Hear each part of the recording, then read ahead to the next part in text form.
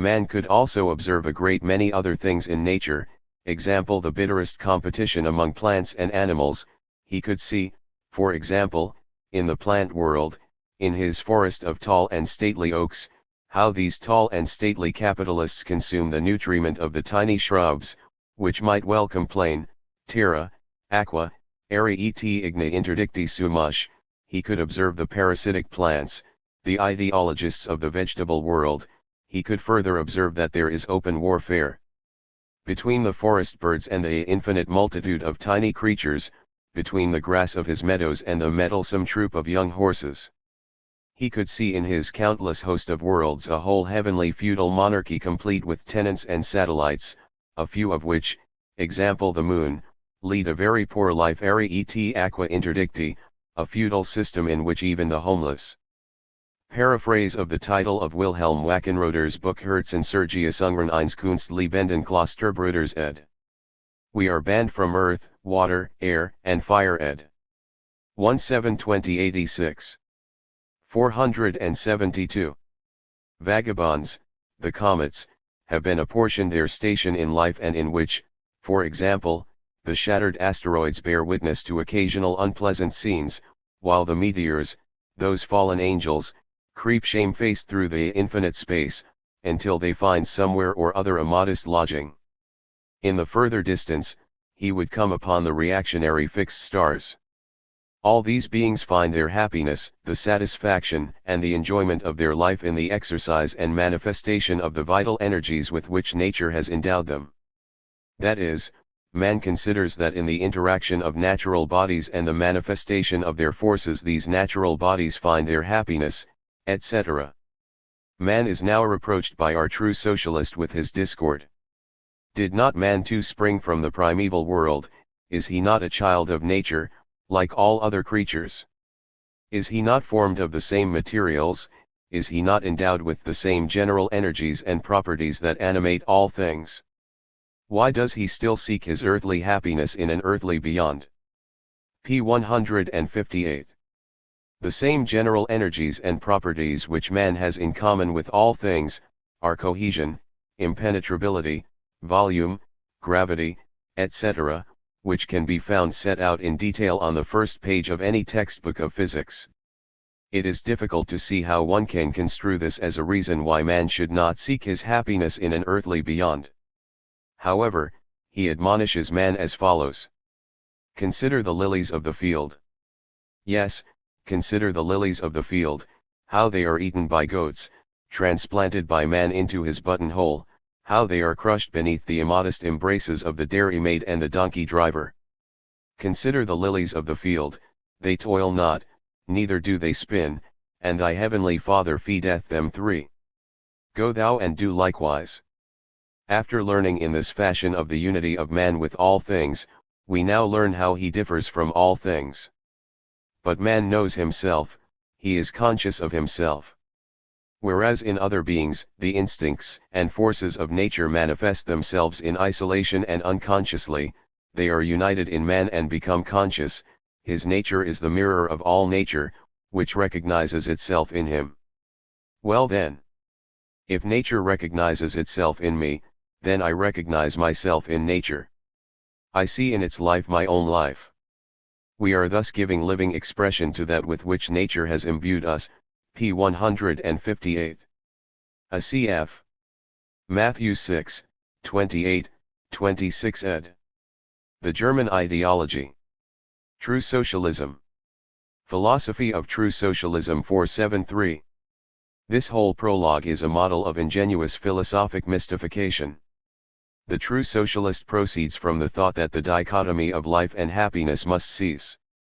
To prove this thesis he summons the aid of nature, presupposing that this dichotomy does not exist in nature, and from this he deduces that since man, too, is a natural body and has the properties which such bodies generally possess, this dichotomy ought not to exist for him either.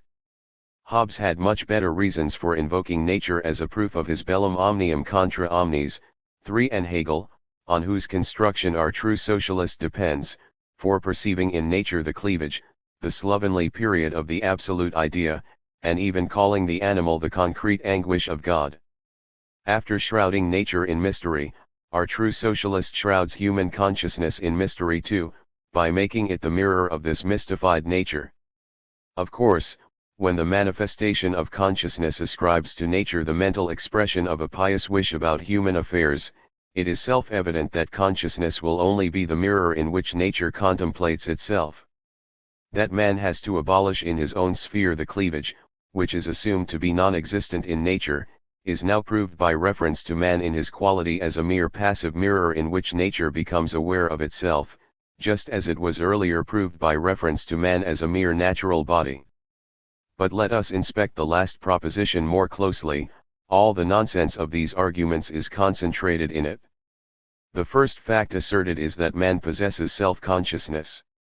The instincts and energies of individual natural beings are transformed into the instincts and forces of nature, which then, as a matter of course, are manifested in isolation in these individual beings.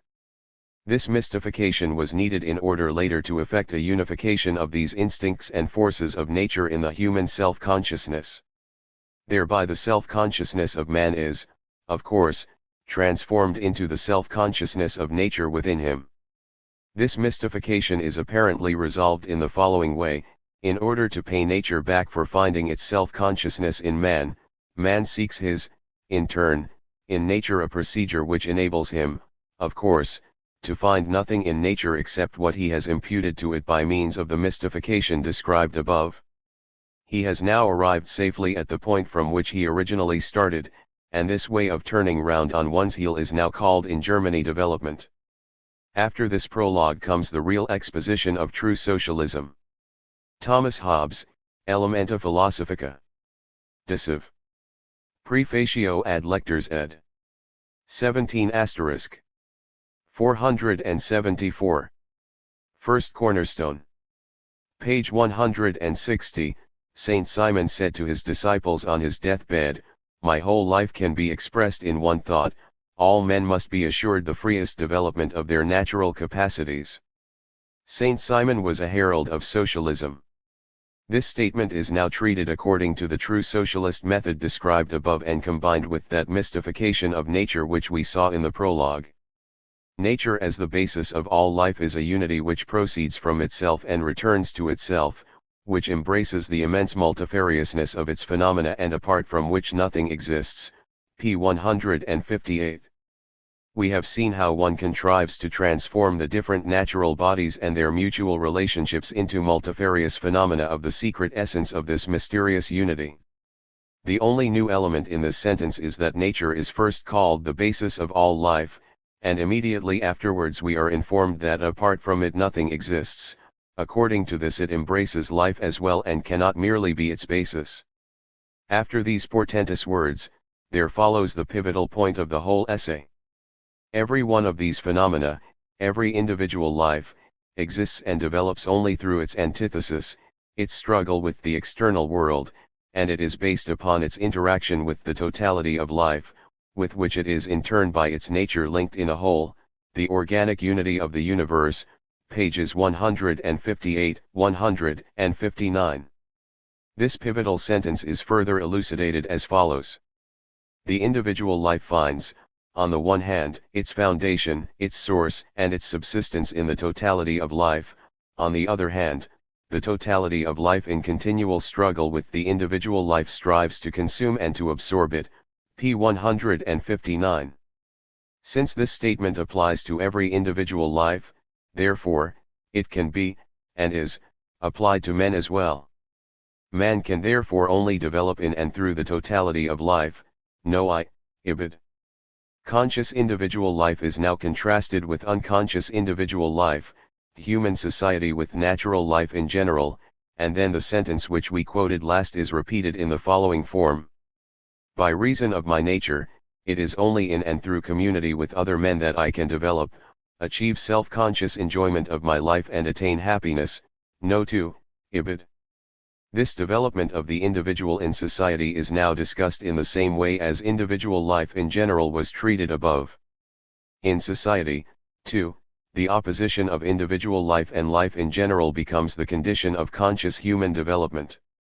It is through perpetual struggle, through The German ideology. True socialism. Philosophy of true socialism 475. Perpetual reaction against society, which confronts me as a restricting force, that I achieve self-determination and freedom, without which there is no happiness.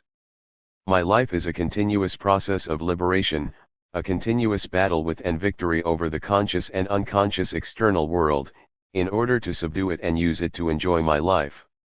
The instinct of self-preservation, the striving for my own happiness, freedom, and satisfaction, these are consequently natural, i.e., reasonable, expressions of life, ibid.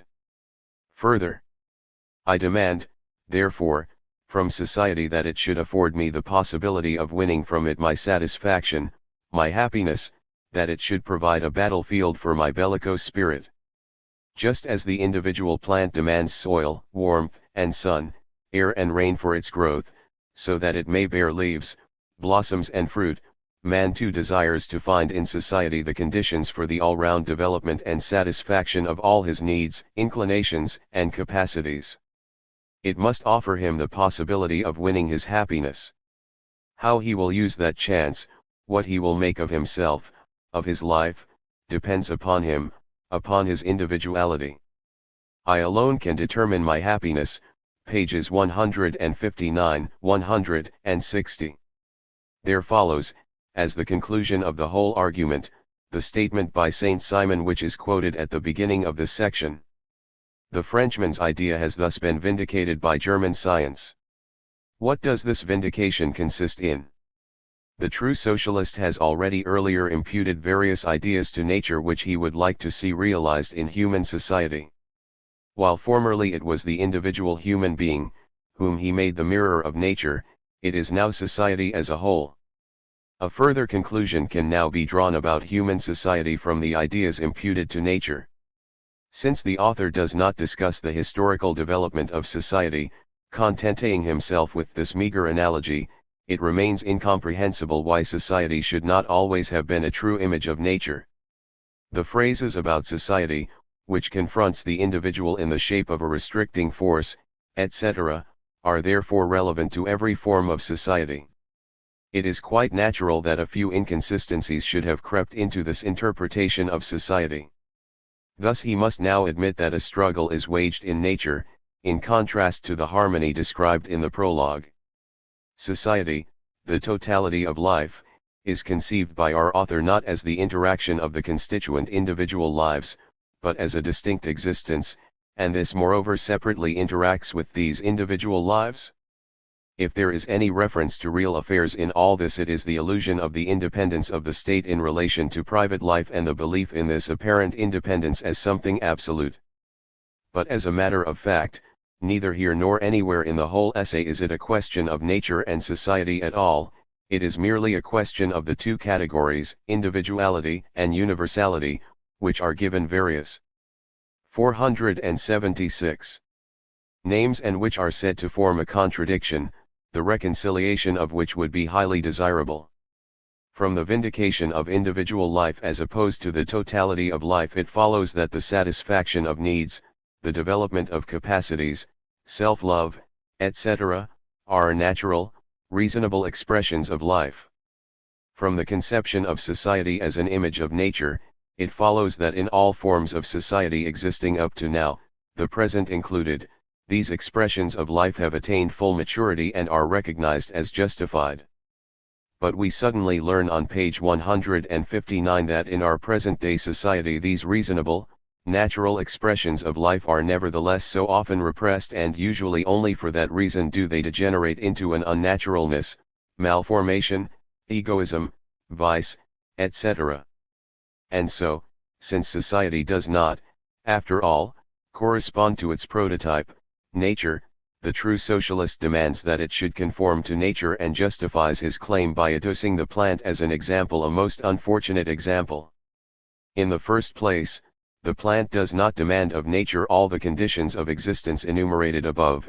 Unless it finds them already present, it never becomes a plant at all, it remains a grain of seed. Moreover, the state of the leaves, blossoms and fruit depends to a great extent on the soil, the warmth and so on, the climatic and geological conditions of its growth. Far from demanding anything, the plant is seen to depend utterly upon the actual conditions of existence. Nevertheless, it is upon this alleged demand that our true socialist bases his own claim for a form of society which shall conform to his individual peculiarity. The demand for a true socialist society is based on the imaginary demand of a cocoa-nut palm that the totality of life should furnish it with soil, warmth, sun, air, and rain at the North Pole. This claim of the individual on society is not deduced from the real development of society but from the alleged relationship of the metaphysical characters individuality and universality. You have only to interpret single individuals as representatives, embodiments of individuality, and society as the embodiment of universality, and the whole trick is done. And at the same time Saint Simon's statement about the free development of the capacities has been correctly expressed and placed upon its true foundation. This correct expression consists in the absurd statement that the individuals forming society want to preserve their peculiarity, want to remain as they are, while they demand of society a transformation which can only proceed from a transformation of themselves. The Sermon Ideology. True Socialism. Philosophy of True Socialism 477. Second cornerstone. You've forgotten the rest of the charming refrain? Well, just give it up and start over again. 3. Infinite in their variety, all individual beings as unity taken together are world organism, p. 160. And so we find ourselves thrown back again to the beginning of the essay and have to go through the whole comedy of individual life and totality of life for the second time. Once more we are initiated into the deep mystery of the interaction of these two lives, restored by the introduction of the new term polar relationship and the transformation of the individual life into a mere symbol, an image of the totality of life. Like a kaleidoscopic picture, this essay is composed of reflections of itself, a method of argument common to all true socialists. Their approach to their arguments is similar to that of the cherry seller who was selling her wares below cost price, working on the correct economic principle that it is the quantity sold that matters. As regards true socialism, this is the more essential because its cherries were rotten before they were ripe. A few examples of this self-reflection follow. Cornerstone No. I, pages 158, 159. Every individual life exists and develops only through its antithesis, is based upon its interaction with the totality of life, with which it is in turn, by its nature, linked in a whole. Organic unity of the universe. Cornerstone No. 2, pages 160, 161. Every individual life exists and develops in and through the totality of life. The totality of life only exists and develops in and through the individual life. Interaction. The individual life develops, as a part of life in general. The world organism is combined unity. The individual life finds, on the one hand, its foundation, its source, and its subsistence in the totality of life. On the other hand, the totality of life in continual struggle with the individual life strives to consume it. Therefore, p. 159. Human society is to conscious life what unconscious universal life in general is to the unconscious individual life, which, the totality of life, becomes the soil and subsistence of its, the individual life's, development, that each is founded upon the other. That they struggle against one another and oppose one another. It follows, p. 161. That conscious individual life is also conditioned by the conscious totality of life and vice versa. The refrain of a German nursery song ed. 478. 7 can only develop in and through the individual human being develops community with other men. In society, only in and through society, society, vice 2, the opposition of individual life and versa, etc., life in general becomes, etc. Nature, is a unity, which society is a unity which braces the immense multifariousness of and comprises the multifariousness of Inc.'s phenomena. Individual human development.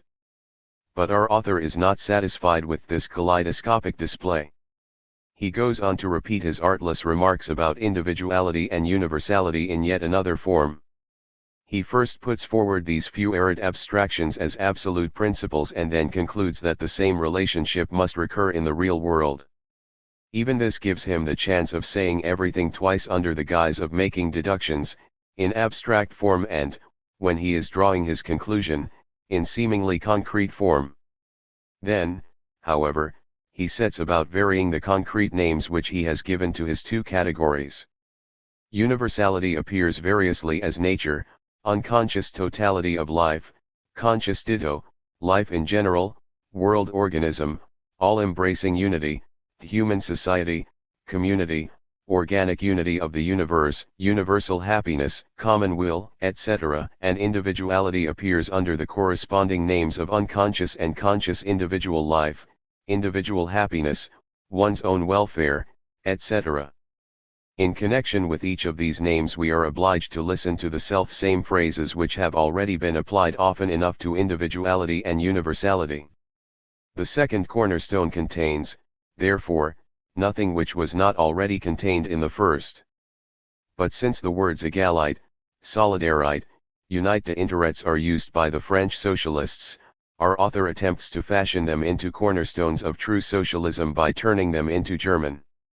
As a conscious member of society I recognize every other member as a being different from myself, confronting me and at the same time supported by and derived from the primary common basis of existence and equal to me. I recognize every one of my fellow men as opposed to me by reason of his particular nature, yet equal to me by reason of his general nature. The recognition of human equality, of the right of every man to existence, depends therefore upon the consciousness that human nature is common to all. In the same way, love, friendship, justice, and all the social virtues are based upon the feeling of natural human affinity and unity. If up to now these have been termed obligations and have been imposed upon men, then in a society founded upon the consciousness of man's inward nature, i.e., upon reason and not upon external compulsion, they will become free, natural expressions of life. In a society which conforms to nature, i.e., to reason, the conditions of existence must accordingly be equal for all its members, i.e., must be general, pages 161, 162. The author displays a marked ability for first putting forward a proposition in assertive fashion and then legitimizing it as a cons. The German ideology. True socialism. Philosophy of true socialism 479. Quince of itself by inserting an accordingly, a consequently, etc. He is equally skillful at incidentally smuggling into his peculiar deductions traditional socialistic statements by the use of if they have, if it is then they must, then it will become, etc. In the first cornerstone, we saw, on the one hand, the individual and, on the other, universality which confronted him as society. This antithesis now reappears in another form, the individual now being divided within himself into a particular and a general nature. From the general nature of the individual, conclusions are drawn about human equality and community. Those conditions of life which are common to men thus appear here as a product of the essence of man, of nature, whereas they, just as much as the consciousness of equality, are historical products. Not content with this, the author substantiates this equality by stating that it rests entirely on the primary common basis of existence. We learned in the prologue, p. 158, that man is formed of the same materials and is endowed with the same general energies and properties that animate all things. We learned in the first cornerstone that nature is the basis of all life, and so, the primary common basis of existence. Our author has, therefore, far outstripped the French since, being a conscious member of society, he has not only demonstrated the equality of men with one another, he has also demonstrated their equality with every flea, every wisp of straw, every stone. We should be only too pleased to believe that all the social virtues of our true socialist are based upon the feeling of natural human affinity and unity, even though feudal bondage, slavery, and all the social inequalities of every age have also been based upon this natural affinity. Incidentally, natural human affinity is an historical product which is daily changed at the hands of men. It has always been perfectly natural, however inhuman and contrary to nature it may seem, not only in the judgment of man, but also of a later revolutionary generation. We learn further, quite by chance, that present-day society is based upon external compulsion. By external compulsion the true socialists do not understand the restrictive material conditions of life of given individuals. They see it only as the compulsion exercised by the state, in the form of bayonets, police and cannons, which far from being the foundation of society, are only a consequence of its structure. This question has already been discussed in Die Heilige Family and also in the first volume of this work. The socialist opposes to present-day society, which is based upon external compulsion, the ideal of true society, which is based 480 upon the consciousness of man's inward nature, i.e., upon reason. It is based, that is, upon the consciousness of consciousness, upon the thought of thought. The true socialist does not differ from the philosophers even in his choice of terms. He forgets that the inward nature of men, as well as their consciousness of it, i.e., their reason, has at all times been an historical product and that even when, as he believes, the society of men was based upon external compulsion, their inward nature corresponded to this external compulsion. There follow, on page 163, individuality and universality with their usual retinue, in the form of individual and public welfare. You may find similar explanations of their mutual relationship in any handbook of political economy under the heading of competition and also, though better expressed, in Hegel. For example, Renusskjarbücher, p. 163. By furthering the public welfare, one further my own welfare, and by furthering my own welfare, I further the public welfare. Cf. Hegel's Reichsphilosophy, p. 248, 1833. In furthering my ends, I further the universal, and this in turn furthers my ends. Compare also Reichsphilosophy, p. 323 etseq, about the relation of the citizen to the state. Therefore, as a final consequence, we have the conscious unity of the individual life with the totality of life, harmony, Renusskjarbücher, p. 163. As a final consequence, that is to say, of this polar relationship between the individual and the general life, which consists in the fact that sometimes the two clash and oppose one another, while at other times, the one is the condition and the basis of the other. The final consequence of this is at most the harmony of disharmony with harmony, and all that follows from the constant repetition of these familiar phrases is the author's belief that his fruitless wrestling with the categories of individuality and universality is the appropriate form in which social questions should be solved. The author concludes with the following flourish. Organic society has as its basis universal equality and develops, through the opposition of the individuals to the universal, towards unrestricted concord, towards the unity of individual with universal happiness, towards social harmony of society, 11, which is the reflection of universal harmony, p. 164. It is modesty indeed to call this sentence a cornerstone. It is the primal rock upon which the whole of true socialism is founded. The German ideology.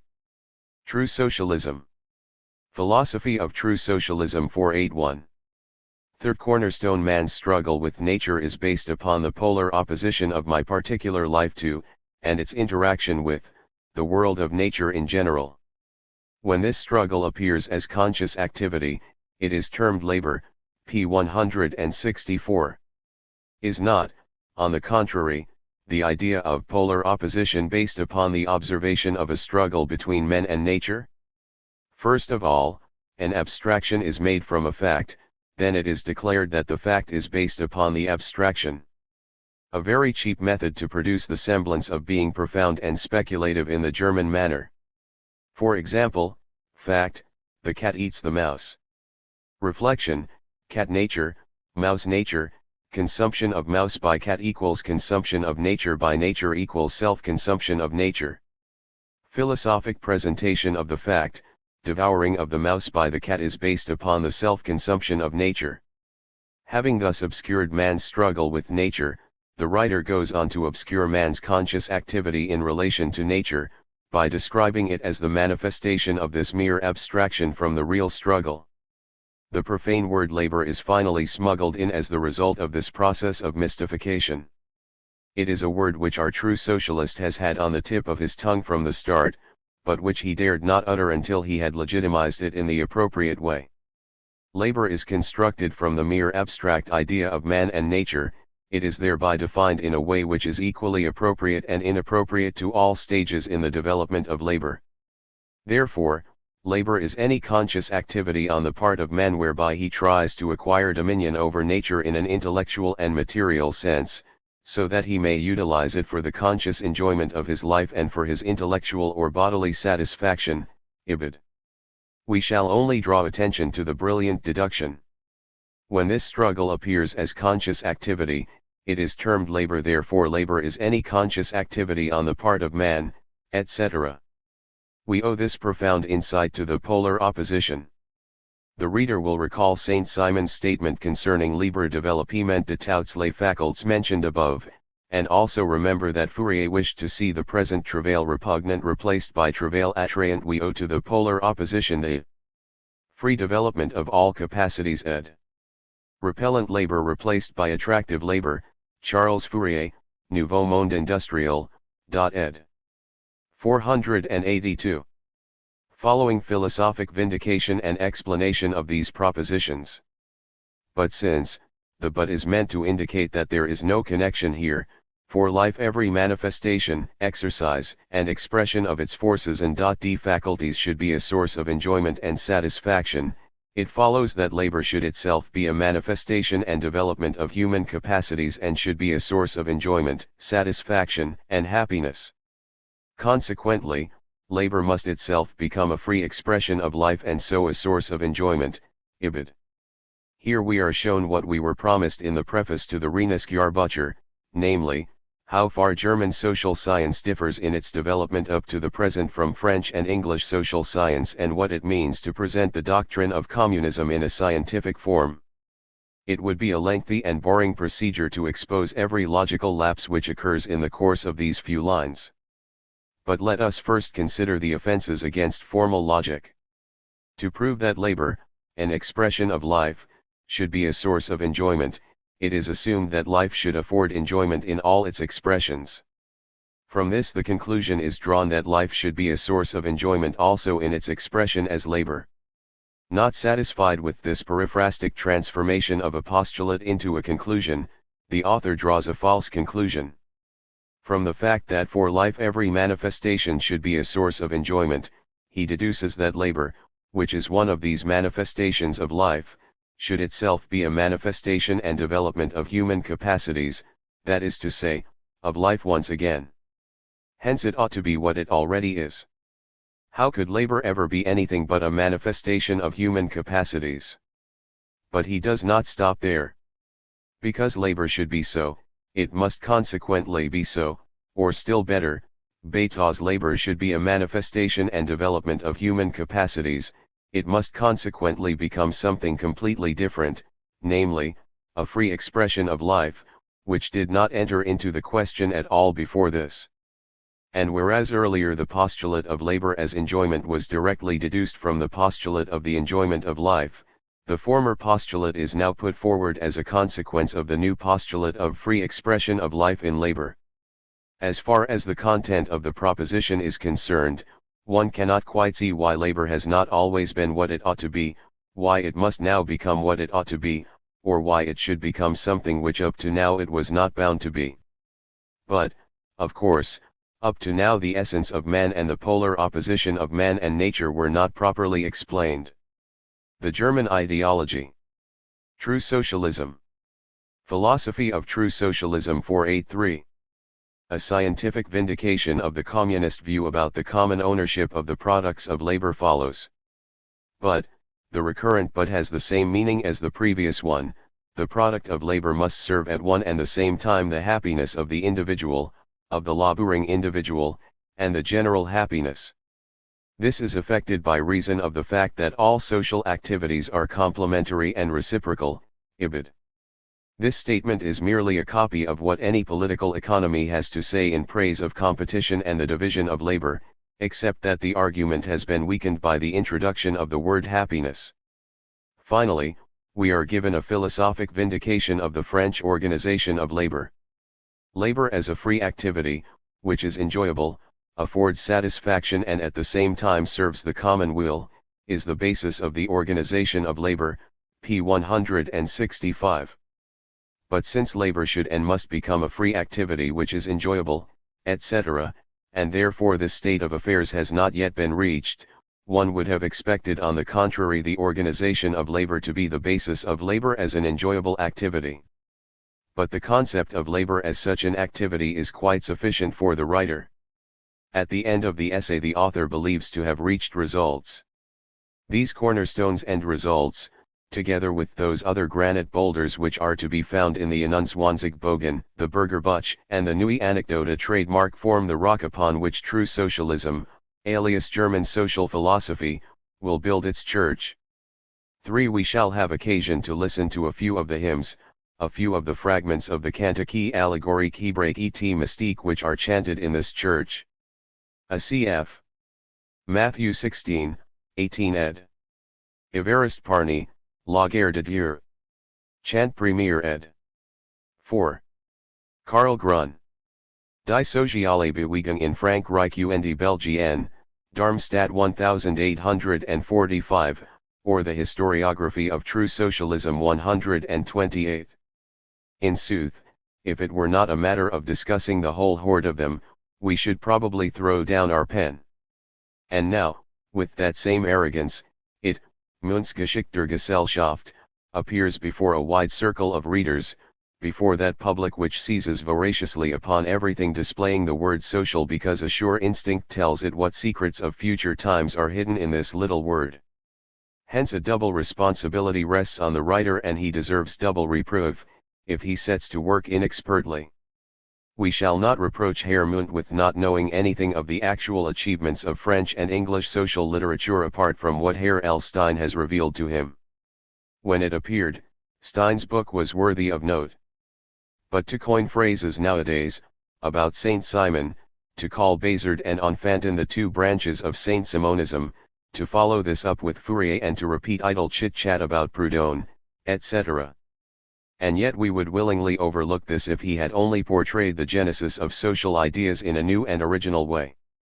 With this haughty and Rhadamanthine pronouncement Herr Grun begins a review, in the Neue Anekdote, pages 122, 123, of Münzgeschichte Gesellschaft. The reader will be amazed at the artistic talent shown by Herr Grun, who actually gives, in this guise, a criticism of his own book, which at that time was not yet born.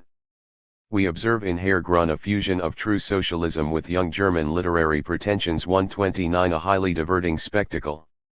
The book mentioned above is in the form of Letters to a Lady, from which the reader may surmise that here the profound divinities of true socialism are garlanded with the roses and myrtles of young literature.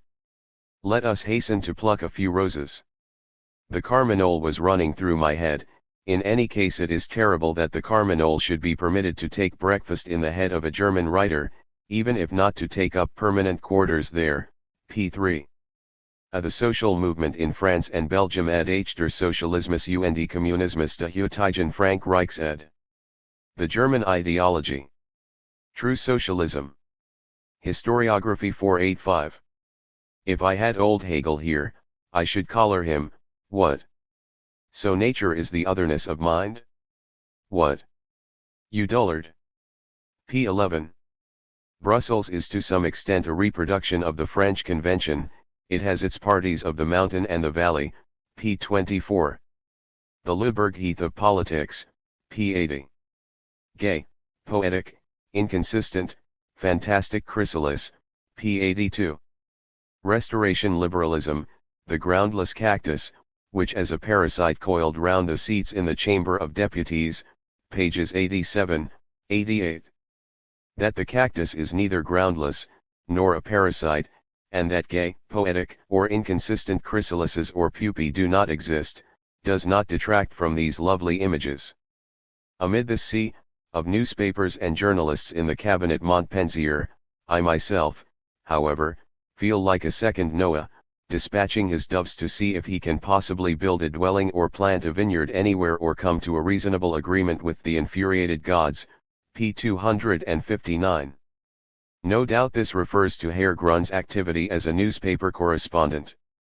Camille Desmoulins was a human being. The Constituent Assembly was composed of Philistines. Robespierre was a virtuous magnetizer. Modern history, in a word, is a life and death struggle against the shopkeepers and the magnetizers. P. HD happiness is a plus, but a plus to the nth power, p. 203. Hence, happiness equals plus, a formula which can only be found in the aesthetic mathematics of Herr Grun. Organization of labor, what is it? And the people's reply to the Sphinx with the voices of 1,000 newspapers. France sings the strophe, Germany the antistrophe, Old Mystic Germany, p. 259. North America is even more distasteful to me than the Old World because its shopkeeping egoism has on its cheeks the bloom of impertinent health, because everything there is so superficial, so rootless, I might almost say so provincial. You call America the New World, it is the oldest of all old worlds, our worn-out clothes set the fashion there, pages 101, 324. So far we were only aware that unworn stockings of German manufacture were worn there, although they are of too poor a quality to set the fashion. The logically stable security-mongering of these institutions, p. 461. Unless these flowers your heart delight to be a man you have no right? 3. What wanton grace, what saucy innocence! What heroic wrestling with aesthetic problems! This nonchalance and originality are worthy of a Heine. An adaptation of a couplet from Mozart's opera The Magic Flute, libretto by Emanuel Sciconator, Act 2, aria of Sarastro ed. 486. We have deceived the reader. Herr Grun's literary graces are not an embellishment of the science of true socialism, the science is merely the padding between these outbursts of literary gossip, and forms, so to speak, its social background. In an essay by Herr Grun, Feuerbach und die Sozialisten, the following remark occurs, Deutsches Bürgerbuch, p. 74. When one speaks of Feuerbach one speaks of the entire work of philosophy from Bacon of Verulam up to the present, one defines at the same time the ultimate purpose and meaning of philosophy, one sees man as the final result of world history. To do so is a more reliable, because a more profound, method of approach than to bring up wages, competition, the faultiness of constitutions and systems of government. We have gained man who has divested himself of religion, of moribund thoughts, of all that is foreign to him, with all their counterparts in the practical world, we have gained pure, genuine man. This one proposition is enough to show what kind of reliability and profundity one can expect from Herr Grun. He does not discuss small questions. Equipped with an unquestioning faith in the conclusions of German philosophy, as formulated by Feuerbach, viz., that one, pure, genuine man, is the ultimate purpose of world history, that religion is externalist in tauser human essence, that human essence is human essence and the measure of all things equipped with all the other truths of German socialism, see above, i.e., that money, wage labor, etc., are also externalizations in Tauserungen of human essence, that German socialism is the realization of German philosophy and the theoretical truth of foreign socialism and communism, etc. A Herr Grun travels to Brussels and Paris with all the complacency of a true socialist.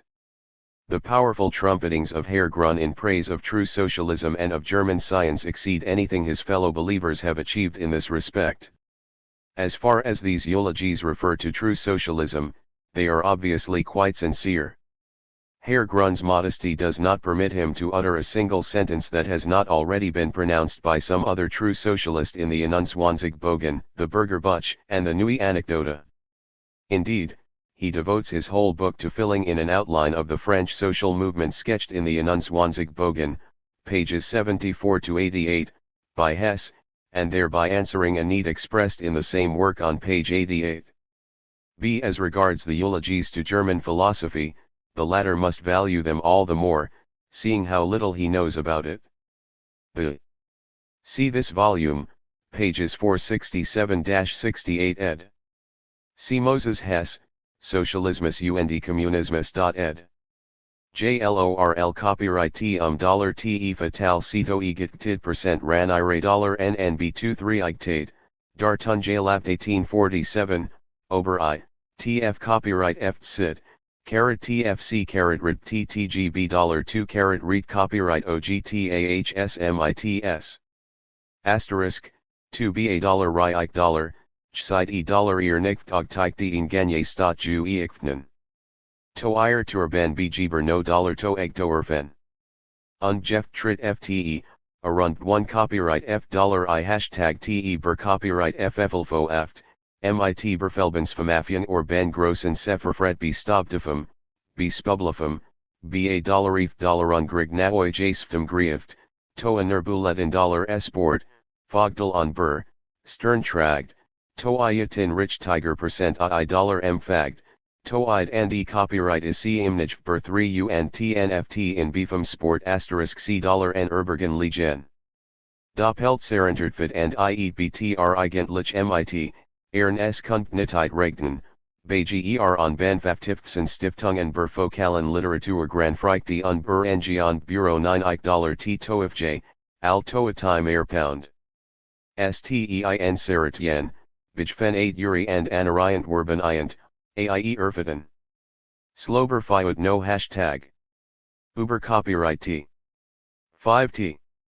At Tmoni Muninnen, Courier Falgen Iojafen. Uber 3 rub $ot ungenugen B3 asterisk GNAC and ta and to earn UF2, UF2. 2. Inak $Turban to ir Jern ein Estig Gebruchfen, to Befin B copyright E asterisk NE5 Berfogieten 3 Ben Eigen und Nu Bargaf Tefelt. Swit B for $0 cent and $Iraf net pound R. Copyright Run C# EUE Sloan F Batu, copyright. 122 und 123, Infulgen Fitan uns Fund registered F $I hashtag TE ber copyright F11caft. 2 B Uberafa to ir ber pound F don beim Ordefafin salient B hashtag RN. Copyright RIT, BA unter ber Abigen 2 RA Feinertine copyright et Jernta Fin Igenen, born INOC ungeboren 8 UC $E Erfteft. Hashtag R. Copyright Run Litet un Bamix Fonte at C of IEI Inercierft and May Jung B Toa Carat Ren at Agiati Mu MIT Jung Butfo Mzider Attentium. De Abij 35 UC $IT in copyright Refen and Tint Dame Gaforiben, Tura Ber Sefer F sharp on, 3 Nbira FR unfern Siefern im Golf Lokenben bit F $on or Langerer 3T on Arlwary in Bers Dryer Fien 3 Fund Artrife and TTTT and Ewan. Bena carat RT carat itken nerfig willitk, baf JFT $Bunk unalidelt, ES carat AUT by Swanya ferdit uber Jatoit fignate in X, asterisk UF $Landfsarun fletterdaban and T, O $Any unijujugiben. CR. S warmuft unter Falgentumflenben baf et in flofer in unferum seft J ermuten, unphoned behot F $TT arfren, tuna carat unfer fruhier harun u benotigen. 3D9T. T Cave Cape TL2, TTF star. 47. 831. First page of Chapter 4, Volume 2, of the German Ideology as published in the Westphalisch Dampfbuch No. 8, 1847. The German Ideology. True Socialism. Historiography 489. National pride of the true socialists, their pride in Germany as the land of man, of human essence, as opposed to the other profane nationalities, reaches its climax in him.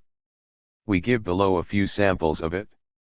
but I should like to know whether they won't all have to learn from us, these French and English, Belgians and North Americans, p. 28. He now enlarges upon this. The North Americans appear to me thoroughly prosaic and, despite their legal freedom, it is from us that they will probably have to learn their socialism, p. 101.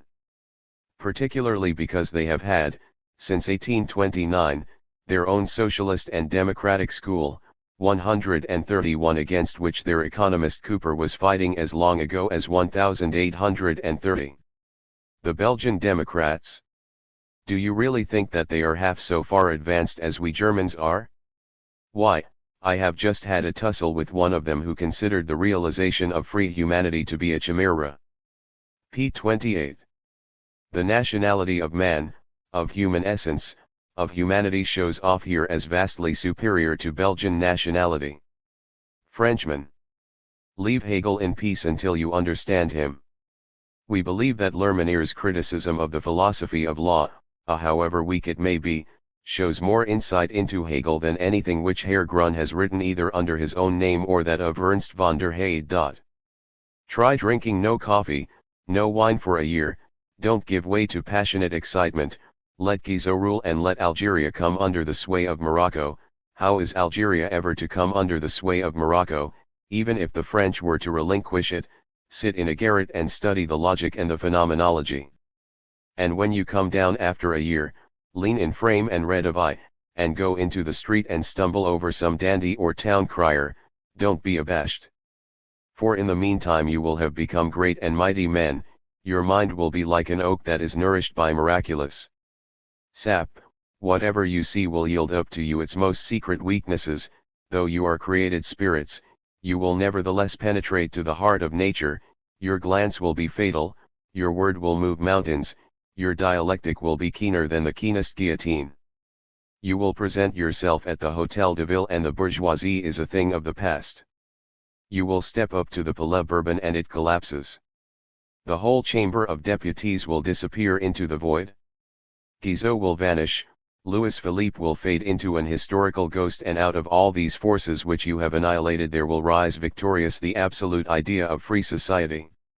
Seriously, you can only subdue Hegel by first of all becoming Hegel yourselves. As I have already remarked, Moore's beloved can only die at the hands of Moore, pages 115, 116. The belletristic aroma of these true socialist statements will be noticed by everyone. Herr Grun, like all true socialists, does not. Eugene Lermanier, Philosophie du droit ed. Friedrich Schiller, Die Räuber, Act V, Scene 2 ed. 490. Forget to bring up again the old chatter about the superficiality of the French. For I am fated to find the French mind inadequate and superficial, every time that I come into close contact with it, p. 371. Herr Grun does not conceal from us the fact that his book is intended to glorify German socialism as the criticism of French socialism. The riffraff of current German literature call our socialist endeavors an imitation of French perversities. No one has so far considered it worthwhile to reply to this. The riffraff must surely feel ashamed, if they have any sense of shame at all, when they read this book. It probably never entered their head that German socialism is a criticism of French socialism, that far from considering the French to be the inventors of a new contrat social, it demands that French socialism should make good its deficiencies by a study of German science. At this moment, an edition of a translation of Feuerbach's Wesen des Christentums is being prepared here in Paris. May their German schooling do the French much good. Whatever may arise from the economic position of the country or the constellation of politics in this country, only the humanistic outlook will ensure a human existence for the future. The Germans, unpolitical and despised as they are, this nation which is no nation, will have laid the cornerstone of the building of the future, p. 353. Of course, there is no need for a true socialist, absorbed in his intimacy with human essence, to know anything about what may arise from the economic position and the political constellation of a country. Herr Grun, as an apostle of true socialism, does not merely, like his fellow apostles, boast of the omniscience of the Germans as compared with the ignorance of the other nations. Utilizing his previous experience as a man of letters, he forces himself, in the worst globe-trotter manner, upon the representatives of the various socialist, democratic and communist parties, and when he has sniffed them from all angles, he presents himself to them as the apostle of true socialism. All that remains for him to do is to teach them, to communicate to them the profoundest discoveries concerning free humanity. The superiority of true socialism over the French parties now assumes the form of the personal superiority of Herr Grun over the representatives of these parties. Finally, this gives him a chance not only of utilizing the French party leaders as a pedestal for Herr Grun, but also of talking all sorts of gossip, thereby compensating the German provincial for the exertion which the more pregnant statements of true socialism have caused him. Katz pulled a face expressive of plebeian cheerfulness when I assured him of complete satisfaction with his speech, p. 50. The German Ideology. True Socialism. Historiography 491. Herr Grun lost no time in instructing Katz about French terrorism and had the good fortune to win the approval of my new friend, p. 51. His effect on Proudhon was important too, but in a different way. I had the infinite pleasure of acting, so to speak, as the tutor of the man whose acumen has not perhaps been surpassed since Lessing and Kant, p. 404. Louis Blanc is merely his swarthy young friend, p. 314. He asked very eagerly but also very ignorantly about conditions with us. We Germans know French conditions almost as well as the French themselves, at least we study them, p. 315. And we learn of Papa Cabet that he has limitations, p. 382. Herr Grun raised a number of questions, and Cabet confessed that he had not exactly been able to fathom them. Grun had noticed this long ago, and that, of course, meant an end of everything, especially as it occurred to me that Cabet's mission had long ago been fulfilled, p. 381. We shall see later how Herr Grun contrives to give Cabet a new mission. Let us first deal with the outline and the few well-worn general ideas which form the skeleton of Grun's book. Both are copied from Hess, whom Herr Grun paraphrases indeed in the most lordly fashion. Matters which are quite vague and mystical even in Hess, but which were originally in the Bogen worthy of recognition, and have only become tiresome and reactionary as a result of their perpetual reappearance in the Burgerbuch, the Neue Anekdote and the Reinigungsjahrbucher, at a time when they were already out of date, become complete nonsense in Herr Grun's hands. Hess synthesizes the development of French socialism and the development of German philosophy Saint-Simon and Schelling, Fourier and Hegel, Proudhon and Feuerbach. Compare, for example, in Bogen, pages 78, 79, 326, 327b, Neue Anekdote, pages 194, 195, 196, 202 ffc, parallels between Feuerbach and Proudhon, example Hess, Feuerbach is the German Proudhon, etc., Neue Anekdote, p. 202. Grun, Proudhon is the French Feuerbach, p. 404. This schematism in the form given it by Hess is all that holds Grun's book together. But, of course, Herr Grun does not fail to add a few literary flourishes to Hess' propositions. Even obvious. A Moses Hess, Socialismus und Kommunismus. Ed B. Moses Hess, Philosophie der that. Ed C. Moses Hess, Über die Sozialistische Bewegung in Deutschland. Ed. 492. Blunders on the part of Hess, example that theoretical constructions form the social background and the theoretical basis of practical movements, example Neue Anekdote, p. 192, are copied faithfully by Herr Grun. E.g., Grun, p. 264, the social background of the political question in the 18th century, was the simultaneous product of the two philosophic tendencies, that of the sensationists and that of the deists. He copies, too, the opinion that it is only necessary to put Feuerbach into practice, to apply him to social life, in order to produce the complete critique of existing society. If one adds the other critical remarks which Hess directed against French communism and socialism, for example, Fourier, Proudhon, etc., did not get beyond the category of wage labor, Burger-Buch, p. 46 and elsewhere. 3. Fourier would like to present new associations of egoism to the world, Nuit Anecdota, p. 196. Even the radical French communists have not yet risen above the opposition of labor and enjoyment. They have not yet grasped the unity of production and consumption, etc. Burger-Buch, p. 43, Anarchy is the negation of the concept of political rule, in Unzwanzig p. 77, etc. If one adds these, one has pocketed the whole of Herr Grun's critique of the French. As a matter of fact, he had it in his pocket before he went to Paris. In settling accounts with the French socialists and communists, Herr Grun also obtains great assistance from the various traditional phrases current in Germany about religion, politics, nationality, human and inhuman, etc., which have been taken over by the true socialists from the philosophers. All he has to do is to hunt everywhere for the words man and human and condemn when he cannot find them. For example, you are political. Then you are narrow-minded, p. 283. In the same way, Herr Grun is enabled to exclaim, you are national, religious, addicted to political economy, you have a god, then you are not human, you are narrow-minded. This is a process which he follows throughout his book, thereby, of course, providing a thorough criticism of politics, nationality, religion, etc., and at the same time an adequate elucidation of the characteristics of the authors criticized and their connection with social development. One can see from this that Grun's fabrication is on a much lower level than the work by Stein, who at least tried to explain the connection between socialist literature and the real development of French society.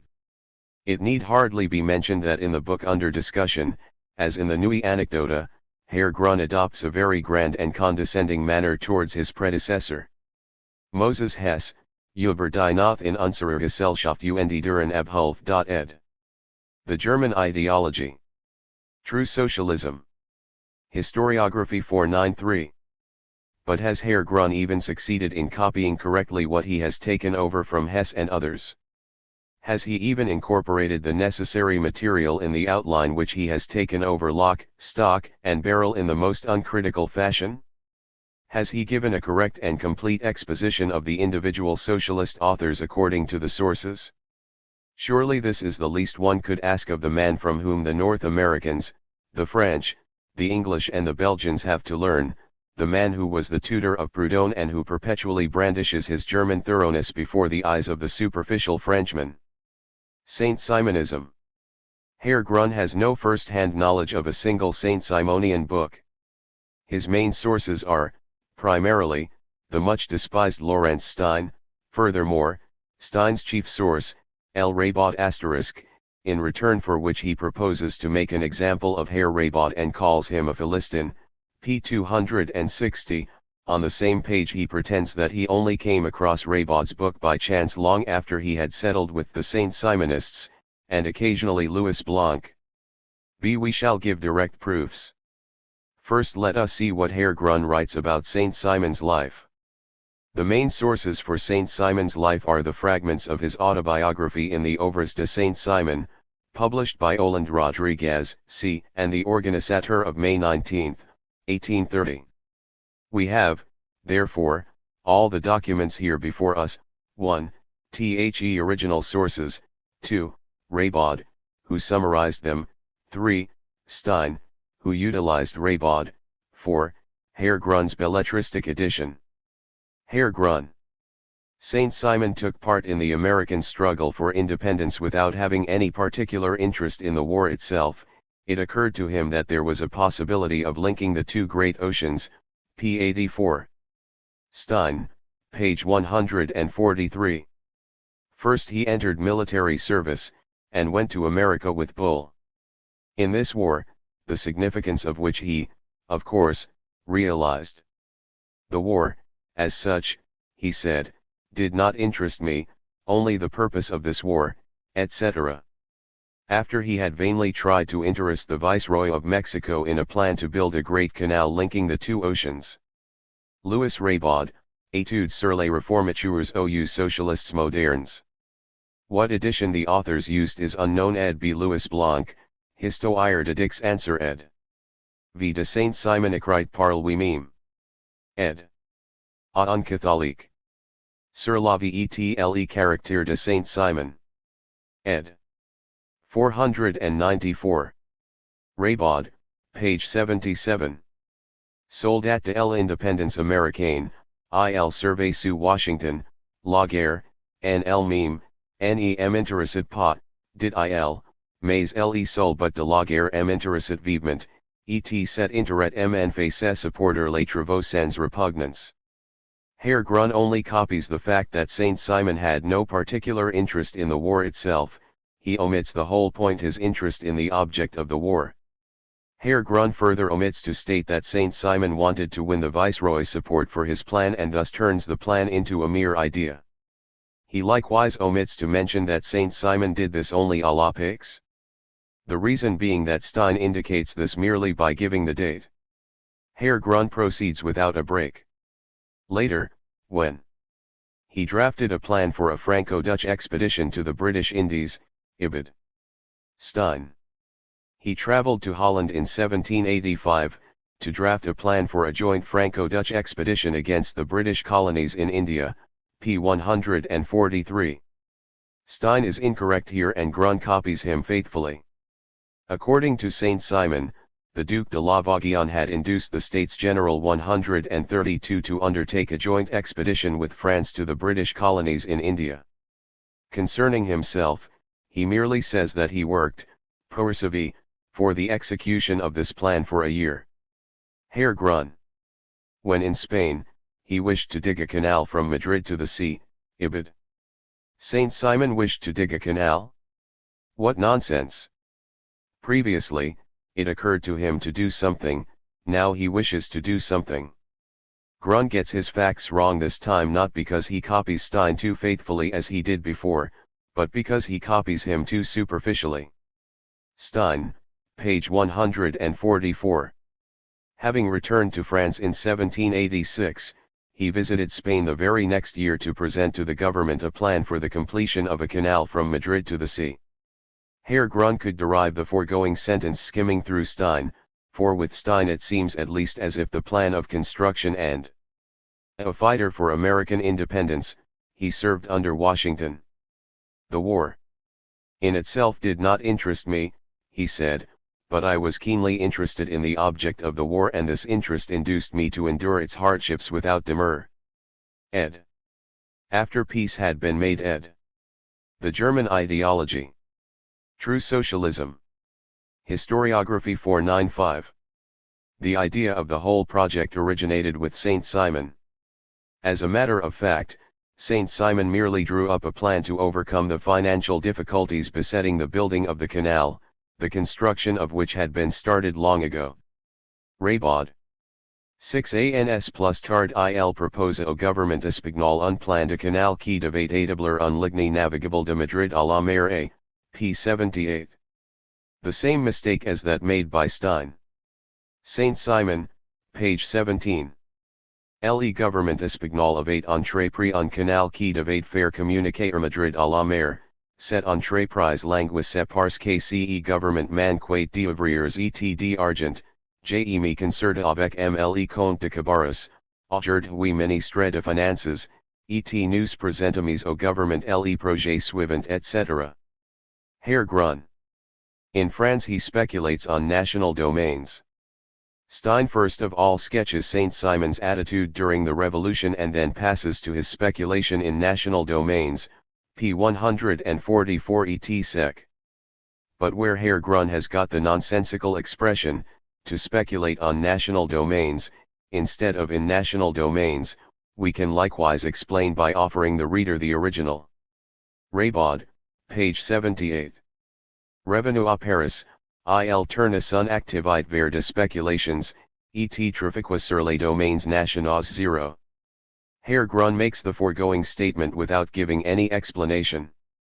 He does not indicate why Saint Simon should have speculated in national domains and why this fact, trivial in itself, should be of importance in his life.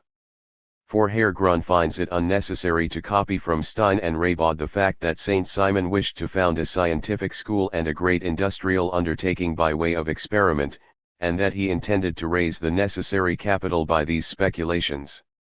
These are the reasons which Saint Simon himself gives for his speculations. Overas, p. 19. 6 years later, he put before the Spanish government a plan for the construction of a canal with the object of establishing a navigable route from Madrid to the sea.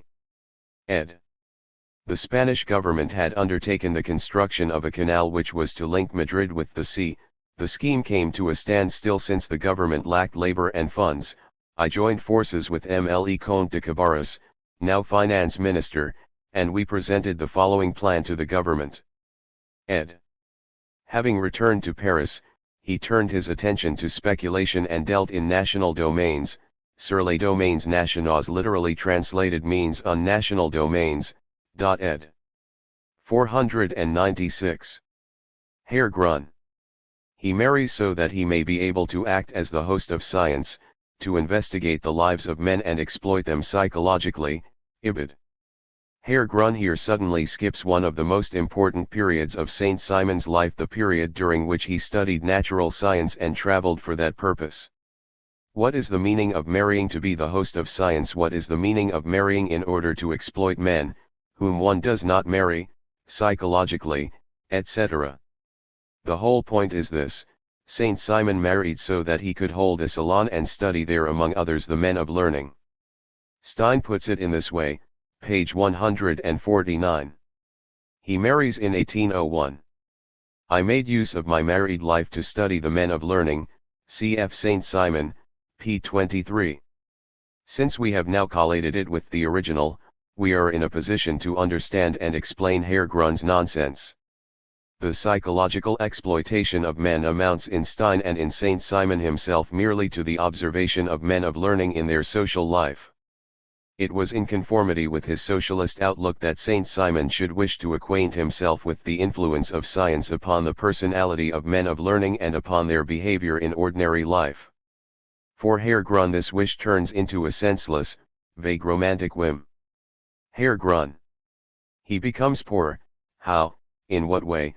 He works as a clerk in a pawn shop at a salary of 1,000 francs a year. He, a count, a scion of Charlemagne, then, when and why? He lives on the bounty of a former servant of his, later, when and why? He tries to shoot himself, is rescued and begins a new life of study and propaganda. Only now does he write his two chief works. He becomes then later. Now such phrases in the work of Herr Grun are to serve as substitutes for the chronological order and the connecting links between the various phases of Saint Simon's life. Stein, pages 156, 157. Moreover, there appeared a new and a fearful enemy, actual poverty, which became more and more oppressive.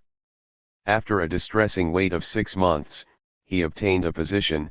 Herr Grun gets even the dash from Stein, but he is cunning enough to insert it after the pawn shop, as clerk in the pawn shop, not, as Herr Grun artfully writes, in a pawn shop, since it is well known that in Paris there is only one such establishment, and that a public one, at a salary of 1,000 francs a year.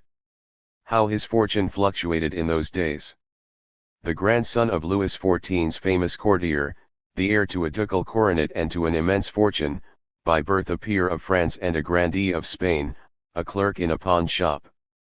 Now we see the source of Herr Grun's mistake regarding the pawn shop. Here, in Stein, the expression is appropriate. 2. The German ideology. True socialism. Historiography 497. Accentuate his difference from Stein. Grun only calls Saint Simon a count and a scion of Charlemagne. He has the last fact from Stein, p. 142, and Raybaud, p. 77, but they are wise enough to say that it was Saint Simon himself who used to trace his descent from Charlemagne. Whereas Stein offers positive facts which make Saint Simon's poverty seem surprising under the Restoration, Herr Grun only expresses his astonishment that a count and an alleged scion of Charlemagne can possibly find himself in reduced circumstances. Stein. He lived 2 more years, after his attempted suicide, and perhaps achieved more during them than during any 2 decades earlier in his life. The Catechisme des Industriels was completed. Herr Grun transforms this completion of a work which had long been in preparation into, only now did he write, etc. And the Nouveau Christianisme, etc. Pages 164, 165. On page 169 Stein calls these 2 books the 2 chief works of his life. Herr Grun has, therefore, not merely copied the errors of Stein but has also produced new errors on the basis of obscure passages of Stein. To conceal his plagiarism, he selects only the outstanding facts, but he robs them of their factual character by tearing them out of their chronological context and omitting not only the motives governing them, but even the most vital connecting links. What we have given above is, literally, all that Herr Grun has to relate about the life of Saint Simon. In his version, the dynamic, active life of Saint Simon becomes a mere succession of ideas and events which are of less interest than the life of any peasant or speculator who lived through those stormy times in one of the French provinces. After dashing off this piece of biographical hackwork, he exclaims, "This whole, truly civilized life." He does not even shrink from saying, p. 85. Saint Simon's life is the mirror of Saint Simonism itself, as if Grun's life of Saint Simon were the mirror of anything except Herr Grun's method of patching together a book. We have spent some time discussing this biography because it is a classical example of the way in which Herr Grun deals thoroughly with the French socialists. Just as in this case, to conceal his borrowings, Herr Grun dashes off passages with an air of nonchalance, omits facts, falsifies and transposes. We shall watch him later developing all the symptoms of a plagiarist consumed by inward uneasiness, artificial confusion, to make comparison difficult, omission of sentences and words which he does not quite understand, being ignorant of the original, when quoting from his predecessors, free invention and embellishment in the form of phrases of indefinite. 498. Meaning, treacherous attacks upon the very persons whom he is copying. Herr Grun is indeed so hasty and so precipitous in his plagiarism that he frequently refers to matters which he has never mentioned to his readers but which he, as a reader of Stein, carts round in his own head. We shall now pass to Grun's exposition of the doctrine of Saint Simon. A 1h31. Lettre d'un habitant de Genève ses contemporains. Herr Grun did not gather clearly from Stein the connection between the plan for supporting the men of learning, outlined in the work quoted above, and the fantastic appendix to the brochure.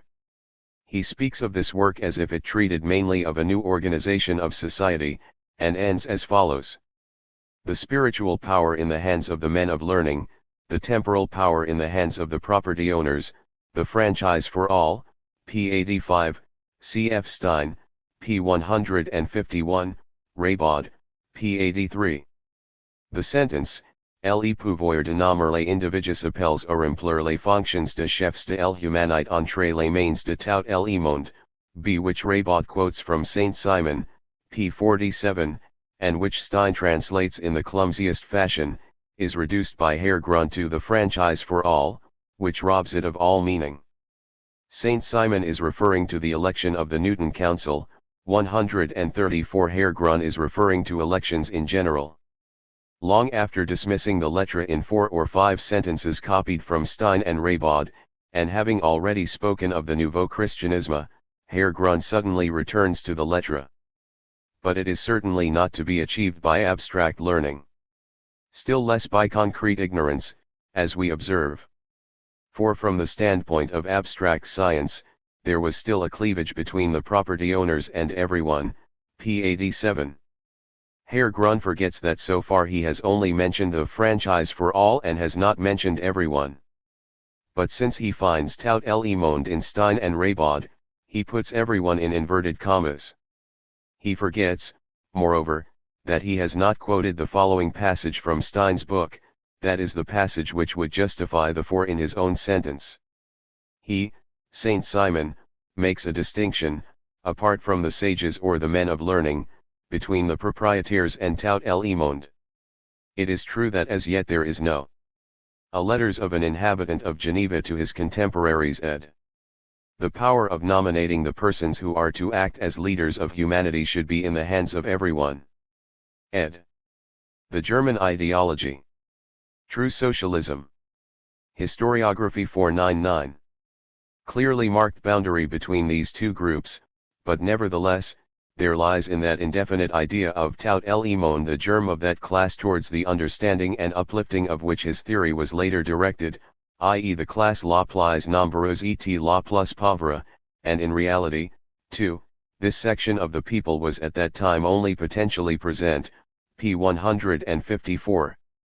Stein stresses the fact that Saint Simon already makes a distinction between proprietaires and tout le monde, but as yet a very vague one. Herr Grun twists this so that it gives the impression that Saint Simon still makes this distinction. This is naturally a great mistake on the part of Saint Simon and is only to be explained by the fact that his standpoint in the Lettre is that of abstract science. But unfortunately, in the passage in question, Saint Simon speaks by no means about differences in a future order of society, as Herr Grun thinks.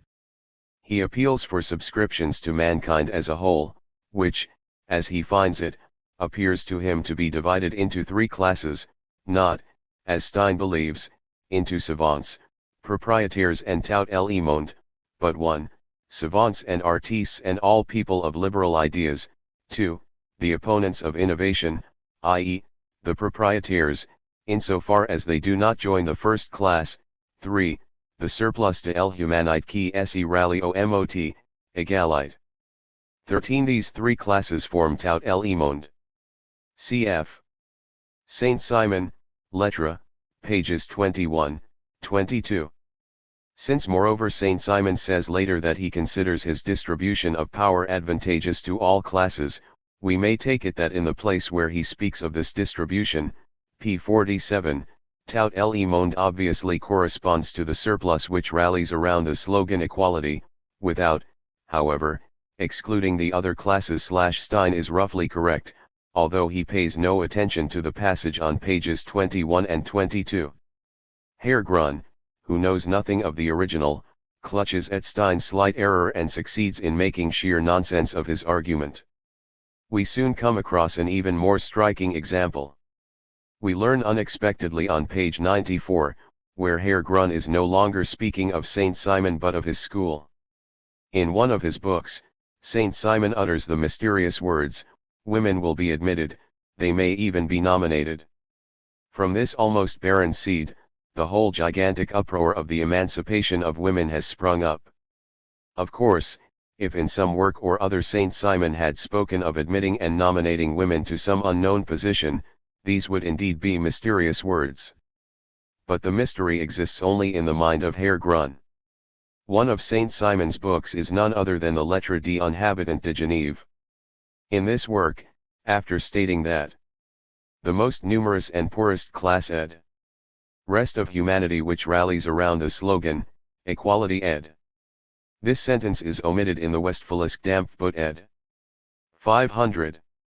Everyone is eligible to subscribe to the Newton Council or its departments, he continues, les femmes seront admises à souscrire, elles pourront être nommées that is, to a position in this council or its departments, of course. Stein, as was fitting, quotes this passage in the course of his discussion of the book itself and makes the following comment, here, etc., are to be found the germs of his later opinions and even those of his school, and even the first idea of the emancipation of women, p. 152. In a note Stein points out quite rightly that for polemical reasons Oland Rodriguez printed this passage in large type in his 1832 edition, since it was the only reference to the emancipation of women in Saint Simon's work. To hide his plagiarism, Grun shifts the passage from the book to which it belongs to his discussion of the school, makes the above nonsense of it, changes Stein's germ into a seed and childishly imagines that this passage is the origin of the doctrine of the emancipation of women. Herr Grun ventures an opinion on the contradiction which, he believes, exists between the Lettres and the Catechisme des Industriels. It consists in the fact that in the Catechism the rights of the travailers are asserted. He was bound to discover this difference, of course, because he derived his knowledge of the Lettres from Stein and Raybaud, and his knowledge of the Catechism similarly. Had he read Saint Simon himself, he would have found in the Lettres not this contradiction, but a seed of the point of view developed among others in the Catechism. For example, tous les hommes travailleront, Lettres, p. 60. Sisa serval, the rich man's, ne sera pas propre au travail, il sera bien obligé de faire travailler ses bras, car Newton ne les sera sûrement pas sur cette planète, d'ouvriers volontairement inutiles dans l'atelier c. p. 64. 2 Catechisme politique des industriels. As Stein usually quotes this work as the Catechisme des Industriels, Herr Grun knows of no other title. But since he only devotes 10 lines to this work when he comes to speak of it ex officio, one might have at least expected him to give its correct title. Women will be allowed to subscribe, it will be possible to nominate them. Ed. All men will work. Ed. If his brain is not fitted for labor, he will be compelled to work with his hands, for Newton will assuredly not permit on this planet, workers who, intentionally, remain idle in the workshops. Ed. Political Catechism of the Industrialists. Ed. The German Ideology. True Socialism. Historiography 501. Having copied from Stein the fact that in this work Saint Simon wants labor to govern, he continues. He now divides the world into idlers and industrialists, p. 85. Herr Grun is wrong here. He attributes to the Catechism a distinction which he finds set out in Stein much later, in connection with the school of Saint Simon. Stein, page 206. Society consists at present only of idlers and workers, enfantins. Instead of this alleged division, there is in the Catechism a division into 3 classes, the classes feudal, intermediary et industrielle. Naturally, Herr Grun could not enlarge upon this without recourse to Stein, since he was not familiar with the Catechism itself. Herr Grun then repeats once more that the content of the Catechism is the rule of labor and concludes his account of the work as follows.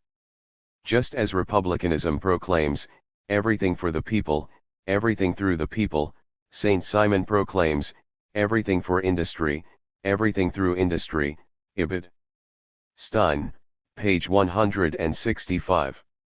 Since industry is the source of everything, everything must serve industry. Stein rightly states, page 160, note, that Saint Simon's work L'Industrie, printed as early as 1817, bears the motto, Tout par l'industrie, tout pour elle. In his account of the Catechism, Herr Grun, therefore, not only commits the error mentioned above but also misquotes the motto of a much earlier work of which he has no knowledge whatever.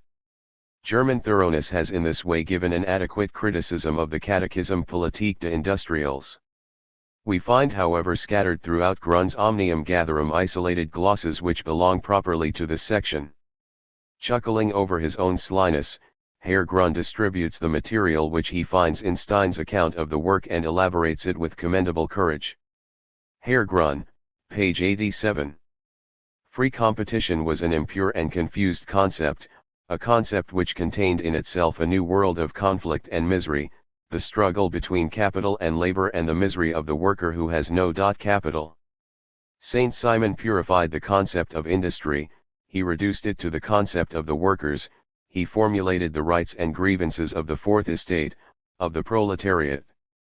He was forced to abolish the right of inheritance, since it had become an injustice towards the worker, towards the industrialist. This is the significance of his Catechisme des Industriels. 3. Everything through industry, everything for industry. Ed. 502. Herr Grun found the following observation in Stein's book, p. 169, with regard to the Catechism. It is, therefore, the true significance of Saint Simon that he foresaw the inevitability of this contradiction, between bourgeoisie and people. This is the source of Herr Grun's idea of the significance of the Catechism. Stein. Saint Simon in the Catechism, begins with the concept of the industrial worker. Herr Grun turns this into complete nonsense by asserting that Saint Simon, who found free competition as an impure concept, purified the concept of industry and reduced it to the concept of the workers. Herr Grun shows everywhere that his concept of free competition and industry is a very impure and a very confused one indeed. Not satisfied with this nonsense, Herr Grun risks a direct falsehood and states that Saint Simon demanded the abolition of the right of inheritance. On page 88 he tells us, still relying on his interpretation of Stein's version of the Catechism, Saint Simon established the rights of the proletariat. He already formulated the new watchword: the industrialists, the workers, shall be raised to a position of supreme power. This was one-sided, but every struggle involves one-sidedness. He who is not one-sided cannot wage a struggle. Despite his rhetorical maxim about one-sidedness, Herr Grun himself commits the one-sided error of understanding Stein to say that Saint Simon wished to raise the real workers, the proletarians, to a position of supreme power. Cf. page 102, where he says of Michel Chevalier. M. Chevalier still refers with great sympathy to the industrialists. But to the disciple, the industrialists are no longer, as they were for his master, the proletarians. He includes capitalists, entrepreneurs, and workers in one concept, that is to say, he includes the idlers in a category which should only embrace the poorest and most numerous class. Saint Simon numbers among the industrialists not only the workers, but also the fabricants, the negociants, in short, all industrial capitalists. Indeed, he addresses himself primarily to them. Herr Grun could have found this on the very first page of the Catechism. But this shows how, without ever having seen the work, he concocts from hearsay fine phrases about it. Discussing the Catechism, Stein says: the German ideology. True socialism. Historiography 503. After Saint Simon comes to a history of industry in its relation to state authority, he is the first to be conscious that in the science of industry there lies hidden a political factor. It is undeniable that he succeeded in giving an important stimulus. For France possesses a histoire de l'économie politique only since Saint Simon, etc. Pages 165, 170. Stein himself is extremely vague when he speaks of a political factor in the science of industry. But he shows that he is on the right track by adding that the history of the state is intimately connected with the history of national economy. Let us see how Herr Grun later, in his discussion of the school of Saint Simon, appropriates this fragment of Stein. Saint Simon had attempted a history of industry in his Catechisme des Industriels, stressing the political element in it. The master himself paved the way, therefore, for political economy, p. 99. Herr Grun therefore transforms the political factor of Stein into a political element and turns it into a meaningless phrase by omitting the details given by Stein. This stone which the builders have rejected has indeed become for Herr Grun the cornerstone of his brief und study n. B. But it has also become for him a stumbling block. 0. But that is not all. Whereas Stein says that Saint Simon paved the way for a history of political economy by stressing the political factor in the science of industry, Herr Grun makes him the pioneer of political economy itself. Herr Grun argues something after this fashion: economics existed already before Saint Simon, but, as Stein relates, Saint Simon stressed the political factor in industry, therefore he made economics political. Political economics equals political economy, hence Saint Simon paved the way for political economy. In his conjectures Herr Grun undoubtedly displays a very genial spirit. Just as he makes Saint Simon the pioneer of political economy, he makes him the pioneer of scientific socialism. Saint Simonism, contains scientific socialism, for Saint Simon spent his whole life searching for the new science. p. 82. 3. Nouveau Christianisme 0.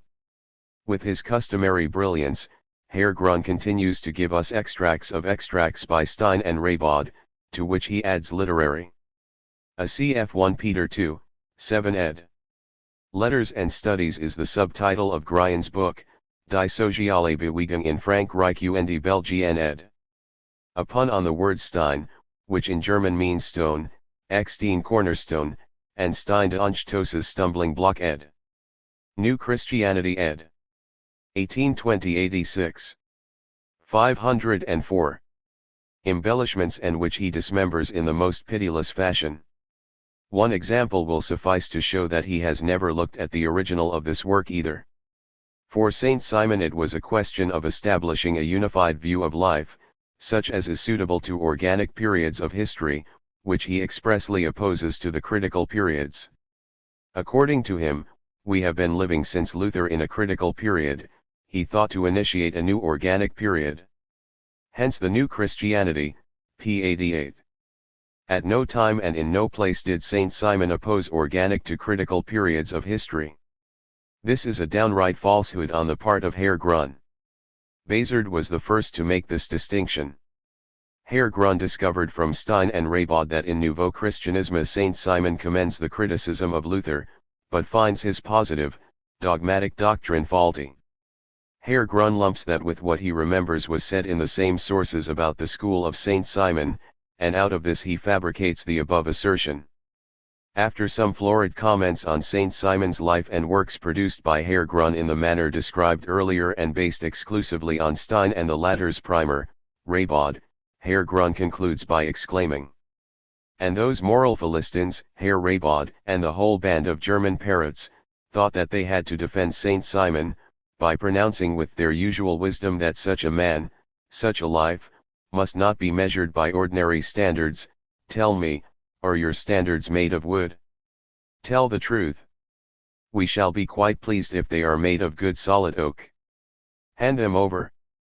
We shall gratefully accept them as a precious gift. We shall not burn them, God forbid. We shall use them to measure the backs of the Philistines, p. 89. It is by affected bluster of this kind that Herr Grun attempts to prove his superiority over the men whom he has copied. For the school of Saint Simon. Since Herr Grun has read just as much of the school of Saint Simon as he read of Saint Simon himself, that is nothing whatsoever, he should at least have made a proper summary of Stein and Raybaud, he should have observed the chronological order, he should have given a connected account of the course of the events, and he should have mentioned the essential points. He does the contrary. Led astray by his bad conscience, he mixes everything up as far as possible, omits the most essential matters, and produces a confusion even greater than that which we saw in his exposition of Saint Simon. We must be still more concise here, for it would take a volume as thick as Herr Grun's to record every plagiarism and every blunder. See Doctrine de Saint Simon.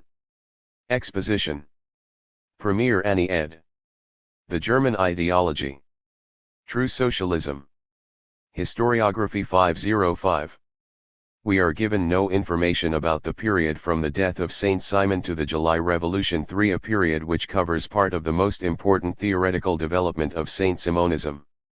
And accordingly the Saint Simonian criticism of existing conditions, the most important aspect of Saint Simonism, is entirely omitted by Herr Grun. It is indeed hardly possible to say anything about it without a knowledge of the sources, and in particular of the newspapers. Herr Grun opens his discourse on the Saint Simonists with these words: "To each according to his capacity, to each capacity according to its works, that is the practical dogma of the Saint Simonists." Like Raybaud, p. 96, Herr Grun presents the sentence as a transition from Saint Simon to the Saint Simonists and continues.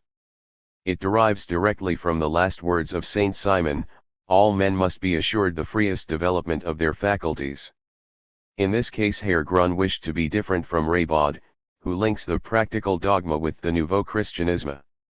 Herr Grun believes this to be an invention of Raybaud's and unceremoniously substitutes the last words of Saint Simon for the Nouveau Christianisme.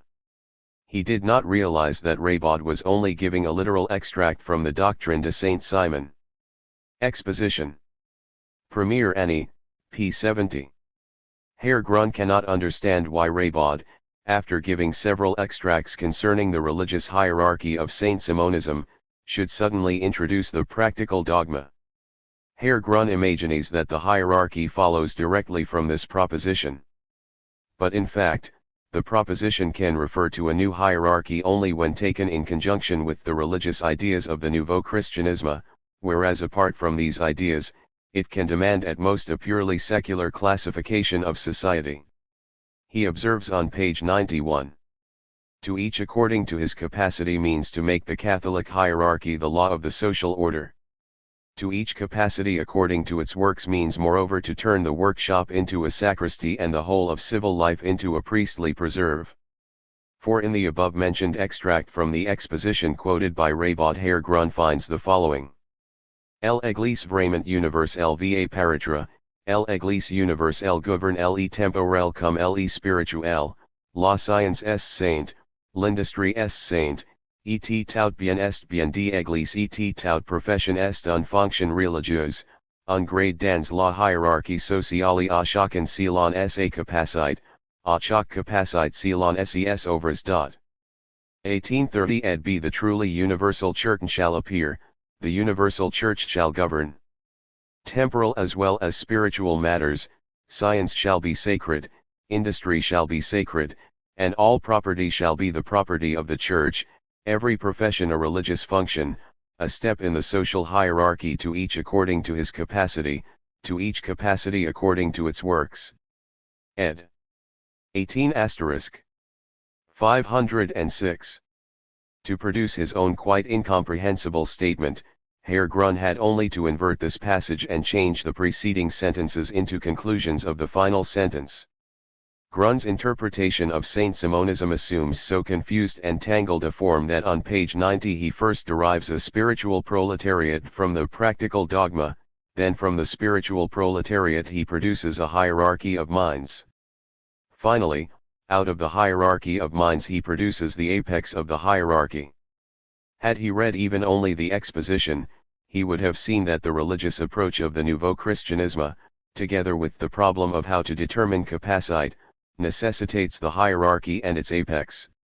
Herr Grun concludes his discussion and criticism of the exposition of 1828-29 with the single sentence, à chacun selon sa capacite, à chaque capacite selon ses œuvres dot. Apart from this he hardly even mentions the producteur and the organisateur. He glances at Raybaud and finds in the section Third Epoch of Saint-Simonism, p. 126, Stein, p. 205. Et les jours suivants le globe parut avec le sous-titre de Journal de la doctrine de Saint-Simon, lequel était résumé ainsi sur la première page, Religion Science Industry Association Universelle. Asterisk.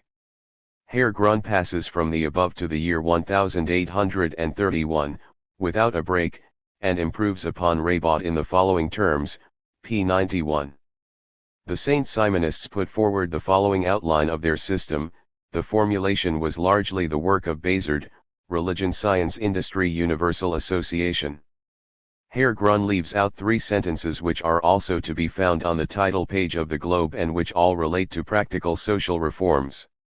135 They are given by both Stein and Raybaud.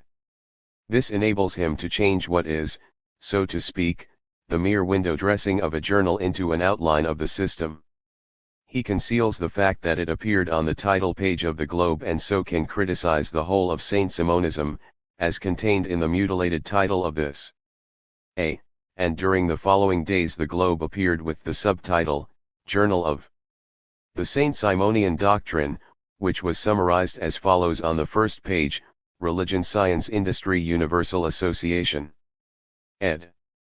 The German Ideology. True Socialism. Historiography 507. Newspaper, with the clever comment that religion has pride of place. He could moreover have discovered from Stein that this is by no means true of the Globe. The Globe contains the most detailed and valuable criticism of existing conditions and particularly of economic conditions, a fact however which Herr Grun could not know.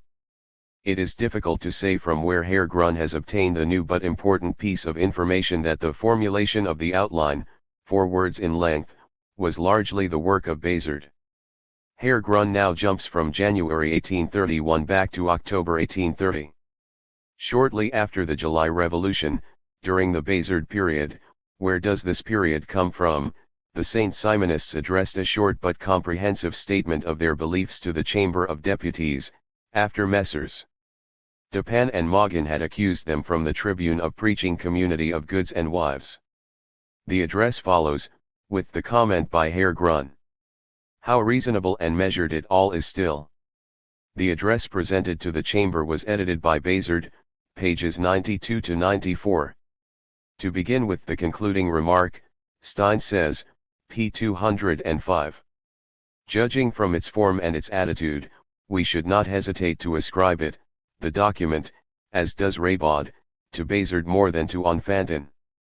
And Raybaud says, p. 123. Auxiliary forms, auxiliary pretensions esse motoris de sedicrit il est facile de voir chu il provina it plateau de l'impulsion de m Bazard que de cella de son collègue. With characteristic ingenuity and audacity, Herr Grun turns Raybaud's conjecture that Bazard rather than Enfantin was behind the address into the certainty that he edited it in its entirety. The passage introducing the address is translated from Raybaud, p. 122. mm. Dupin et Morgan signalarent du haut de la tribune un secte qui prêchait la communauté de biens et la communauté de femmes. Herr Grun merely leaves out the date given by Raybaud and writes instead, shortly after the July Revolution. Altogether, chronology does not suit Herr Grun's method of emancipating himself from those who have trodden the ground before him. In contradistinction to Stein, he inserts in the text what Stein relegates to a note. He omits the introduction to the address, he translates fonds de production, productive capital, as basic capital and classement social de individus, social classification of individuals, as social order of individuals. From the form and the very moderate demands of this document, one can clearly see that it owes more to the initiative of M. Bazard than to that of his colleague. Ed. Messrs. Dupin and Morgan drew attention from the tribune to a sect which was preaching community of goods and community of wives. Ed. 508. Some slipshod notes follow on the history of the school of Saint Simon. They have been patched together from fragments of Stein, Raybaud, and Louis Blanc with that artistic skill which we noticed in Grun's Life of Saint Simon. We leave it to the reader to look them up in the book for himself.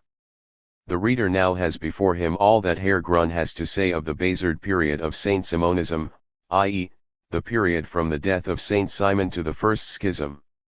136. Grun is now in a position to play an elegantly critical trump, and call Bazard a poor dialectician. Then he continues. But so are the Republicans. They only know how to die, Cato as much as Bazard. If they do not stab themselves to death, they die of a broken heart, p. 95. A few months after this quarrel, Bazard's, heart was broken, Stein, p. 210. Such Republicans as Levasseur, Carnot, Berry, Billaud Varenus, Bonarotti, Test, Darganson, etc., etc., show how correct Herr Grun's assertion is. We are now offered a few commonplaces about Enfantin. Attention need only be drawn to the following discovery made by Herr Grun. Does this historical phenomenon not make it finally clear that religion is nothing but sensualism, that materialism can boldly claim the same origin as the sacred dogma itself? p. 97. Herr Grun looks complacently about him. Has anyone else ever thought of that? He would never have thought of that if the Halleskjarbücher had not already thought of it in connection with the Romantics. 3. One would have expected Herr Grun to have made some little intellectual progress since then. We have seen that Herr Grun knows nothing of the whole economic criticism of the Saint Simonists. Nevertheless, he manages to say something, with the help of Enfantin, about the economic consequences of Saint Simon's theory, to which he has already made some airy references earlier. He finds in Raybaud, p. 129 etseq, and in Stein, p. 206, extracts from Enfantin's Political Economy, but in this case, too, he falsifies the original, for the abolition of taxes on the most essential necessaries of life, which is correctly shown by Raybaud and Stein, who base their statements on Enfantin, to be a consequence of the proposals concerning the right of inheritance, is turned by Grun into an irrelevant, independent measure in addition to these proposals. He gives further proof of his originality by this refers to Karl Rosenkranz's article Ludwig Tieck und die Romantik. Schule.ed. Barthélemy Prosper Enfantin, Économie politique et politique ed. The German Ideology. True Socialism. Historiography 509. Falsifying the chronological order, he refers first to the priest Enfantin and Ménilmontant and then to the economist Enfantin, whereas his predecessors deal with Enfantin's political economy during the Bazard period when they are discussing the globe, for which it was written. 137. Just as here he includes the Bazard period in the Ménilmontant period, so later, when referring to economics and to M. Chevalier, he brings in the Ménilmontant period. The occasion for this is the Livre Nouveau, one trademark, and as usual he turns Raybaud's conjecture that M. Chevalier was the author of this work into a categorical assertion. Herr Grun has now described Saint-Simonism in its totality, p. 82. He has kept the promise he made not to subject its literature to a critical scrutiny, ibid, and has therefore got mixed up, most uncritically, in quite a different literature, that of Stein and Raybaud. He gives us by way of compensation a few particulars about M. Chevalier's economic lectures of 1841-42, a time when the latter had long ceased to be a Saint-Simonist. For while writing about Saint-Simonism, Herr Grun had in front of him a review of these lectures in the Revue des Deux Mondes. He has made use of it in the same way as he utilized Stein and Raybaud. Here is a sample of his critical acumen. In it he asserts that not enough is being produced. That is a statement worthy of the old economic school with its rusty prejudices. As long as political economy does not understand that production is dependent upon consumption, this so-called science will not make any headway, p. 102. One can see that with these phrases about consumption and production which he has inherited from true socialism, Herr Grun is far superior to any economic work. Apart from the fact that any economist would tell him that supply also depends on demand, i.e., that production depends on consumption, there is actually in France a special economic school, that of Sismondi, which desires to make production dependent on consumption in a form different from that which obtains under free competition. It stands in sharp opposition to the economists attacked by Herr Grun. Not till later, however, do we see Herr Grun speculating successfully with the talent entrusted to him, the unity of production and consumption. To compensate the reader for the boredom he has suffered from these sketchy extracts from Stein and Raybaud, which are moreover falsified and adulterated with phrases, Herr Grun offers him the A Michel Chevalier, Cours d'économie politique fait au Collège de France ed BCF.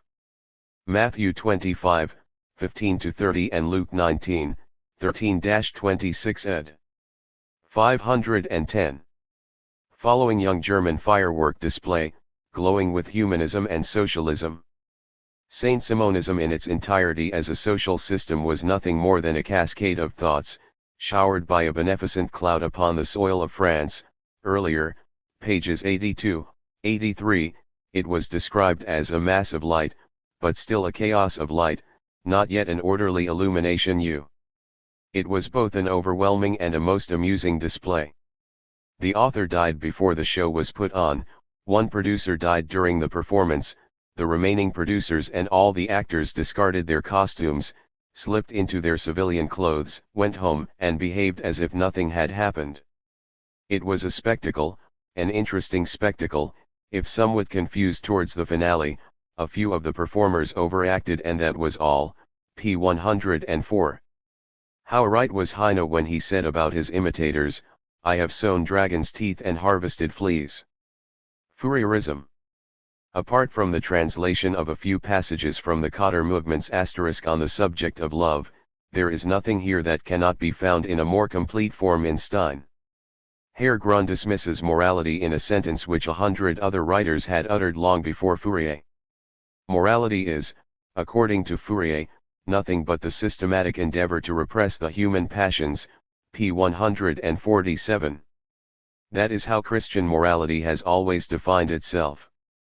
Herr Grun makes no attempt to examine Fourier's criticism of present-day agriculture and industry and, as far as trade is concerned, he merely translates a few general remarks from the introduction to a section of the Cotter movements, Origine de l'économie politique et de la controverse mercantile, pages 332, 334 of the Cotter movements.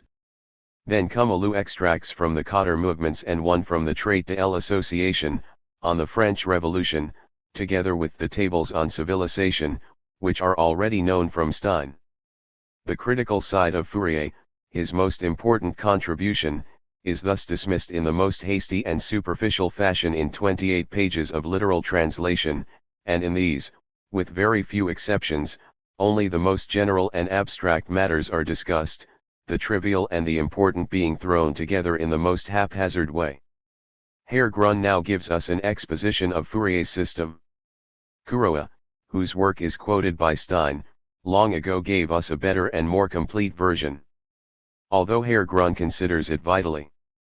A Charles Fourier, Théorie de Cotter Mouvements et de Destinies Générales ed. August Ludwig Kurow, Kritische Darstellung der Sozialtheorie Fouriers ed. The German Ideology. True Socialism. Historiography 511. Necessary to offer a profound interpretation of Fourier's series, 139. He can think of nothing better than to quote literally from Fourier himself and then, as we shall see later, to coin a few fine phrases about numbers. He does not attempt to show how Fourier came to deal with series, and how he and his disciples constructed them. He reveals nothing whatever about the inner construction of the series. It is only possible to criticize such constructions, and this applies also to the Hegelian method, by demonstrating how they are made and thereby proving oneself master of them. Lastly, Herr Grun neglects almost entirely a matter which Stein at any rate emphasizes in some measure, the opposition of travail repugnant and travail attrayant.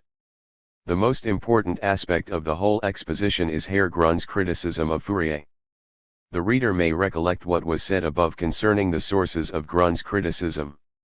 He will now see from the few examples which follow that Herr Grun first of all accepts the postulates of true socialism and then sets about exaggerating and distorting them. It need hardly be mentioned that Fourier's distinction between capital, talent, and labor offers a magnificent opportunity for a display of pretentious cleverness. One can talk at length about the impracticability and the injustice of the distinction, about the introduction of wage labor, etc., without criticizing this distinction by reference to the real relationship of labor and capital. Proudhon has already said all this infinitely better than Herr Grun, but he failed to touch upon the real issue. Herr Grun bases his criticism of Fourier's psychology, as indeed all his criticism, on the essence of man. For human essence is all in all, p. 190. Fourier, too, appeals to this human essence and in his own way reveals to us its inner core. In his tabulation of the 12 passions, like all honest and reasonable people, he, too, desires to make man's inner essence a reality, a practical reality. That which is within must also be without, and thus the distinction between the internal and the external must be altogether abolished. The history of mankind teems with socialists, if this is to be their distinguishing feature. The important thing about everyone is what he understands by the essence of man, p. 190. Or rather, the important thing for the true socialists is to foist upon everyone thoughts about human essence and to transform the different stages of socialism into different philosophies of human essence. This unhistorical abstraction induces Herr Grun to proclaim the abolition of all distinction between the internal and the external, which would even put a stop to the propagation of human essence. But in any case, why should the Germans brag so loudly of their knowledge of human essence, since their knowledge does not go beyond the three general attributes, intellect, emotion, and will? 512. Which have been fairly universally recognized since the days of Aristotle and the Stoics. 3. It is from the same standpoint that Herr Grun reproaches Fourier with having cleft man into 12 passions. I shall not discuss the completeness of this table. Psychologically speaking, I consider it inadequate, whereupon the public can rest easy. Psychologically speaking, does this number give us any knowledge of what man really is? Not for a moment. Fourier might just as well have enumerated the 5 senses. The whole man is seen to be contained in these, if they be properly explained and their human content rightly interpreted, as if this human content is not entirely dependent on the stage of development which production and human intercourse have reached. Indeed, it is in one sense alone that man is contained, in feeling. His feeling is different from that of the animal, etc. p. 205. For the first time in his whole book, Herr Grun is obviously making an effort to say something about Fourier's psychology from the standpoint of Feuerbach. It is obvious too that this whole man, contained in a single attribute of a real individual and interpreted by the philosopher in terms of that attribute, is a complete chimera. Anyway, what sort of man is this, man who is not seen in his real historical activity and existence, but can be deduced from the lobe of his own ear, or from some other feature which distinguishes him from the animals? Such a man is contained in himself, like his own pimple. Of course, the discovery that human feeling is human and not animal not only makes all psychological experiment superfluous but also constitutes a critique of all psychology. Herr Grun finds it an easy matter to criticize Fourier's treatment of love. He measures Fourier's criticism of existing amorous relationships against the fantasies by which Fourier tried to get a mental image of free love. Herr Grun, the true German Philistine, takes these fantasies seriously. Indeed, they are the only thing which he does take seriously.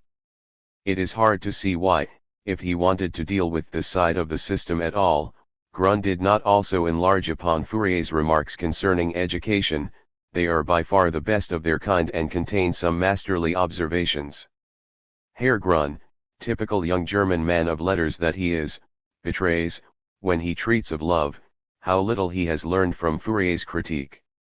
In his opinion, it is of no consequence whether one proceeds from the abolition of marriage or from the abolition of private property.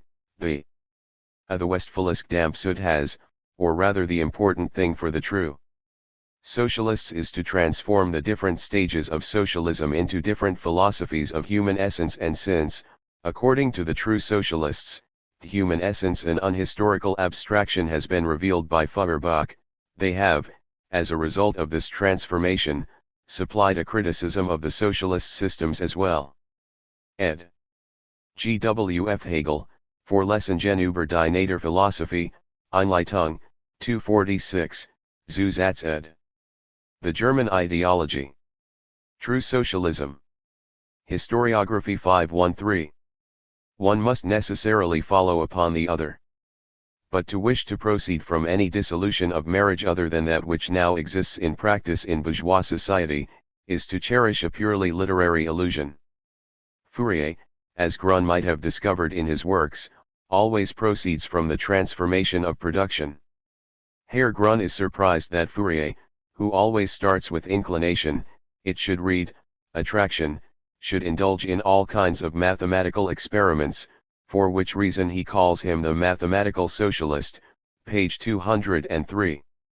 Even if he did not take into account Fourier's circumstances, he might well have examined a little more closely the nature of attraction. He would very soon have discovered that a natural relation of the kind cannot be accurately defined without the help of calculation. He regales us instead with a philippic against number, a philippic in which literary flourishes and Hegelian tradition are intermixed. It contains passages such as, Fourier calculates the molecular content of your most abnormal taste. Indeed, a miracle, and further. That civilization, which is being so bitterly attacked, is based upon an unfeeling multiplication table. Number is nothing definite. What is the number 1? The number 1 is restless, it becomes 2, 3, 4. Like the German country parson who is restless until he has a wife and 9 children. Number stifles all that is essential and all that is real, Can we have reason or speak of a third of the truth? He might also have asked, can we speak of a green-colored logarithm? Number loses all sense in organic development. A statement of fundamental importance for physiology and organic chemistry, pages 203, 204. He who makes number the measure of all things becomes, nay, is an egoist. By a piece of willful exaggeration, he links to this sentence another, which he has taken over from Hess, see above 3. Fourier's whole plan of organization is based exclusively upon egoism. Fourier is the very worst expression of civilized egoism, pp. 206, 208. He supplies immediate proof of this by relating that, in Fourier's world order, the poorest member eats from 40 dishes every day, that 5 meals are eaten daily, that people live to the age of 144 and so on. With a naive sense of humor, Fourier opposes a gargantuan. This volume, p. 492 ed. 514. View of man to the unassuming mediocrity of the Mina of the Restoration period, but Herr Grun only sees in this a chance of moralizing in his Philistine way upon the most innocent side of Fourier's fancy, which he abstracts from the rest. While reproaching Fourier for his interpretation of the French Revolution, Herr Grun gives us a glimpse of his own insight into the revolutionary age. If association had only been known of 40 years earlier, so he makes Fourier say, the revolution could have been avoided. But how, asks Herr Grun, did it come about that Turgot, the minister, recognized the right to work and that, in spite of this, Louis XVI lost his head? After all, it would have been easier to discharge the national debt by means of the right to work than by means of hen's eggs, p. 211. Herr Grun overlooks the trifling fact that the right to work, which Turgot speaks of, is none other than free competition, and that this very free competition needed the revolution in order to establish itself. The substance of Herr Grun's criticism of Fourier is that Fourier failed to subject civilization to a fundamental criticism. And why did he fail? Here is the reason. The manifestations of civilization have been criticized but not its basis. It has been abhorred and ridiculed as it exists, but its roots have not been examined. Neither politics nor religion have undergone a searching criticism, and for that reason the essence of man has not yet been examined, p. 209. So Herr Grun declares that the real living conditions of men are manifestations, whereas religion and politics are the basis and the root of these manifestations. This threadbare statement shows that the true socialists put forward the ideological phrases of German philosophy as truth superior to the real expositions of the French socialists. It shows at the same time that they try to link the true object of their own investigations, human essence, to the results of French social criticism. If one assumes religion and politics to be the basis of material living conditions, then it is only natural that everything should amount in the last instance to an investigation of human essence, i.e., of man's consciousness of himself. One can see, incidentally, how little Herr Grun minds what he copies. In a later passage and in the Reinheitsjahrbucher 0 as well he appropriates, in his own manner, what the Deutsch-Französische Jahrbucher had to say about the relation of citoyen and bourgeois, 0, which directly contradicts the statement he makes above. Asterisk in the Westphalisch Dampfbuch the following words enclosed in brackets have been inserted after men, les infiniment petits the infinitely small. Berenger, ed. Karl Grun, Politik und Sozialismus. Ed. C. Marx's article on the Jewish question, present edition, volume 3, pages 146 to 74. And this volume, p. 144 and p. 172 ed. The German Ideology. True Socialism. Historiography 515. We have reserved to the end the exposition of a statement concerning production and consumption which true socialism confided to Herr Grun. It is a striking example of how Herr Grun uses the postulates of true socialism as a standard by which to measure the achievements of the French, and how, by tearing the former out of their complete vagueness, he reveals them to be utter nonsense. Production and consumption can be separated temporally and spatially, in theory and in external reality, but in essence they are one. Is not the commonest occupation, example the baking of bread, a productive activity, which is in its turn consumption for 100 others? Is it not, indeed, consumption on the part of the baker himself, who consumes corn, water, milk, eggs, etc.? Is not the consumption of shoes and clothes production on the part of cobblers and tailors? Do I not produce when I eat bread? I produce on an enormous scale. I produce mills, kneading troughs, ovens and consequently plows, harrows, flails, mill wheels, the labor of woodworkers and masons, and consequently, carpenters, masons and peasants, consequently, their parents, consequently, their whole ancestry, consequently, Adam. Do I not consume when I produce? On a huge scale, too. If I read a book, I consume first of all the product of whole years of work. If I keep it or destroy it, I consume the material and the activity of the paper mill, the printing press, and the bookbinder. But do I produce nothing? I produce perhaps a new book and thereby new paper, new type, new printer's ink, new bookbinding tools. If I merely read it and 1,000 others read it too, we produce by our consumption a new edition and all the materials necessary for its manufacture. The manufacturers of all these consume on their part a mass of raw material which must be produced and which can only be produced through the medium of consumption. In a word, activity and enjoyment are one, only a perverse world has torn them asunder and has thrust between them the concept of value and price. By means of this concept it has torn man asunder and with man, society, pages 191, 192. Production and consumption are, in reality, frequently opposed to one another. But in order to restore the unity of the two and resolve all contradictions, one need only interpret these contradictions correctly and comprehend the true nature of production and consumption. Thus this German ideological theory fits the existing world perfectly. The unity of production and consumption is proved by means of examples drawn from present-day society. It exists in itself. Herr Grun demonstrates first of all that there actually does exist a relationship between production and consumption. He argues that he cannot wear a coat or eat bread unless both are produced, and that there exist in modern society people who produce coats, shoes, and bread which other people consume. This idea is, in Herr Grun's opinion, a new one. He clothes it in his classical, literary ideological language.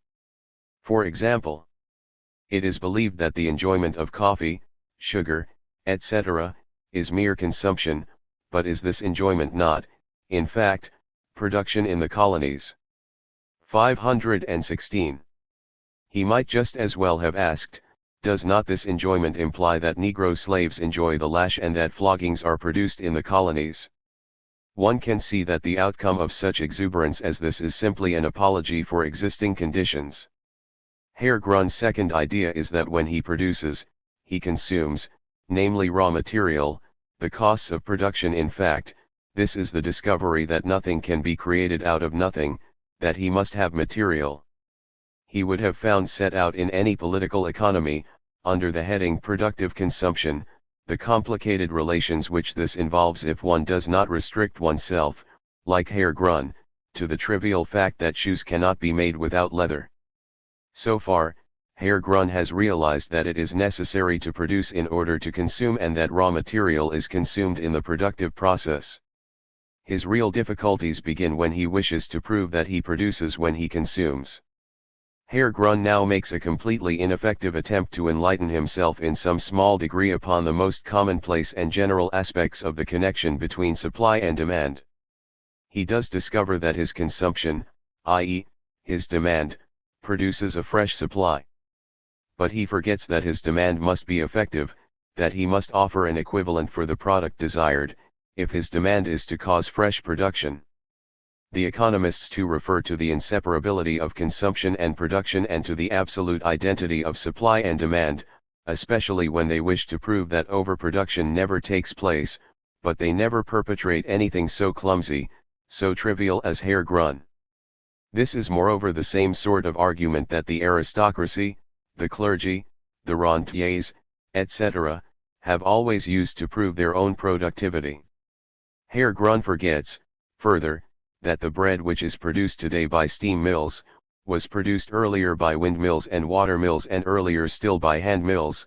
He forgets that these different methods of production are quite independent of the actual eating of the bread and that we are faced, therefore, with an historical development of the productive process. Of course, producing as he does on an enormous scale, Herr Grun never thinks of this. He has no inkling of the fact that these different stages of production involve different relations of production to consumption, different contradictions of the two. It does not occur to him that to understand these contradictions one must examine the particular mode of production, together with the whole set of social conditions based upon it, and that only by actually changing the mode of production and the entire social system based upon it can these contradictions be solved. While the other examples given by Herr Grun prove that he surpasses even the German ideology. True Socialism. Historiography 517. The most undistinguished economists in banality, his example of the book shows that these economists are far more humane than he is. They do not demand that as soon as he has consumed a book he should produce another. They are content that he should produce his own education by his consumption and so exert a favorable influence upon production in general. Herr Grun's productive consumption is transformed into a real miracle, since he omits the connecting link, the cash payment. He makes it superfluous by simply ignoring it, but in fact it alone makes his demand effective. He reads, and by the mere fact of his reading, he enables the type founders, the paper manufacturers and the printers to produce new type, new paper, and new books. The mere fact of his consumption compensates them all for their costs of production. Incidentally, in the foregoing examination we have amply demonstrated the virtuosity with which Herr Grun produces new books from old by merely reading the latter, and with which he incurs the gratitude of the commercial world by his activities as a producer of new paper, new type, new printer's ink and new book-binding tools. Grun ends the first letter in his book with the words, "I am on the point of plunging into industry." Herr Grun never once belies this motto of his in the whole of his book. What did all his activity amount to? In order to prove the true socialist proposition of the unity of production and consumption, Herr Grun has recourse to the most commonplace economic statements concerning supply and demand. Moreover, he adapts these to his purpose simply by omitting the necessary connecting links, thereby transforming them into pure fantasies. The essence of all this is, therefore, an ill-informed and fantastic transfiguration of existing conditions. In his socialistic conclusion, he lisps, characteristically, the phrases he has learned from his German predecessors. Production and consumption are separated because a perverse world has torn them asunder. How did this perverse world set about it? It thrust a concept between the two. By so doing, it tore man asunder.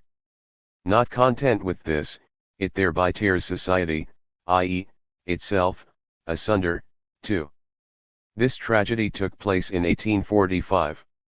The true socialists originally understood the unity of consumption and production to mean that activity shall itself involve enjoyment, for them, of course, a purely fanciful notion. According to Herr Grun's further definition of that unity, consumption and production, economically speaking, must coincide. P 196, there must be 518. No surplus of products over and above the immediate needs of consumption, which means, of course, the end of any movement whatsoever. With an air of importance, he therefore reproaches Fourier with wishing to disturb this unity by overproduction. Herr Grun forgets that overproduction causes crises only through its influence on the exchange value of products and that not only with Fourier but also in Herr Grun's perfect world exchange value has disappeared. All that one can say of this Philistine rubbish is that it is worthy of true socialism. With the utmost complacency, Herr Grun repeats again and again his commentary on the true socialist theory of production and consumption.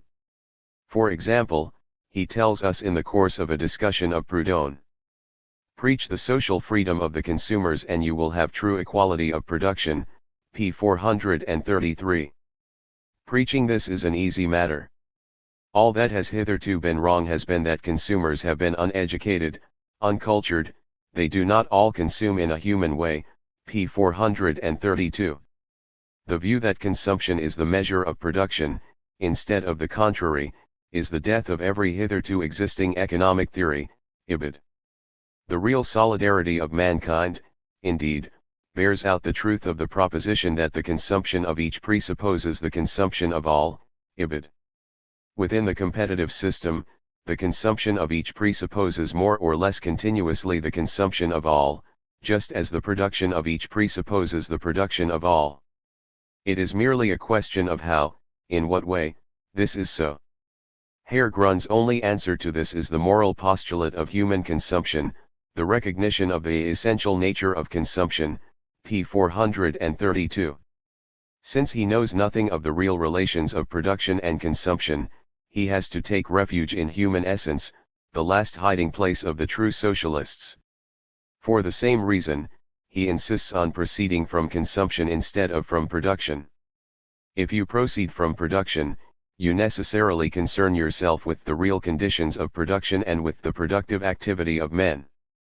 But if you proceed from consumption, you can set your mind at rest by merely declaring that consumption is not at present human, and by postulating human consumption, education for true consumption and so on.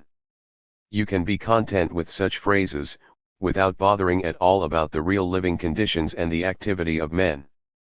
It should be mentioned in conclusion that precisely those economists who took consumption as their starting point happened. The German ideology. True socialism. Historiography 519. To be reactionary and ignored the revolutionary element in competition and large-scale industry. The limitations of Papa Kabet. And Herr Grun. Herr Grun concludes his digression on the school of Fourier and on Herr Raybaud with the following words. I wish to make the organizers of labor conscious of their essence, I wish to show them historically where they have sprung from, these hybrids, who cannot claim as their own even the least of their thoughts. And later, perhaps, I shall find space to make an example of Herr Raybaud, not only of Herr Raybaud, but also of Herr J. The former is, in reality, not so bad, he is merely stupid, but the latter is more than stupid, he is learned. And so. p. 260. The gladiatorial posture into which Herr Grun throws himself, his threats against Raybaud, his contempt for learning, his resounding promises, these are all sure signs that something portentous is stirring within him. Fully conscious of his essence as we are, we infer from these symptoms that Herr Grun is on the point of carrying out a most tremendous plagiaristic coup. To anyone who has had experience of his tactics, his bragging loses all ingenuousness and turns out to be always a matter of sly calculation. And so. A chapter follows headed. The Organization of Labor. Where did this thought originate? In France, but how? It is also labeled. Review of the 18th Century. Where did this chapter of Herr Grun's originate? In France, but how? The reader will find out without delay. It should not be forgotten that Herr Grun wants to make the French organizers of labor 140 conscious of their essence by an historical exposition in the profound German style. And so, when Herr Grun realized that Kabet had his limitations and that his mission had been completed long ago, which he had known for a long time, it did not, of course, mean an end of everything. On the contrary, by arbitrarily selecting a few quotations from Kabet and stringing them together, he laid upon Kabet the new mission, to provide the French background to Herr Grun's German history of socialist development in the 18th century. 520. How does he set about his task? He reads productively. The 12th and 13th chapters of Kabet's Voyage en Icari contain a motley collection of the opinions of ancient and modern authorities in favor of communism. He does not claim that he is tracing an historical movement. The French bourgeois view communism as a suspicious character. Good, says Kabet, in that case, men of the utmost respectability from every age will testify to the good character of my client, and Kabet proceeds exactly like a lawyer. Even the most adverse evidence becomes in his hands favorable to his client. One cannot demand historical accuracy in a legal defense. If a famous man happens to let fall a word against money, or inequality, or wealth, or social evils, Cabet seizes upon it, begs him to repeat it, puts it forward as the man's declaration of faith, has it printed, applauds it and cries with ironic good humor to his irritated bourgeois, "Écoutez, écoutez, n'était il pas communiste?" 3. No one escapes him. Montesquieu, Cis, Lamartine, even Guizot communists all malgré eux. Voilà mon communiste tout trouvé. H. Herr Grun, in a productive mood, reads the quotations collected by Cabet, representing the 18th century. He never doubts for a moment the essential tightness of it all. He improvises for the benefit of the reader a mystical connection between the writers whose names happen to be mentioned by Cabet on one page, pores over the whole his young German literary slops and then gives it the title which we saw above. And so, Herr Grun, Cabet, Herr Grun introduces his review with the following words. The social idea did not fall from heaven, it is organic, i.e., it arose by a process of gradual development. I cannot write here its complete history, I cannot commence with the Indians and the Chinese and proceed to Persia, Egypt, and Judea. I cannot question the Greeks and Romans about their social consciousness, I cannot take the evidence of Christianity, Neoplatonism and patristic philosophy. 141 I cannot listen to what the Middle Ages and the Arabs have to say, nor can I examine the. Cabet introduces his quotations with the following words. Vous prétendez, adversaires de la communauté, tu lna pour quelques opinions sans crédit et sans poids, eh bien, je vais interroger devant vous l'histoire et tous les philosophes, écoutez. Tene emerit pas à vous parler de plusieurs peuples anciens, qui pratiquaient ou avaient pratique la communauté de biens. Jene emerit non plus auxiliary Hebrews, ni auxiliary pretra Egyptians, ni a minus. Liturgue et Pythagorie, jene vous parle non plus de Confucius et de Zoroaster, qui l'un. I hear what he has to say. Was he not a communist? Ed. There's the communist all complete ed. The German ideology. True socialism.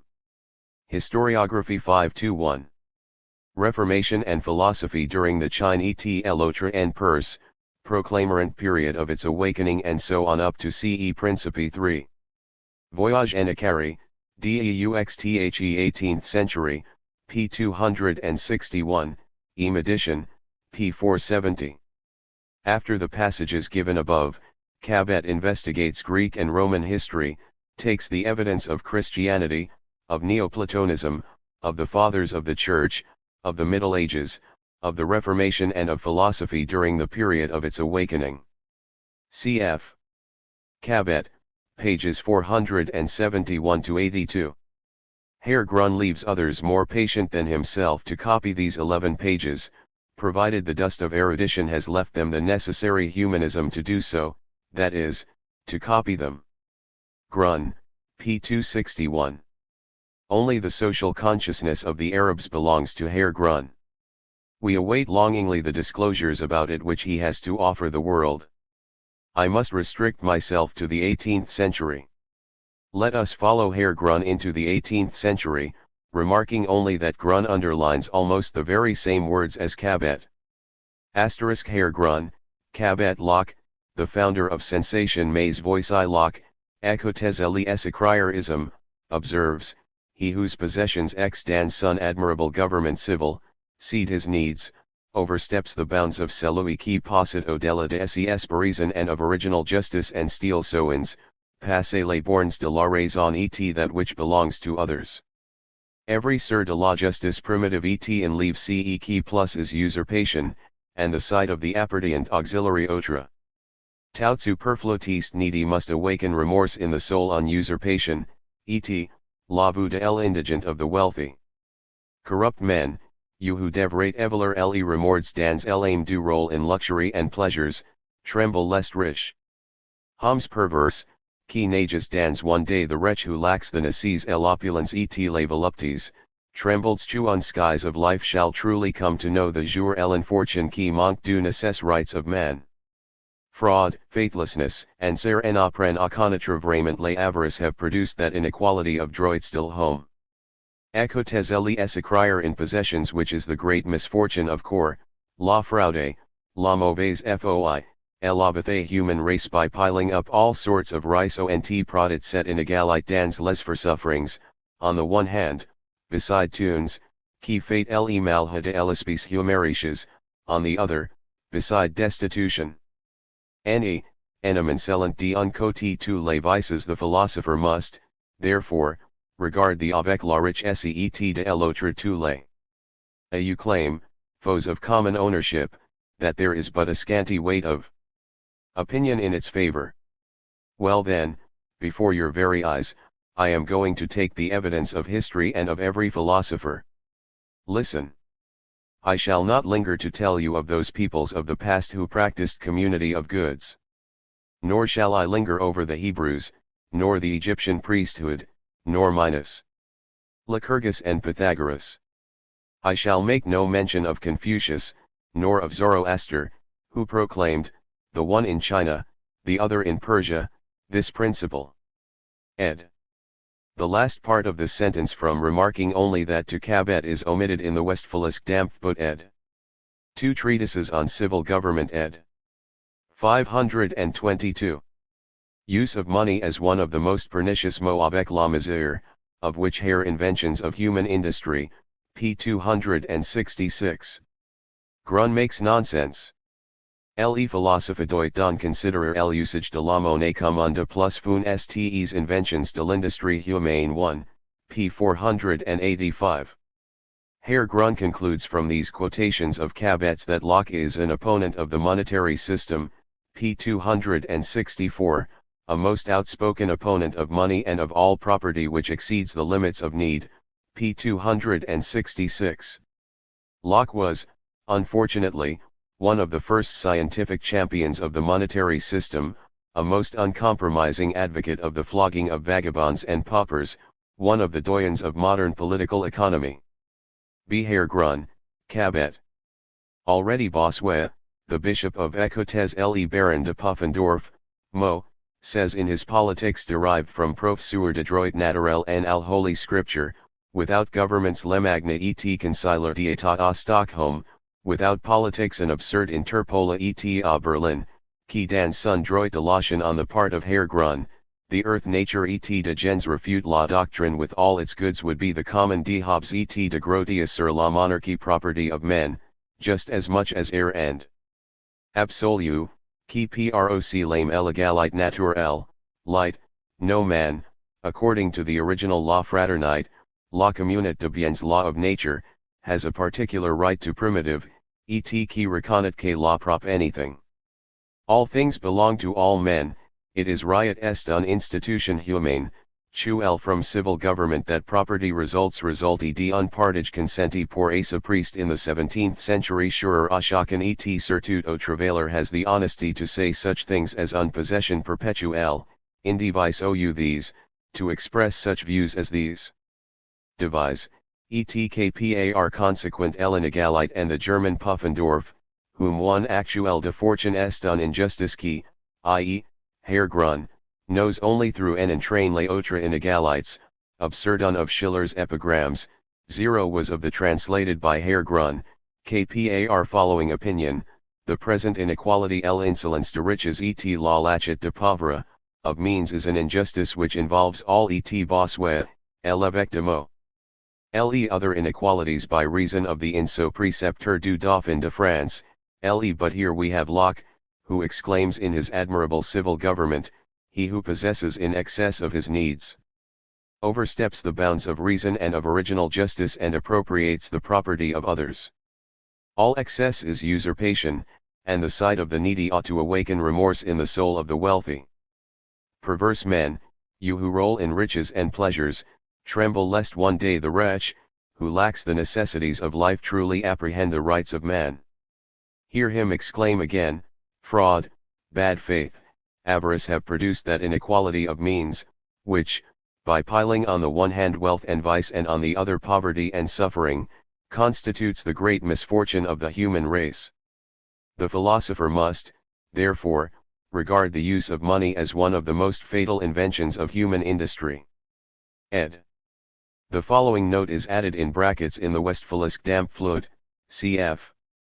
Locke's book, Some Considerations of the Consequences of the Lowering of Interest, etc., published in 1691, and also his further considerations concerning raising the value of money, published in 1698 ed. Friedrich Schiller, Die Philosophin. Ed. The German Ideology. True Socialism. Historiography 523. Célèbre Bossuet, dans essai politique tiré de l'écriture sainte, rédigé pour l'instruction du Dauphin, en y reconnaît pas aussi que sans les gouvernements la terre et tous les biens seraient aussi communs entre les hommes que l'ère la lumière, selon le droit primitif de la nature mal en le droit particulier sur quoi que ce soit, tout est à tout, etc. du gouvernement civil que n'est la propriété, p. 486. The substance of Herr Grun's digression from France is that Cabet quotes a German. Grun even spells the German name in the incorrect French fashion. Apart from his occasional mistranslations and omissions, he surprises us by his improvements.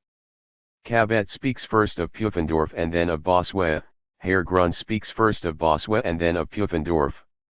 Cabet speaks of Bossuet as a famous man, Herr Grun calls him a priest.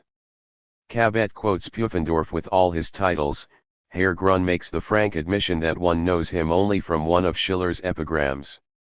Now he knows him also from one of Cabet's quotations, and it is apparent that the Frenchman, with all his limitations, has made a closer study than Herr Grun not only of his own countrymen, but of the Germans as well.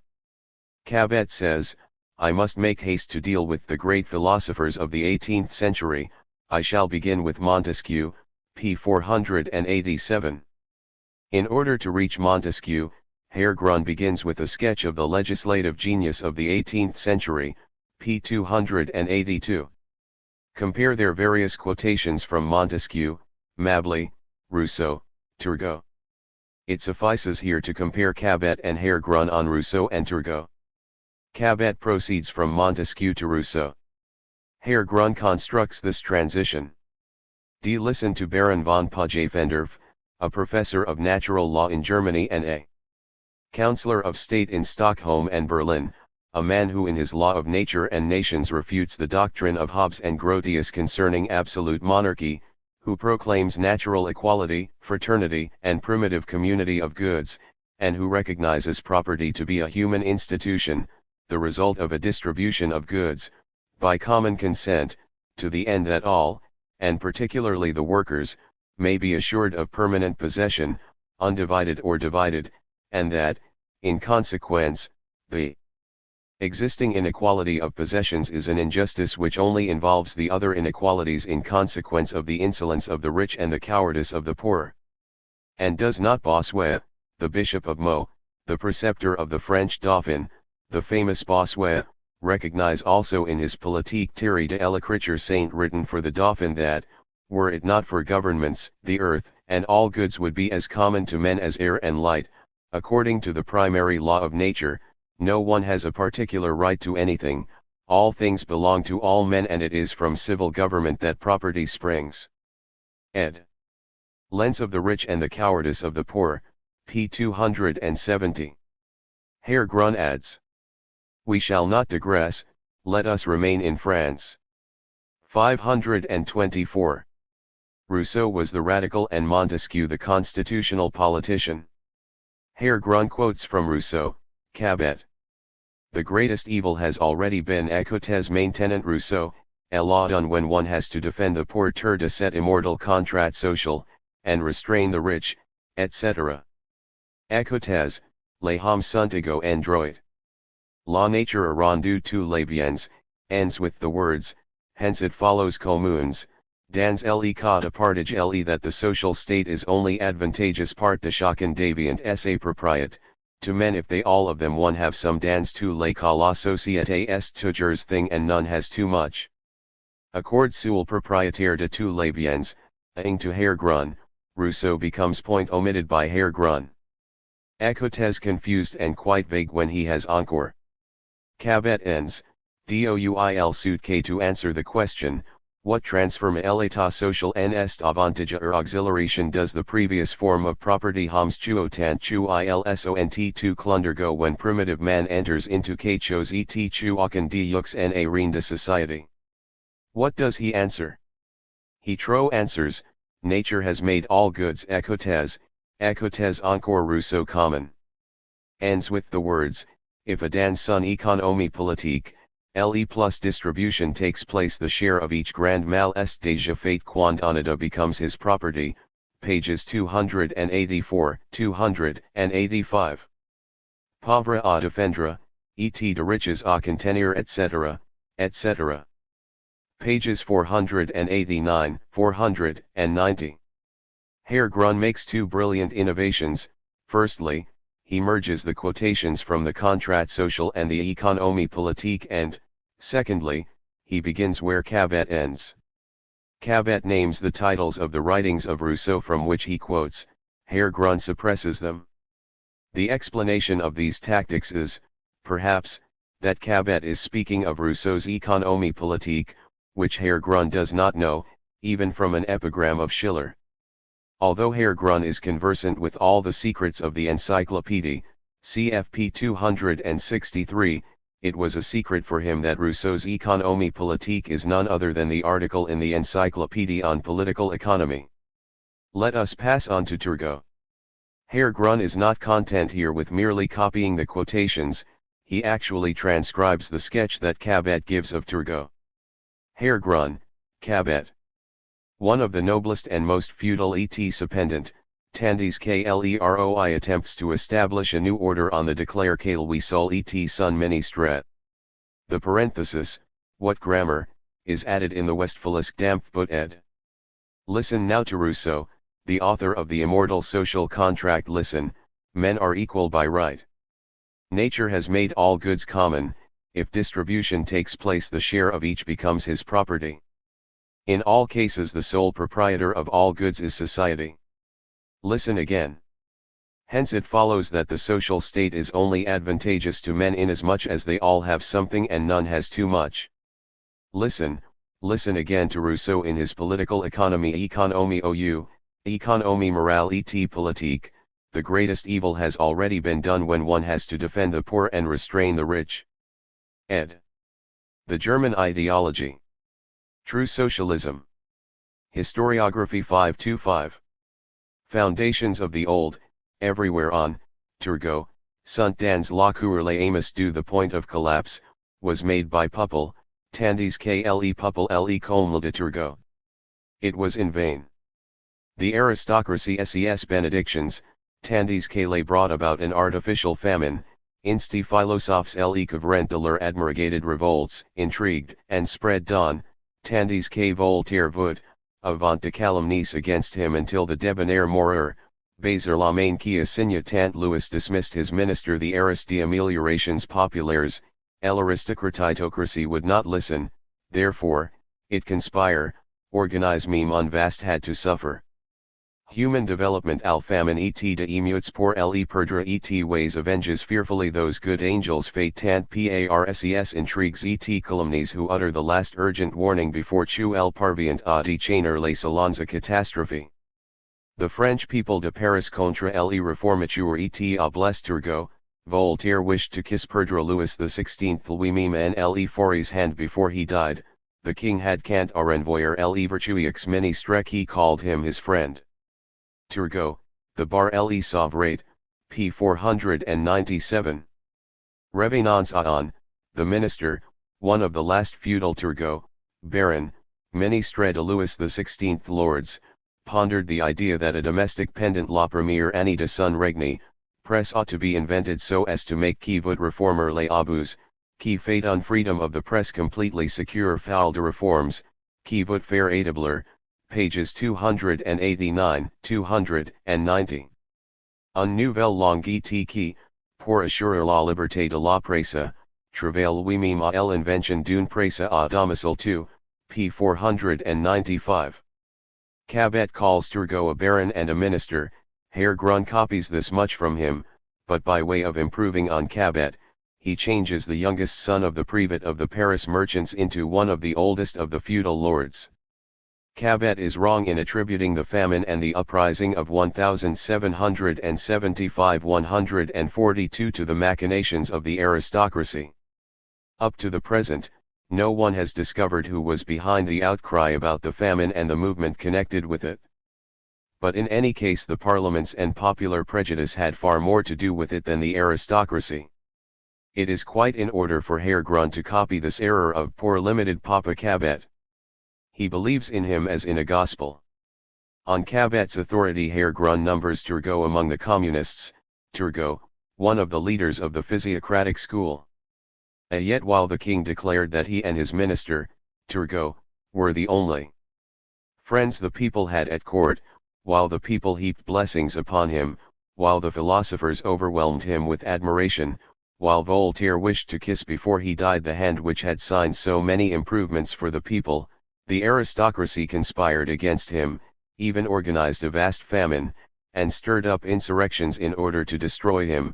By its intrigues and calumnies it succeeded in turning the Paris salons against the reformer and in destroying Louis XVI himself by forcing him to dismiss the virtuous minister who would have saved him. Let us return to Turgot, a baron, a minister of Louis XVI during the first year of his reign, one who desired to reform abuses, who carried through a mass of reforms, who wished to establish a new language, a man who actually tried to invent a domestic press in order to ensure the freedom of the press. Ed. 526. The most resolute champion of free competition, the defender of usury, the mentor of Adam Smith. Turgot was a great man, since his actions were in accordance with the time in which he lived and not with the illusions of Herr Grun, the origin of which we have shown already. Let us now pass to the men of the French Revolution. Cabet greatly embarrasses his bourgeois opponent by numbering CIs among the forerunners of communism, by reason of the fact that he recognized equality of rights, and considered that only the state sanctions property. Cabet, pages 499 to 502. Herr Grun, who is fated to find the French mind inadequate and superficial every time that he comes into close contact with it, cheerfully copies this, and imagines that an old party leader like Cabet is destined to preserve the humanism of Herr Grun from the dust of erudition. Cabet continues, Écoutez le fameux Mirabeau. Asterisk. p. 504. Herr Grun says, listen to Mirabeau. p. 292, and quotes some of the passages stressed by Cabet, in which Mirabeau advocates the equal division of bequeathed property among brothers and sisters. Herr Grun exclaims, communism for the family. p. 292. On this principle, Herr Grun could go through the whole range of bourgeois institutions, finding in all of them traces of communism, so that taken as a whole they could be said to represent perfect communism. He could christen the Code Napoleon a Code de la Communauté. And he could discover communist colonies in the brothels, barracks, and prisons. Let us conclude these tiresome quotations with Condorcet. A comparison of the two books will show the reader very clearly that Herr Grun now omits passages, now merges them, now quotes titles, now suppresses them, leaves out the chronological dates but meticulously follows Cabet's order, even when Cabet does not proceed strictly in accordance with chronology, and he achieves in the end nothing more than an abridgment of Cabet, poorly and timidly disguised. Herr Grun, Cabet. Condorcet is a radical Girondist. He entendez Condorcet soutenir dans essai recognizes the injustice of the disreponse à l'Académie de Berlin. Attribution of property, he absolves the long passage follows in Cabet, conclude pour from blame, if the people are ing. C'est un uniquement parce que somewhat dishonest on principle, the less institutions sont mauvaises que le cause lies in the institutions themselves. Peuple est si souvent un pouvoir leur par principe. Listen to the famous Mirabeau. Ed. A reference to Desamé's main work, Code de la Communauté ed. The German Ideology. True Socialism. Historiography 527. In his journal, Social Education, he even tolerates large-scale capitalists. Condorcet moved that the Legislative Assembly should divide the 100 millions owned by the three princes who emigrated into 100,000 parts. He organizes education and the establishment of public assistance, cf. the original text. In his report on public education to the Legislative Assembly, Condorcet says, "The object of education and the duty of the political authorities, is to offer every member of the human race the means of satisfying his needs, etc." Herr Grun changes the report of the Committee on Condorcet's plan into a report by Condorcet himself. Grun, pages 293-294. Écoutez dans son journal l'instruction sociale, il tolère même de grands capitalistes, etc. Écoutez un de chefs girondins, le philosophe Condorcet, le 6 juillet 1792 à la tribune de l'Assemblée législative, décrétez que les biens de trois princes français, Louis XVIII, Charles X, et le Prince de Condé. This is omitted by Herr Grun, soit sur le champ mis en vente, ils montent après de 100 millions, et vous remplacerez trois princes par 100 000 citoyens, organisez l'instruction et les établissements de secours publics. Mais écoutez le comité d'instruction publique présentant à l'Assemblée législative son rapport sur le plan d'éducation rédige par Condorcet, 20 avril 1792, l'éducation publique doit offrir à tous les individus les moyens de pourvoir à leurs besoins, tel doit être le premier but d'une instruction nationale et souci point de vue l'est pour la puissance politique un devoir de justice, 3 etc. Pages 502, 503, 505, 509. By this shameless copying from Cabet, Herr Grun, using the historical method, endeavors to make the French organizers of labor conscious of their essence. He proceeds moreover according to the principle, divide et impera. He unhesitatingly interpolates among his quotations his definitive verdict on persons whose acquaintance he made a moment ago by reading a passage about. A listen to Condorcet, who maintained in his reply to the Berlin Academy. It is therefore entirely because the institutions are evil that the people are so frequently a little dishonest on principle. Listen to what he has to say in his journal L'Instruction Sociale. He even tolerates large-scale capitalists. Listen to one of the Girondist leaders, the philosopher Condorcet, from the tribune of the Legislative Assembly, on the July 6, 1792, decree that the possessions of the three French princes, Louis XVIII, Charles X and the Prince of Condé, be immediately put up for sale.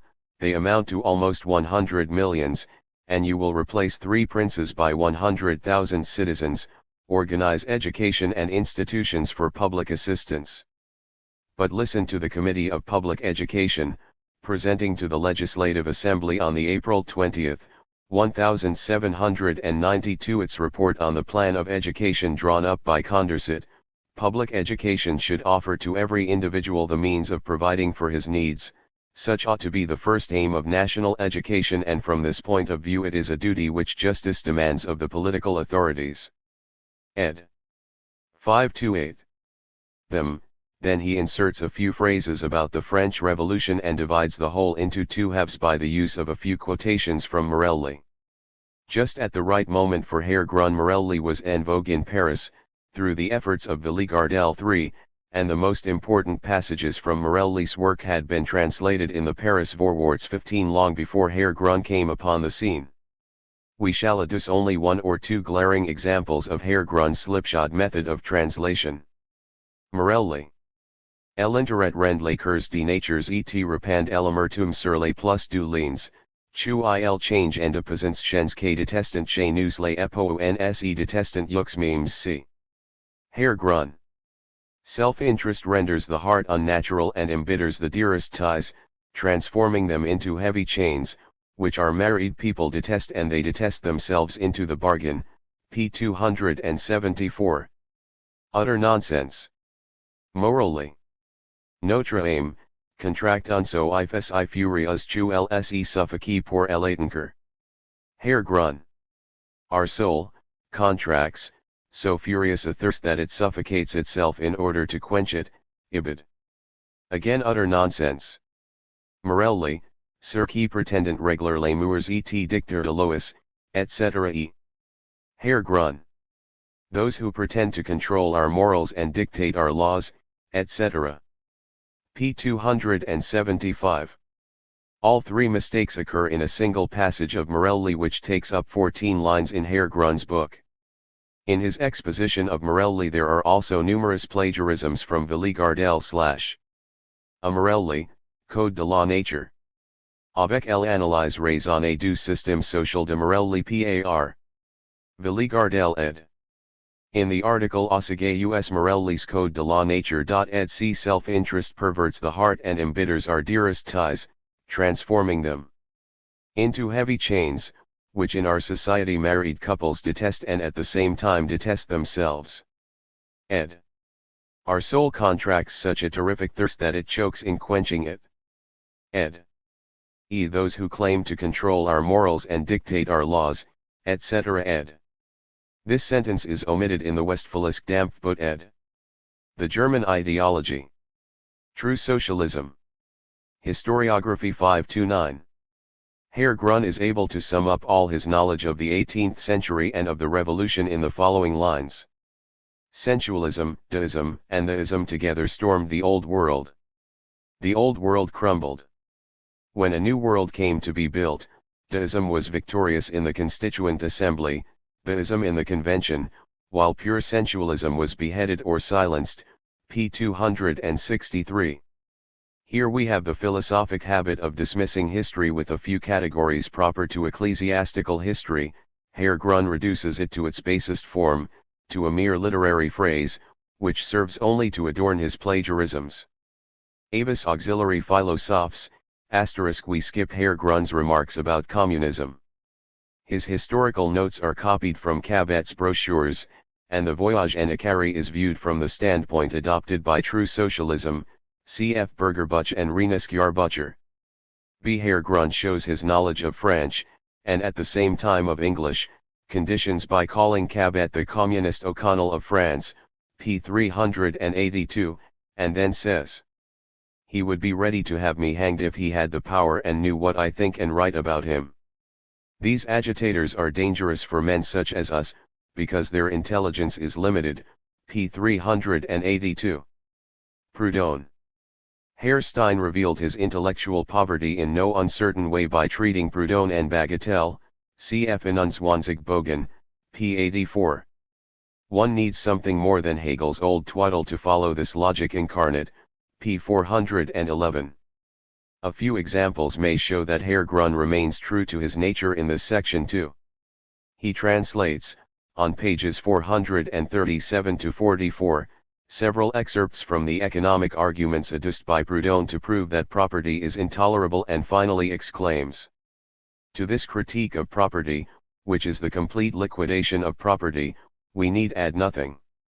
We have no desire to write a new critique, abolishing in its turn equality of production and the isolation of equal workers. I have already in an earlier passage indicated what is necessary. The rest, that is, what Herr Grun has not indicated, we shall see when society is rebuilt, when true property relations are established, p. 444. In this way Herr Grun tries to avoid a close investigation of Proudhon's economic arguments and, at the same time, to rise superior to them. Proudhon's whole set of proofs is wrong, however. Herr Grun will realize that, as soon as someone else has proved it. A warning to the philosophers, ed. Karl Grun, Feuerbach und die Sozialisten and Politik und Sozialismus. Ed.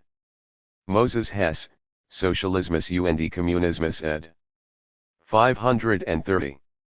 The comments on Proudhon made in Die Heilige Family, in particular those stressing that Proudhon criticizes political economy from the standpoint of political economy, and law from the legal standpoint, are copied by Herr Grun. but he has understood so little of the problem that he omits the essential point, namely that Proudhon vindicates the illusions cherished by jurists and economists as against their practice. With regard to the foregoing statement, he produces a set of nonsensical phrases.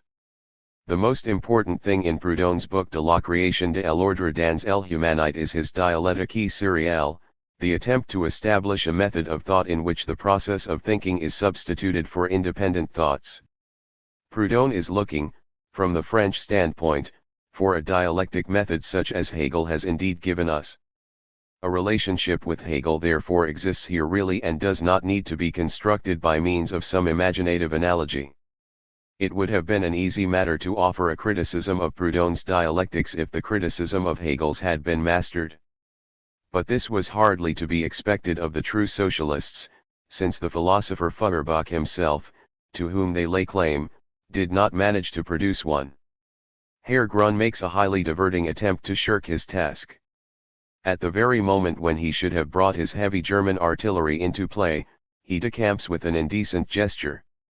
First of all he fills several pages with translations, and then explains to Proudhon, with boisterous literary captatio benevolentiae, that his dialectique céréale is merely an excuse for showing off his learning. He does indeed try to console Proudhon by addressing him as follows. Ah, my dear friend, make no mistake about being a man of learning, or tutor.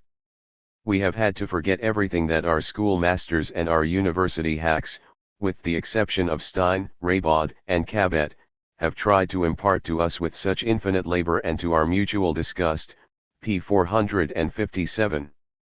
As a proof that now Herr Grun no longer absorbs knowledge with such infinite labor, although perhaps with just as much disgust, we may note that he begins his socialist studies and letters in Paris on November 6 and by the following January 20 has inevitably not only concluded his studies but has also finished the exposition of his really complete impression of the entire process.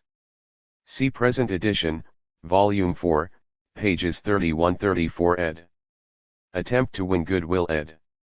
V. Dr. George Coleman of Holstein. Or. The Prophecies of True Socialism. Die neue Welt oder das Reich des Geistes aufwerten. Verkündigung * 143. A man was needed, so runs the preface, who would give utterance to all our sorrows, all our longings and all our hopes, to everything, in a word, which moves our age most deeply. And in the midst of the stress and turmoil of doubt and of longing he had to emerge from the solitude of the spirit bearing the solution of the riddle, the living symbols of which encompass us all. This man, whom our age was awaiting, has appeared. He is Dr. George Coleman of Holstein. August Becker, the writer of these lines, thus allowed himself to be persuaded, by a person of a very simple mind and very ambiguous character, that not a single riddle has yet been solved, not a single vital energy aroused, that the communist movement, which has already gripped all civilized countries, is an empty nut whose kernel cannot be discovered, that it is a universal egg, laid by some great universal hen without the aid of a cock, whereas the true kernel and the true cock of the walk is Dr. George Coleman of Holstein. This great universal cock turns out, however, to be a perfectly ordinary capon who has fed for a while on the German artisans in Switzerland and who cannot escape his due fate. Far be it from us to consider Dr. Coleman of Holstein to be a commonplace charlatan and a cunning fraud, who does not himself believe in the efficacy of his elixir of life and who merely applies his science of longevity to the preservation of life in his own body. No, we are well aware that the inspired doctor is a spiritualistic charlatan, a pious fraud, a mystical old fox, but one who, like all his kind, is none too scrupulous in his choice of means, since his own person is intimately connected with his sacred mission. Indeed, sacred missions are always intimately bound up with the holy beings who the new world, or the kingdom of the Spirit upon earth. Annunciation ed. 532. Pursue them, for such missions are of a purely idealistic nature and exist only in the mind. All idealists, philosophic and religious, ancient and modern, believe in inspirations, in revelations, saviors, miracle workers, whether their belief takes a crude, religious, or a refined, Philosophic form depends only upon their cultural level, just as the degree of energy which they possess, their character, their social position, etc., determine whether their attitude to a belief in miracles is a passive or an active one, i.e., whether they are shepherds performing miracles or whether they are sheep. They further determine whether the aims they pursue are theoretical or practical. Coleman is a very energetic person and a man of some philosophic education.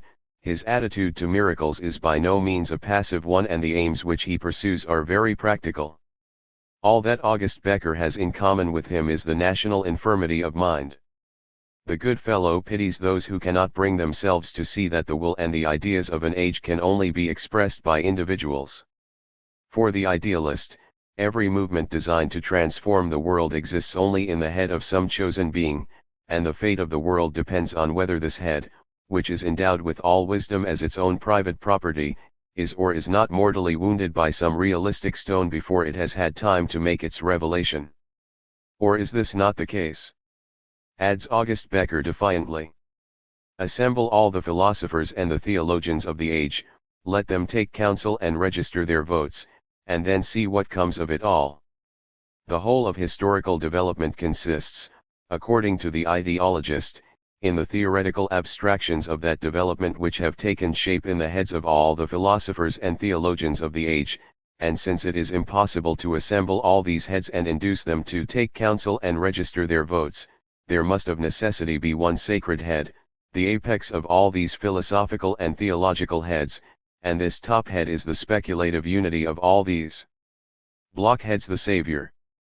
This cranium system is as old as the Egyptian pyramids, with which it has many similarities, and as new as the Prussian monarchy, in the capital of which it has recently been resurrected in a rejuvenated form. The idealistic Dalai Lamas have this much in common with their real counterpart: they would like to persuade themselves that the world from which they derive their subsistence could not continue without their holy excrement. As soon as this idealistic folly is put into practice, its malevolent nature is apparent, its clerical lust for power, its religious fanaticism, its charlatanry, the German ideology. True Socialism. Prophecies of True Socialism 533. Pietistic hypocrisy, its unctuous deceit. Miracles are the ass's bridge leading from the kingdom of the idea to practice. Dr. George Coleman of Holstein is just such an ass's bridge. He is inspired. His magic words cannot fail to move the most stable of mountains. How consoling for those patient creatures who cannot summon up enough energy to blast these mountains with natural powder! What a source of confidence to the blind and timorous who cannot see the material coherence which underlies the diverse scattered manifestations of the revolutionary movement.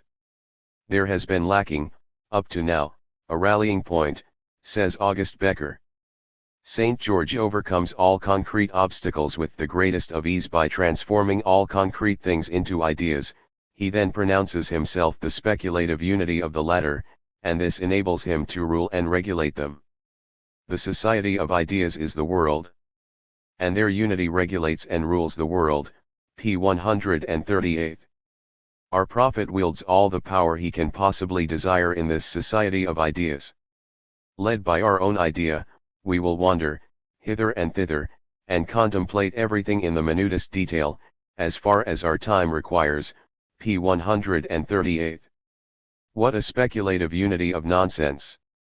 But paper is long-suffering, and the German public, to whom the prophet issued his oracular pronouncements, knew so little of the philosophic development in its own country that it did not even notice how, in his speculative oracular pronouncements, the great prophet merely reiterated the most decrepit philosophic phrases and adapted them to his practical aims. Just as medical miracle workers and miraculous cures are made possible by ignorance of the laws of the natural world, so social miracle workers and miraculous social cures depend upon ignorance of the laws of the social world, and the witch doctor of Holstein is none other than the socialistic miracle-working shepherd of Niederampt. The first revelation which this miracle-working shepherd makes to his flock is as follows. I see before me an assembly of the elect, who have gone before me to work by word and deed for the salvation of our time, and who are now come to hear what / have to say concerning the will and woe of mankind. Many have already spoken and written in the name of mankind, but none has yet given utterance to the real nature of man's suffering, his hopes and his expectations, nor told him how he may obtain his desires. That is precisely what / shall do. 534. And his flock believes him. There is not a single original thought in the whole work of this Holy Spirit. He reduces out-of-date socialistic theories to abstractions of the most sterile and general kind. There is nothing original even in the form, the style. Others have imitated more happily the sanctified style of the Bible. Coleman has taken Lamennais' manner of writing as his model, but he merely achieves a caricature of Lamennais. We shall give our readers a sample of the beauties of his style. Tell me, firstly, how feel ye when ye think of your eternal lot? Many indeed mock and say, what have I to do with eternity? Others rub their eyes and ask, eternity, what may this be? How feel ye, when ye think of the hour when the grave shall swallow you up? And I hear many voices. One among them speaks in this wise. Of recent years it hath been taught that the spirit is eternal, that in death it is only dissolved once more in God, from whom it proceedeth. But they who preach such things cannot tell me what then remaineth of me. Oh, that I had never seen the light of day! And assuming that I do not die, oh, my parents, my sisters, my brothers, my children, and all whom one love, shall I ever see you again? Oh, had I but never seen vous, etc. How feel ye, further, if ye think of infinity? We feel very poorly, Herr Coleman, not at the thought of death, but at your fantastic idea of death, at your style, at the shabby means you employ to work upon the feelings of others. How dost feel, dear reader, when you hear a priest who paints hell very hot to terrify his sheep and make their minds very flabby, a priest whose eloquence only aims at stimulating the tear glands of his hearers and who speculates only on the cowardice of his congregation? As far as the meager content of the Annunciation is concerned, the first section, or the introduction to the Neue Welt, can be reduced to the simple thought that Herr Coleman has come from Holstein to found the kingdom of the Spirit, the kingdom of heaven upon earth, that he was the first to know the real hell and the real heaven, the former being society as it has hitherto existed and the latter being future society, the kingdom of the Spirit, and that he himself is the longed-for Holy Spirit. None of these great thoughts of St. George are exactly original, and there was really no need for him to have bothered to come all the way from Holstein to Switzerland, nor to have descended from the solitude of the spirit to the level of the artisans, nor to have revealed himself, merely in order to present this vision to the world. The German ideology. True Socialism. Prophecies of True Socialism 535. However, the idea that Dr. Coleman of Holstein is the longed-for Holy Spirit is his own exclusive property and is likely to remain so. According to St. George's own revelation, his Holy Scripture will progress in the following way. It will reveal, he says, the kingdom of the Spirit in its earthly guise, that ye may behold its glory and see that there is no other salvation but in the kingdom of the Spirit. On the other hand, it will expose your veil of tears that ye may behold your wretchedness and know the cause of all your sufferings. Then I shall show the way which leads from this sorrowful present to a joyful future. To this end, follow me in the Spirit to a height, whence we may have a free prospect over the broad landscape. And so the prophet permits us first of all a glimpse of his beautiful landscape, 3. His kingdom of heaven.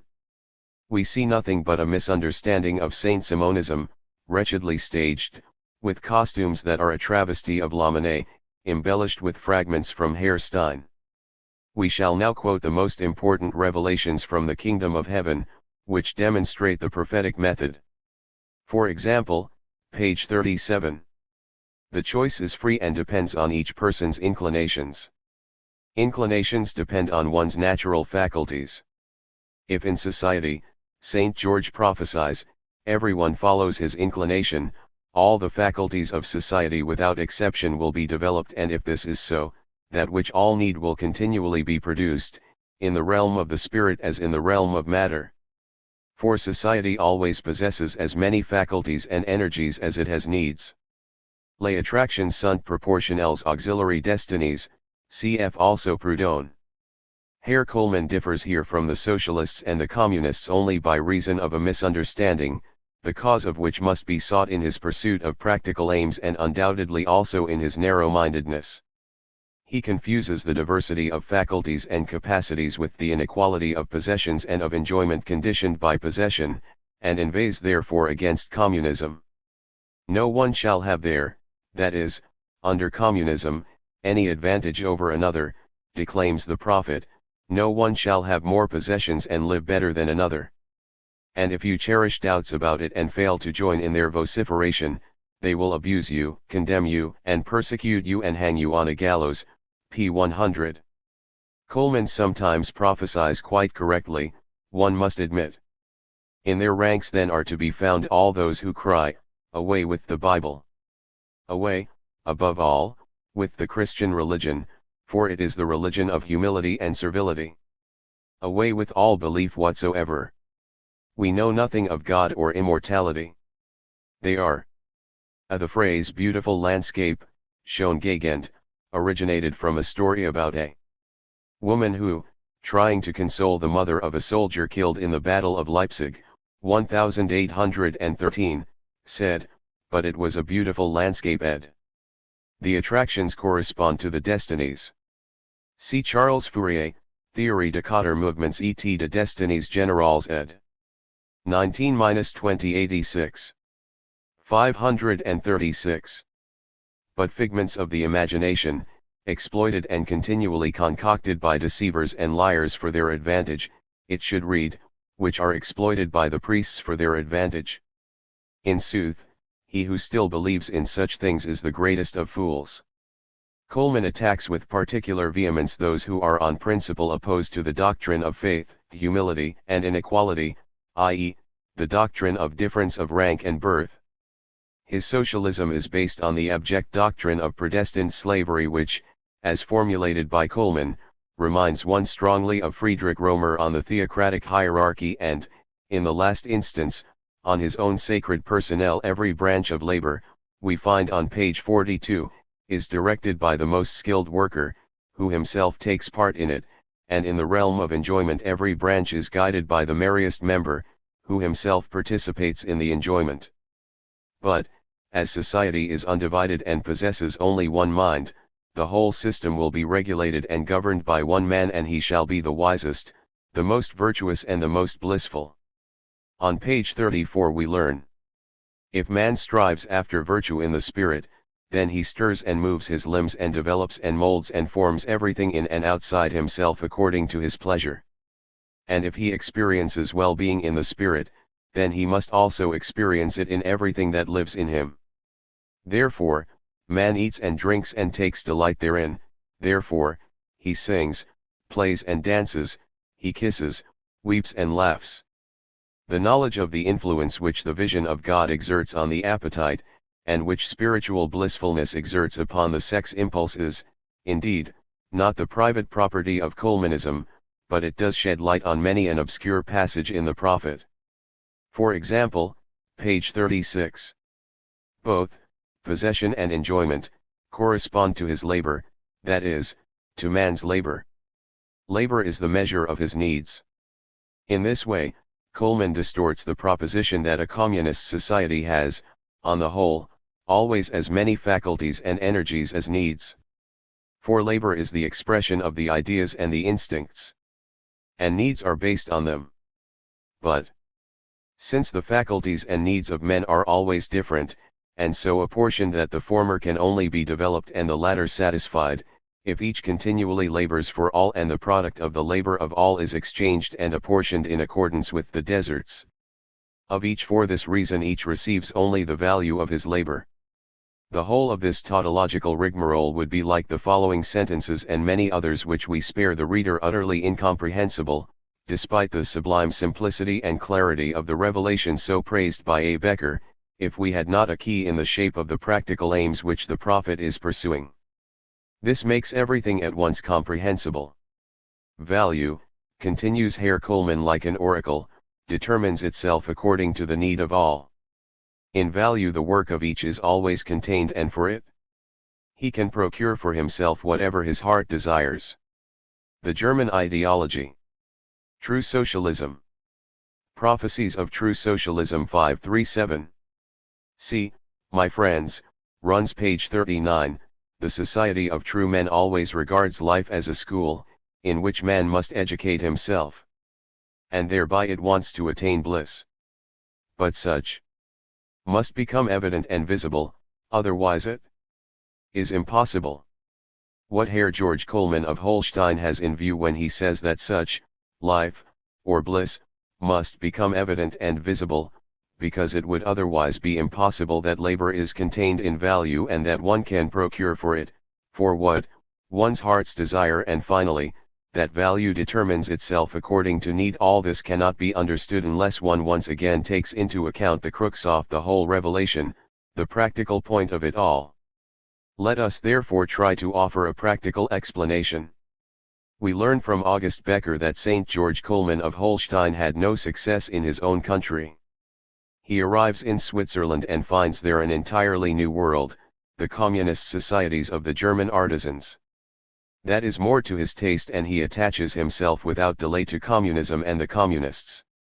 He always, as August Becker tells us, worked unremittingly to develop his doctrine further and to make it adequate to the greatness of the times, i.e., he became a communist among the communists ad majorem Dei gloriam. So far everything had gone well. But one of the most vital principles of communism, a principle which distinguishes it from all reactionary socialism, is its empirical view, based on a knowledge of man's nature, that differences of brain and of intellectual ability do not imply any differences whatsoever in the nature of the stomach and of physical needs. Therefore the false tenet, based upon existing circumstances, to each according to his abilities, must be changed, insofar as it relates to enjoyment in its narrower sense, into the tenet, to each according to his need. In other words, a different form of activity, of labor, does not justify inequality, confers no privileges in respect of possession and enjoyment. The prophet could not admit this, for the privileges, the advantages of his station, the feeling of being a chosen one, these are the very stimulus of the prophet. But such must become evident and visible, otherwise it is impossible. Without practical advantages, without some tangible stimulus, the prophet would not be a prophet at all. He would not be a practical, but only a theoretical, man of God, a philosopher.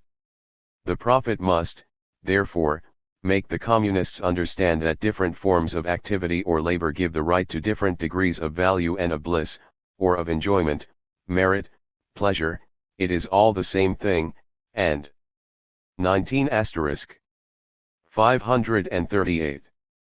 Since each determines his own bliss and his labor, therefore, he, the prophet, this is the practical point of the revelation, can claim a better life than the common artisan. After this, all the prophet's obscure passages become clear, that the possession and enjoyment of each should correspond to his labor, that the labor of each man should be the measure of his needs, that, therefore, each should receive the value of his labor, that value will determine itself according to need, that the work of each is contained in value and that he can procure for it what his heart desires, that, finally, the bliss of the chosen one must become evident and visible, because it is otherwise impossible. All this nonsense has now become intelligible. We do not know the exact extent of the practical demands which Dr. Coleman really makes upon the artisans. But we do know that his doctrine is a dogma fundamental to all spiritual and temporal craving for power, a mystic veil which is used to conceal all hypocritical pleasure-seeking. It serves to extenuate any infamy and is the source of many incongruous actions. We must not omit to show the reader the way which, according to Herr Coleman of Holstein, leads from this sorrowful present to a joyful future. This way is lovely and delightful as spring in a flowery meadow, or as a flowery meadow in spring. Softly and gently, with sun-warmed fingers, it puts forth buds, the buds become flowers, the lark and the nightingale warble, the grasshopper in the grass is roused. Let the new world come like the spring, p. 114 etseq. The prophet paints the transition from present social isolation to communal life in truly idyllic colors. Just as he has transformed real society into a society of ideas, so that led by his own idea he should be able to wander hither and thither, and contemplate everything in the minutest detail, as far as his time requires, so he transforms the real social movement which, in all civilized countries, already proclaims the approach of a terrible social upheaval into a process of comfortable and peaceful conversion, into a still life which will permit the owners and rulers of the world to slumber peacefully. For the idealist, the theoretical abstractions of real events, their ideal signs, are reality. Real events are merely signs that the old world is going to its doom. Wherefore do ye strive so anxiously for the things of the moment, scolds the prophet on page 118, they are nothing more than signs that the old world is going to. The prophet has moreover openly stated this in a lecture which has not been printed. The German Ideology.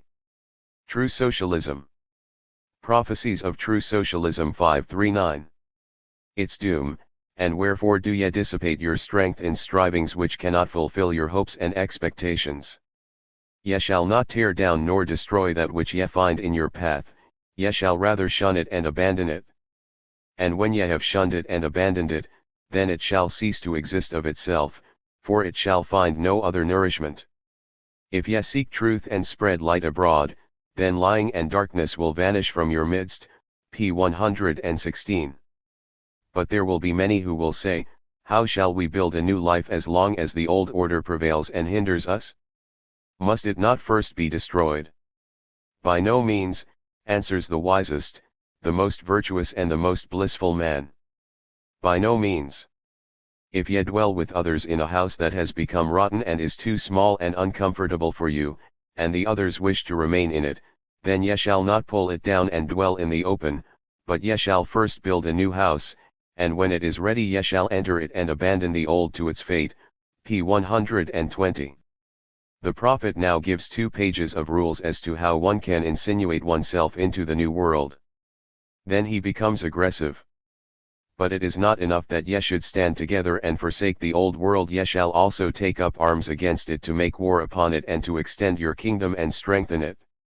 Not by the use of force, however, but rather by the use of free persuasion. But if nevertheless it comes about that one has to take up a real sword and hazard one's real me to conquer heaven by force, the prophet promises his sacred host a Russian immortality. The Russians believe that they will rise again in their respective localities if they are killed in battle by the enemy. And they who shall fall by the wayside shall be born anew and shall rise more beauteous than they were before. Therefore, take no thought for your life and fear not death. P. 129. Even in a conflict with real weapons, says the prophet reassuringly to his sacred host, you do not really risk your life, you merely pretend to risk it. The prophet's doctrine is in every sense sedative.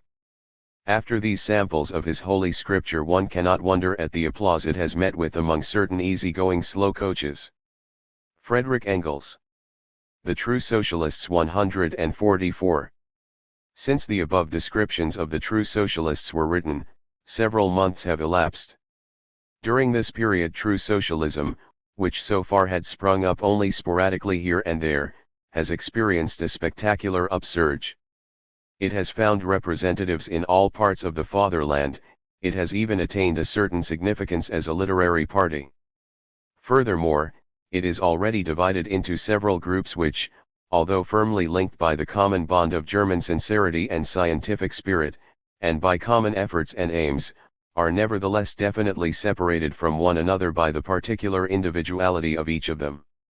In this way the chaotic mass of light, as Herr Grun beautifully phrases it, of true socialism has in the course of time passed into a state of orderly brightness, it has become concentrated into stars and constellations in whose mild and calm radiance the German burgher can light-heartedly ponder over his plans for honest acquisition of a small property and his hopes for the elevation of the lower classes of the nation.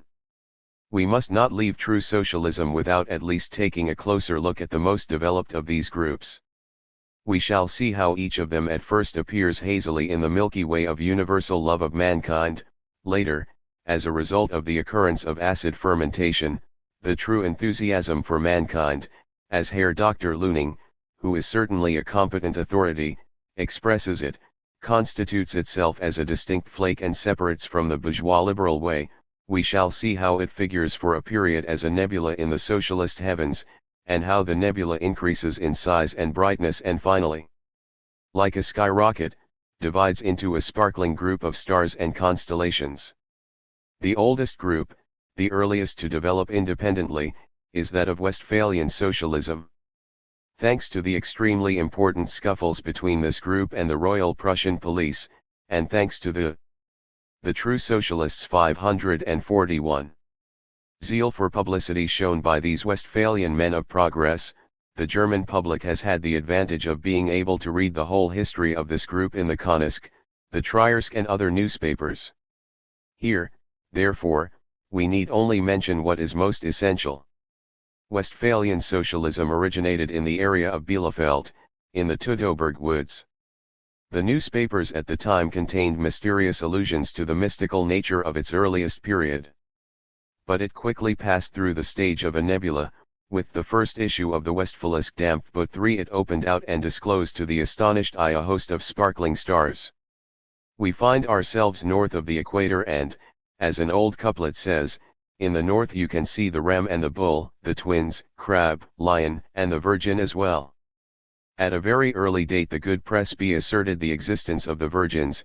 The lion was the very same Arminius the Cheruscan, who shortly after the Westphalian nebula had opened out left his dear friends and now as a tribune of the people 145 shakes his blonde mane from America. In a short while he was followed by the crab on account of an unpleasant exchange business, whereby Westphalian socialism became a widow, but it nevertheless carries on. Of the twins, one also went to America, in order to found a colony. While he disappeared there, the other twin discovered the national economy in its future form. Cf. Leiming, Das Buch Gehört dem Volke, 2. Yarg. All these figures, however, are comparatively unimportant. The main weight of the group is concentrated in the ram and the bull, those genuinely Westphalian stars, under whose protection the Westfalisch Dampfboot safely cleaves the waves. The Westfalisch Dampfboot adhered for a long time to the mode simple of true socialism. Not an hour of the night passed in which it did not shed bitter tears over the misery of suffering humanity. It preached the gospel of man, of the true man, of the true real man, of the true, real corporeal man with all its strength, but this, of course, was not particularly great. It had a soft nature and liked milky rice pudding more than Spanish pepper. Hence its criticisms were of a very gentle nature and it preferred to side with equally. A Westphalian steamboat ed. The term is used in an order in council which was issued by Friedrich William IV on October 14, 1842 ed. See an allusion to J. Meyer's article Die Volkswirtschaftslehre in Heutiger und Zukünftiger Gestaltung, ed. A line from the German folk song Wenn ich ein Vöglein war, ed. 542 Friedrich Engels. Merciful and loving reviewers rather than with the heartless, cold severity of judgment that was now coming to the fore. But since it had a big heart and little courage, even the unfeeling Heilige family found favor in its eyes. It reported with the greatest conscientiousness the various phases of the Bielefeld, Munster, etc., local associations for elevating the working classes. 146 The greatest attention was devoted to the important happenings in the Bielefeld Museum. And in order that the Westphalian townsman and villager should know how matters stood, at the end of each issue, in the monthly review of world events, praise was bestowed on the same liberals who had been attacked in the other articles of that issue. Incidentally, the Westphalian townsman and villager were also told that Queen Victoria gave birth to a child, that the plague raged in Egypt and that the Russians had lost a battle in the Caucasus. It is clear that the Westfalisch Dampfboot was a periodical which fully deserved the thanks of all well-meaning persons and the overflowing praise of Herr Father Schneck in the Gesellschaftsspiegel. With smiling satisfaction the bull performed his editing on the marshy meadow of true socialism. Although the censor at times cut into his flesh, he never had need to sigh, that was the best passage. The Westphalian bull was a draft animal and not a bull kept for breeding. Even the Rhenisk Beobachter has never dared to reproach either the Westphalisk Dampfboot in general, or Dr. Otto Leiming in particular, with offending against morality. In short, one can assume that the Dampfboot, which since the Weser was forbidden to ITC floats only on the mythical river Eridanus 147 transposed among the stars, for no other water flows at Bielefeld, that the Dampfboot has attained the highest degree of human perfection. But in all its efforts so far the Dampfboot had only developed the simplest phase of true socialism. Towards the summer of 1846 it left the sign of the bull and approached that of the ram, or rather, to put it more correctly historically, the ram approached it. The ram was a much-traveled man and fully at the height of his time. He explained to the bull how things now stood in the world, that real relations were now the main thing and that, therefore, a new turn had to be made. The bull was in complete agreement with him, and from that moment the Westphalisk Dampfboot has offered a still more elevating spectacle, the mode compose of true socialism. An allusion to a review in the Westphalisk Dampfboot entitled Die Heilige Family oder Kritik der Kritischen Kritik. Gegen Br. Bauer und Konsorten. Von F. Engels und K. Marx. Ed. Friedrich Schneck, Das Westphalisk Dampfboot ed. An allusion to the suppression of the journal Weser Dampfboot ed. The True Socialists 543. The ram and the bull thought that there could be no better way of carrying out this graceful turn than by printing our criticism of the New York Volkstribun *, which we had sent to the newspaper in manuscript and which had been accepted by it. 148. The Dampfboot, which now did not shrink from attacking its own lion, who was far off in America, the mode compose of true socialism shows far more audacity than the mode simple, was moreover cunning enough to attach the following philanthropic remark to the above-mentioned criticism. If anyone cares to see in the above article a self-criticism of the Dampfboot, we have nothing against it. Thereby the mode compose of true socialism is adequately introduced, and it now goes forward at full gallop on the new course. The ram, a bellicose creature by nature, cannot rest content with the previous good-natured kind of criticism. The new bellwether of the Westphalian flock of lambs is seized with the lust of battle and, before his more timid comrades can prevent him, he sets off with lowered horns against Dr. George Scourges in Hamburg. Earlier, the helmsman of the Dampfboot did not look upon Dr. Scourges with such disfavor, but things have become different now. Poor Dr. Scourges represents the mode simplicissimus of true socialism, and the mode compose does not forgive him this simplicity, which quite recently it still shared with him. In the September 1846 issue of the Dampfboot, pages 409-14, the ram therefore drives the most merciless breaches in the walls of his Werkstatt. Let us enjoy the spectacle for a moment. Some true socialists and soi-disant communists have translated Fourier's brilliant satires on the conditions of life of the bourgeoisie, insofar as they are acquainted with them, into the language of German bourgeois morality. In this connection they discovered the theory of the misfortune of the rich, already known to the men of the Enlightenment and fable writers of the last century, and thus obtained material for the most inexhaustible moral tirades. Dr. George Scourges, who is not yet sufficiently deeply initiated into the mysteries of the true doctrine, is by no means of the opinion that the rich are just as unhappy as the poor. For this reason, the Westphalian bellwether deals him an indignant blow such as is deserved by a man whom winning a lottery could make the happiest and most satisfied man in the world.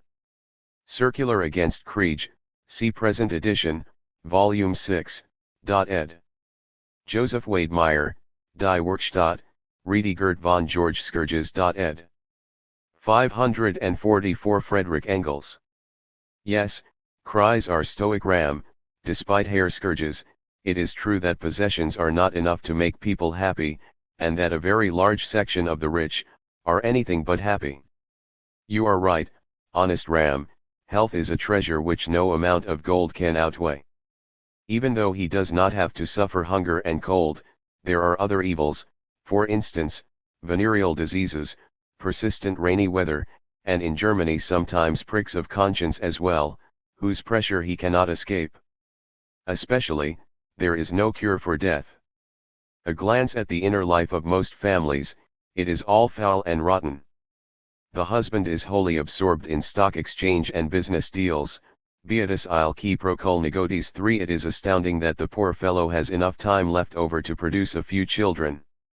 Degraded into a slave of money, the poor fellow, the wife fashioned into an empty, except when she is pregnant, shallow drawing-room lady, or brought up to be a good housewife who has no interest in anything except cooking, washing and looking after children, is the ram still speaking of the rich.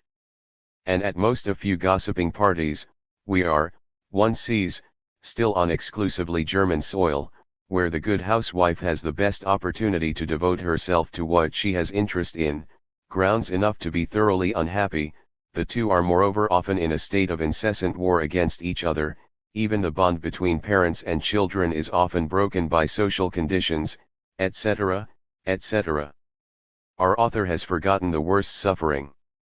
Any rich German head of a family could tell him that in the course of time matrimonial discord may become a need, that unsuccessful children can be sent to Batavia and forgotten, but that thieving and disobedient servants are an intolerable and, in the circumstances of the increasing demoralization of the common man and woman, nowadays an almost inevitable evil.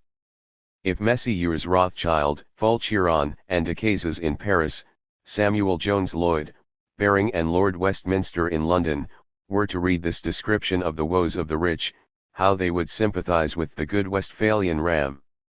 However, if one proves, as was done earlier, that the pressure of our conditions, namely the atmospheric pressure of 15 lbs per square inch, weighs also on the rich, if not quite so strongly as on the poor, one obtains as a result which follows from the description of our conditions and circumstances in general the enlightenment of everyone who seeks to become acquainted with it.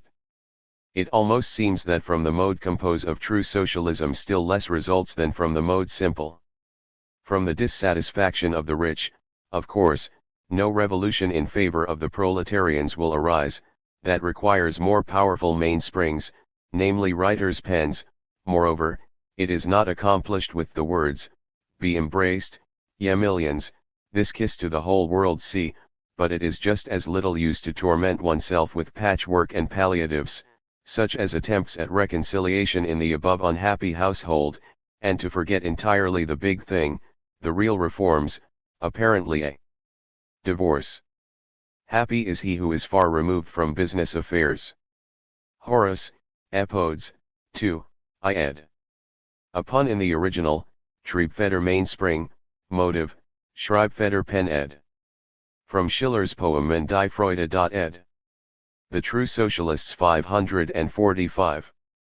The combination of the above of course with the following moreover and but, just as little affords of course a lamentable example of the confusion which the transition from simple to complex true socialism brings about in the mind of a Westphalian. Moreover, our sorrow will not be lessened when we read on the next page, p. 413, that in the politically developed countries, there exists a state of things without any limitation, but just as little does it testify to the historical knowledge of Westphalian socialism that according to the same page egoism, in the most brilliant period of the revolution, in the period of the convention, was not seldom even punished probably by flogging. However, we have no grounds for expecting anything better from the further activity of our ram, and will, therefore, not so soon return to it. Let us rather take a look at the bull. He has meanwhile been occupied with world events, and on page 421, September 1846, he raises solely questions which have to be raised and plunges headlong into the sort of politics that Guizot, following the chivalry, has given the nickname of great politics. Here, too, the progress compared to the earlier period of simple socialism is obvious. Below are a few examples. The rumor has reached Westphalia that the Prussian government, owing to the financial difficulties in which it finds itself, could very easily be compelled to grant a constitution. At the same time the newspapers report that financial difficulties prevail on the Berlin Stock Exchange. Our Westphalian draft bull, who is not very strong in political economy, identifies tout bonnement the financial difficulties of the Berlin government with the quite different financial difficulties of the Berlin commerçants and elaborates the following profound hypothesis. Perhaps already this year the provincial estates will be called together as estates of the realm. For the financial difficulties remain the same, the bank seems unable to find a remedy for them. Indeed, even the railway construction work that has been begun and is being planned could be seriously endangered by the scarcity of money, in which case the state could easily, o sancta simplicitas, be induced to take over certain lines, extremely clever, which again is not possible without a loan. The last is quite true. In homely Westphalia people really believe that they still live under a paternal government.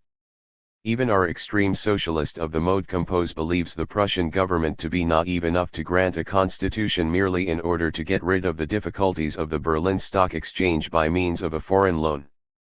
Happy blind faith. 546 Friedrich Engels. The sharp nose of our Westphalian draft bull is revealed at its sharpest, however, in his remarks on foreign policy. A few months ago the mode compose of true socialism got scent of the following new Parisian and London mysteries, which we report for the amusement of the reader. September issue, France. The ministry has emerged victoriously from the elections, nothing else was to be expected. When has a Westphalian ever expected something else than what was to be expected? Although it may have put into operation all the levers of corruption, although it may have Henry's attempt, enough the old opposition, Thiers, Brud, suffered a serious defeat. But Guizot, too, will no longer be able to count on such a compact and conservative party, voting for the ministry quand même, for the conservative party too has split into two sections, into the conservateurs borns with their periodicals Débats and Époque, and the conservateurs progressives with the Presse as their organ. The bull forgets only that it was Guizot himself, in his speech to his electors in Lisieux, 3 who was the first to exploit the phrase progressive conservatism. In genera F, here begins again the peculiar incoherence that was already noticed above in the RAM, as was to be expected, the abstract political party questions, which only turned on whether Thiers or Guizot should be the minister. In Westphalia that is called abstract political party questions, and people there still believe that in France up to now they have turned on /31 on that, will surely to some extent be pushed into the background. The political economists Blanqui, have been elected to the chamber, and with them surely, for the enlightenment of the Westphalians, questions of political economy also will come under discussion there. What an idea people in Westphalia must have of the questions that have so far come under discussion there. pp 426, 427. Question: why does the English aristocracy insist on flogging for soldiers? Answer: if flogging were abolished, a different recruiting system would have to be organized, and if one has better soldiers, then one needs also better officers, who owe their position to merit and not to purchase or favor. For this reason the aristocracy is against the abolition of flogging, because it would thereby lose one more bulwark, provision for its younger sons. The middle class, however, follows up its advantage step by step, and it will achieve victory here as well. What a myth! The campaigns of the British in India, Afghanistan, etc., prove that at the present time they do not need better officers, and the English middle class desires neither better officers nor better soldiers, nor a different recruiting system, nor is it much concerned about the abolition of flogging. But for some time past the damp soot has noticed nothing in England except the struggle between the middle class and the aristocracy. p. 428. October issue, France M. Thiers has lost the Constitutional, his organ, for many years.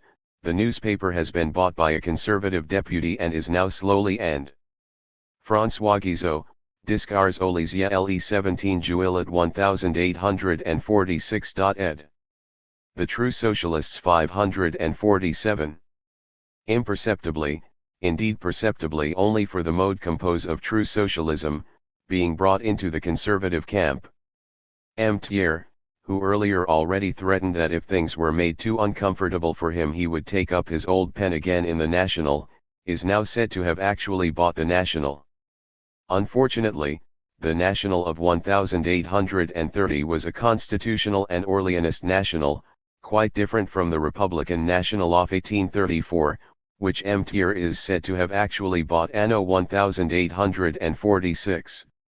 Incidentally, the Dampfboot has been the victim of an irresponsible piece of trickery.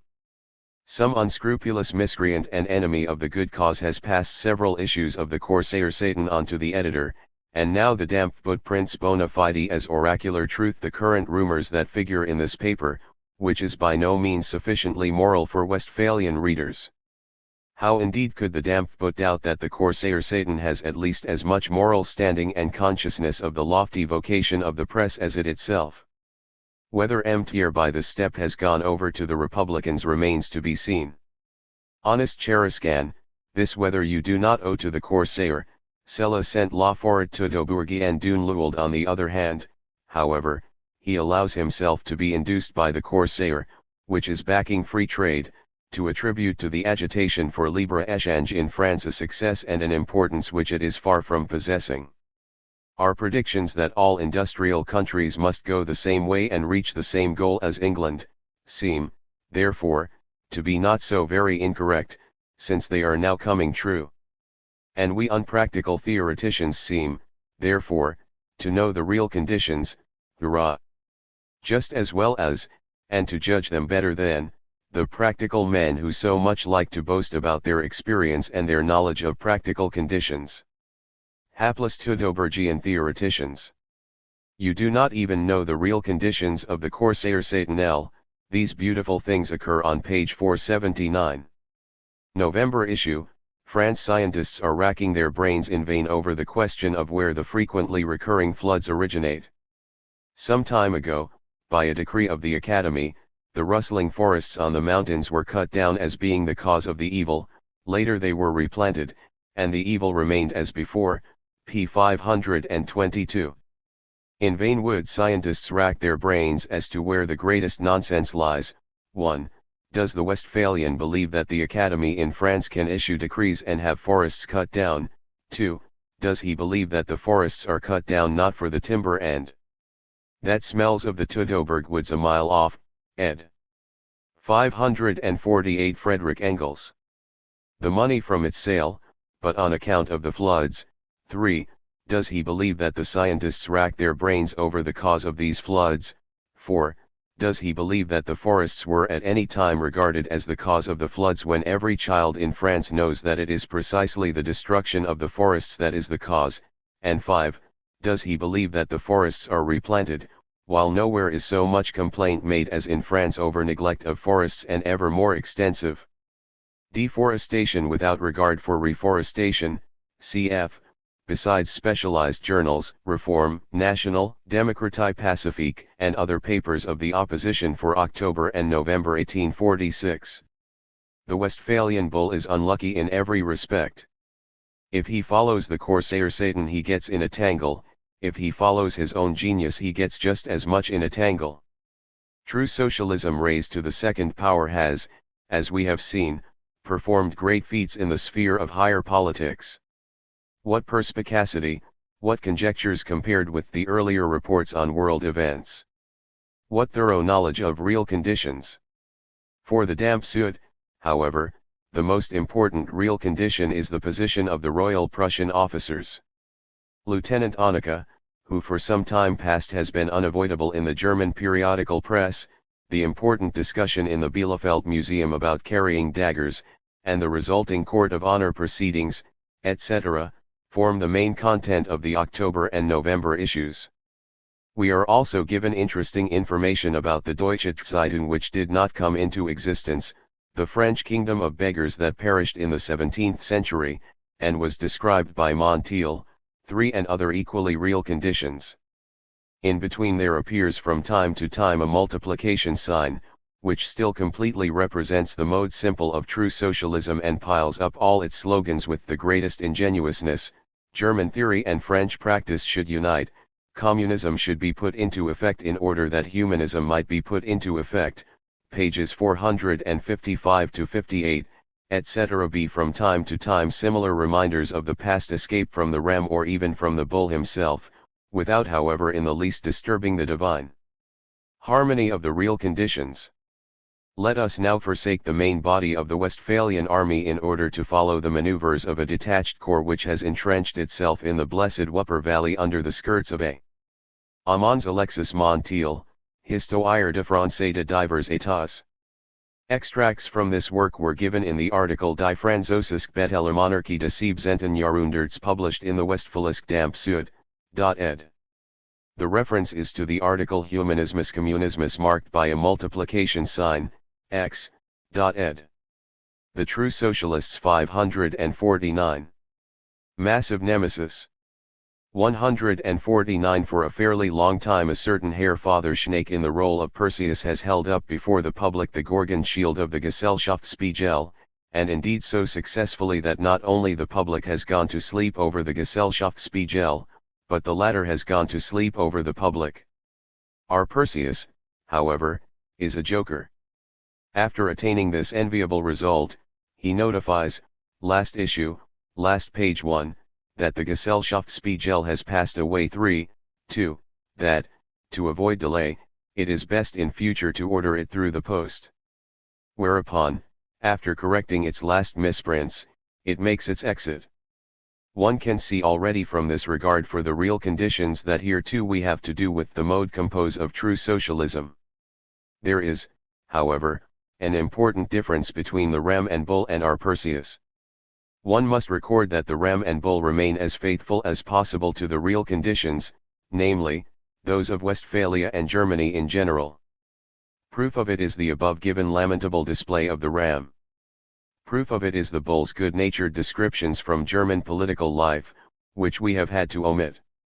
In going over to their new standpoint, what they have especially taken with them from the mode simple is simple, unvarnished Philistinism, German reality, the vindication of man, and of German theory, etc., is left to all kinds of multiplication signs and other subordinate stars. With the Gesellschaftsspiegel it is just the opposite. Here the army leader Perseus divests himself as much as possible of petty bourgeois reality, the exploitation of which he leaves to his retinue and, true to the myth, raises himself high into the air of German theory. He is the more able to show a certain disdain for real conditions because he has a much more definite standpoint. If the directly Westphalian stars represent the mode compose, then Perseus is tout ce chu ilya de plus compose en Alamagna. In his most daring ideological flights he nevertheless takes his stand always on the material basis, and this secure foundation gives him an audacity in the struggle which Messrs. Gutzkow, Steinman, Opitz, and other important characters will remember for years to come. The material basis of our Perseus, however, consists mainly in the following. 1. It is only with the abolition of the material basis of our society, private gain, that man will become different, no x, p. 53. C. In the German original a play on the word schlafen, sleep, einschlafen, fall.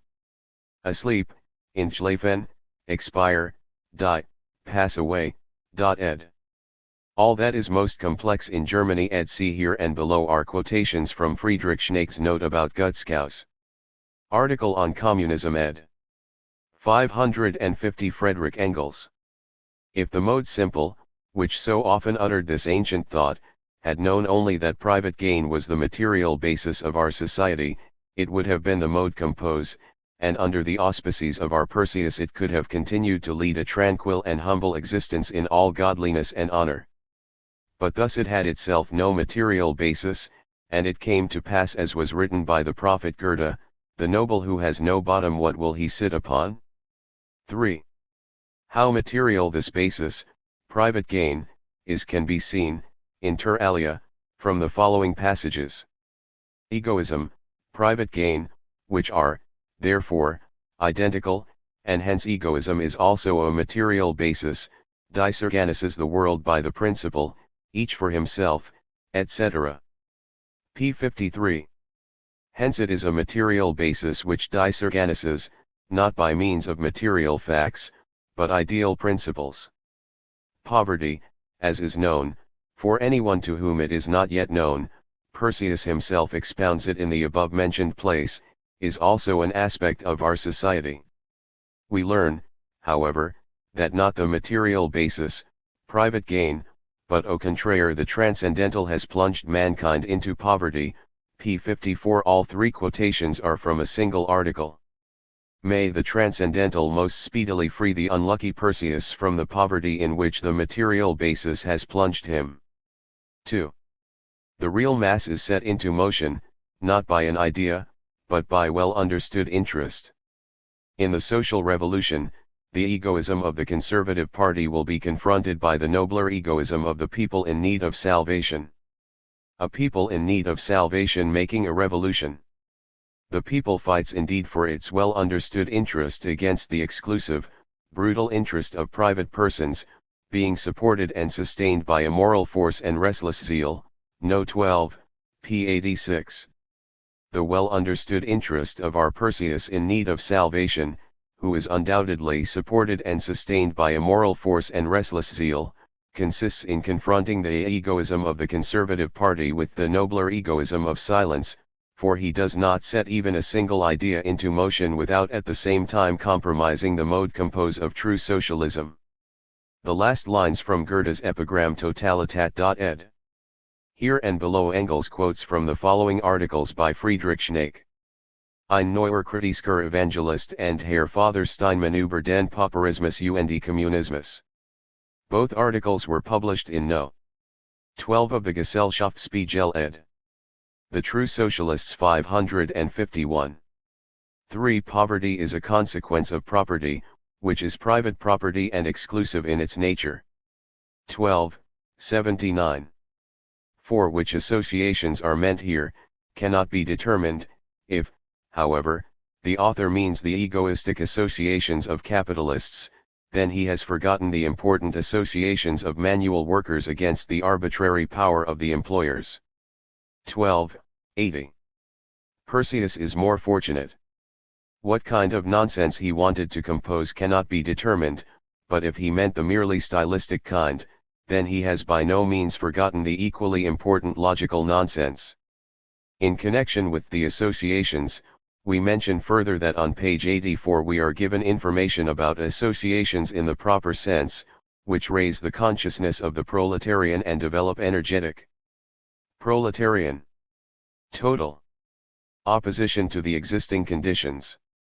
We have already spoken above, 150 in connection with Herr Grun, about the habit of the true socialists of assimilating theories which they have not understood by means of learning by heart isolated phrases and slogans. The mode compose differs from the mode simple only by the quantity of such indigest mouthfuls, procured by devious means and therefore the more hastily swallowed, and by the terrible stomachache caused it thereby. We have seen how real relations, questions of political economy, etc., crop up among the Westphalians at every word, and how the intrepid Perseus labors on the material basis, the well understood interest and the proletarian opposition. In addition, this latter knight of the mirror makes any use he pleases of the feudalism of money, which he would have done better to leave to its originator, Fourier. He has so little understood the meaning of this catchword that in No. 12, page 79, he asserts that in lieu of the feudal aristocracy a propertied aristocracy is created by this feudalism. According to this one, the feudalism of money, i.e., the propertied aristocracy, creates itself, and 2, the feudal aristocracy has not been a propertied aristocracy. Next he voices the opinion, page 79, that the feudalism of money, i.e., of the bankers, which has the smaller capitalists and industrialists as vassals, if one wants to keep to the metaphor, and that of industry, which has the proletarians as vassals, are only one. Freely linked to the material basis is also the following pious wish of the Knight of the Mirror, a wish which reminds one of the joyful hope of the Westphalians that for the Teutoburgians.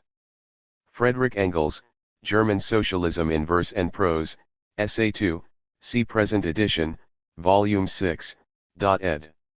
A reference to the journal Gesellschaftsspiegel, Mirror of Society, ed. 552 Friedrich Engels. Edification. The French Chamber of Deputies would read a course of lectures on political economy. But we have to point out that in the issues of the New York Volkstribun sent us. We have so far learned almost nothing at all, about the trade and industry of America. Lack of instructive information on the industrial and economic conditions of America, from which, after all, indeed, social reform always proceeds, etc. X. p. 56. The Volkstribun, a newspaper that seeks to carry on popular propaganda in America, is therefore blamed, not because it sets about its job wrongly, but because it omits to give the Gesellschaftsspiegel instructive information on things with which, in the manner demanded here at any rate, it has nothing whatever to do. Ever since Perseus caught hold of the material basis, which he does not know what to make of, he demands that everyone should give him information about it. In addition, Perseus also tells us that competition is ruining the small middle class, and that because of the heavy cloth luxury in the style of dress, is very burdensome. 12. p. 83. Perseus probably believes that a satin dress weighs as much as a suit of armor, and more of the like. And in order that the reader may be in no doubt about the material basis of the ideas of our Perseus, it is said in No. X. page 53. Herr Gutzkow would do well to acquaint himself first of all with the German science of society, so that recollections of the despised French communism, Babeuf, Cabet, do not get in his way, and page 52. German communism wants to bring about a society in which labor and enjoyment are identical and no longer separated from each other by an external remuneration. We have seen above what both the German science of society and the society which is to be brought about consist of, and we have not found ourselves in exactly the best society. As far as the comrades of the Knight of the Mirror are concerned, they bring about an extremely boring society. For a while they intended to play the part of Providence for the German townsman and villager. Without the knowledge and will of the Gesellschaftsspiegel, no Tyler fell off a roof or a small child into the water. Luckily for the Dorfzeitung, 151, for which this competition began to be dangerous, the Mirror fraternity soon gave up this wearisome activity. One after another they went to sleep from sheer exhaustion. In vain were all methods tried to rouse them, to inject. A note by Friedrich Schneck about the newspaper Volkstribun ed. The True Socialists, 553. New lifeblood into the journal. The petrifying influence of the Gorgon shield affected also the contributors. At the end our Perseus stood there alone with his shield and his material basis, the only sensitive breast among the corpses. 3. The impossible waistline of the massive nemesis collapsed in ruins, and the Gesellschaftsspiegel ceased to exist. Peace to its ashes. Meanwhile let us wheel round and look for another bright constellation in a neighboring region of the northern hemisphere.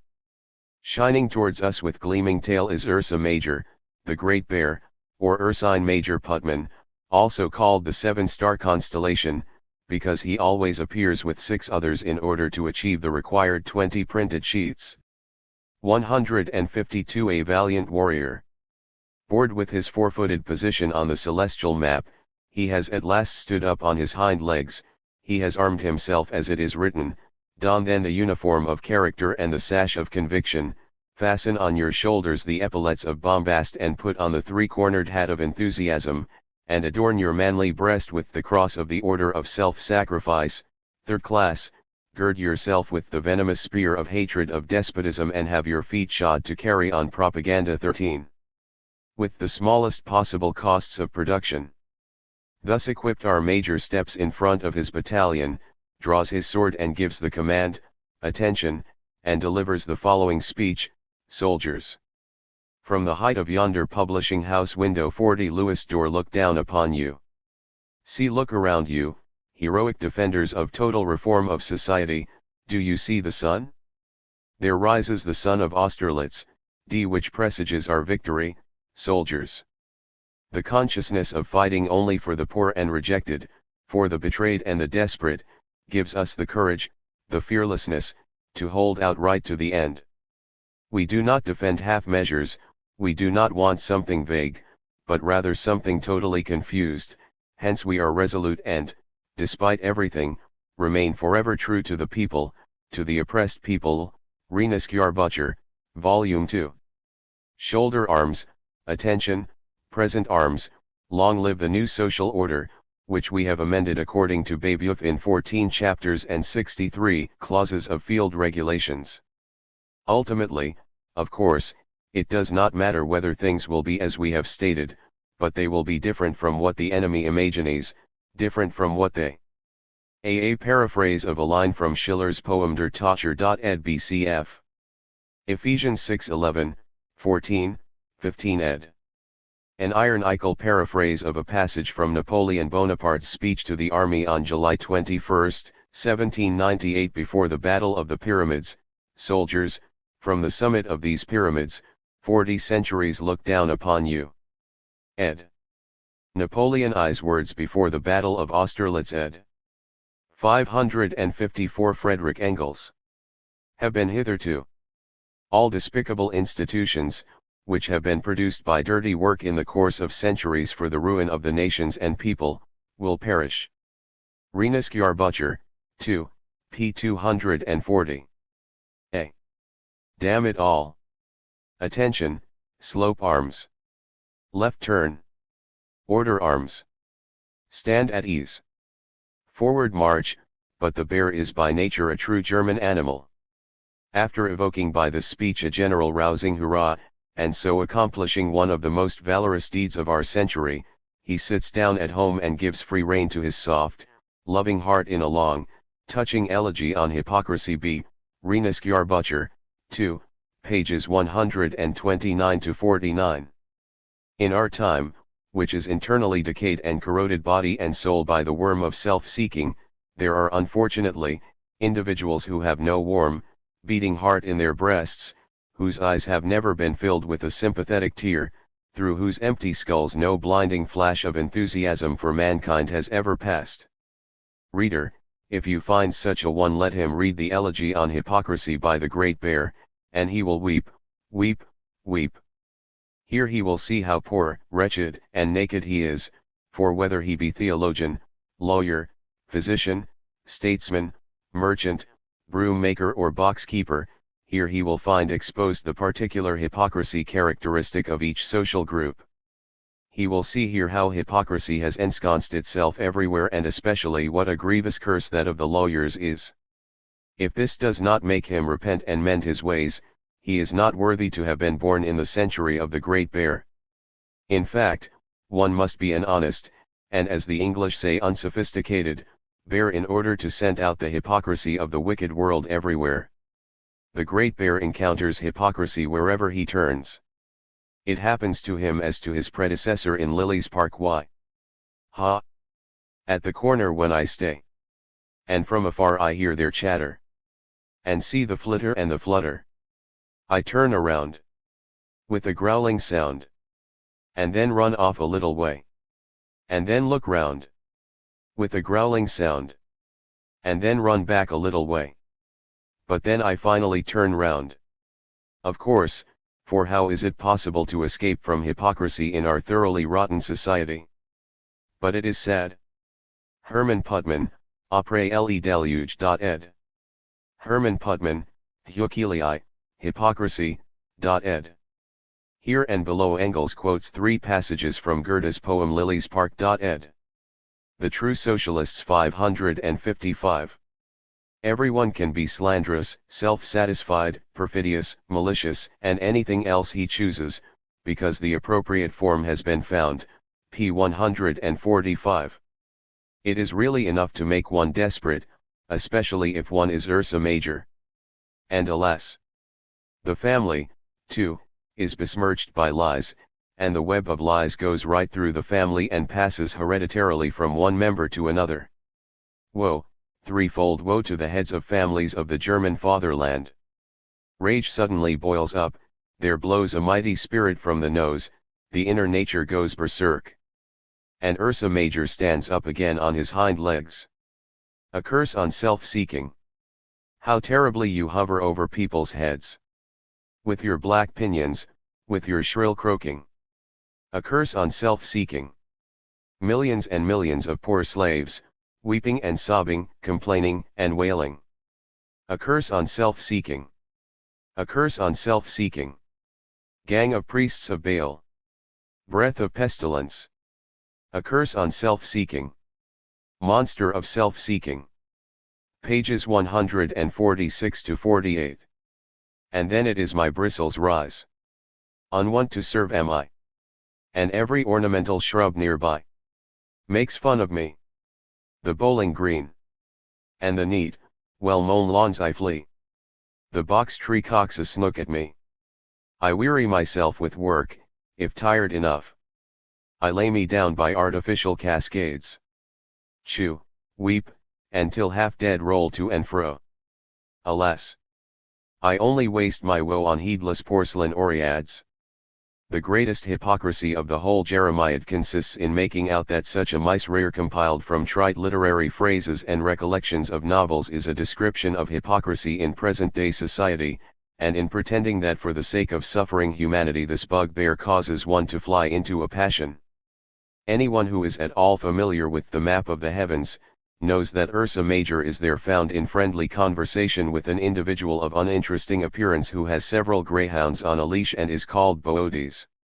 This conversation is reproduced in the Firmament of True Socialism on pages 241 to 56 of the Reneskjarbøker, Volume 2.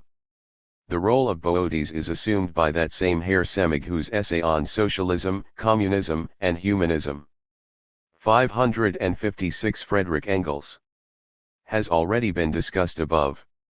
3. Thus we have come to the Saxon group, of which he is the most eminent star, for which reason he has written a little volume on Saxisk Zustande. In the passage which we quoted earlier, Ursa Major utters a well-satisfied growl about this little volume and recites whole pages from it with intense delight. These quotations suffice to characterize the booklet as a whole and are the more welcome since the writings of Boötes are otherwise unobtainable abroad. Although in his Saxisk Zustande Boötes has descended from the height of his speculation to real conditions, he still belongs with his entire Saxon group, as also Ursa Major, heart and soul, to the mode simple of true socialism.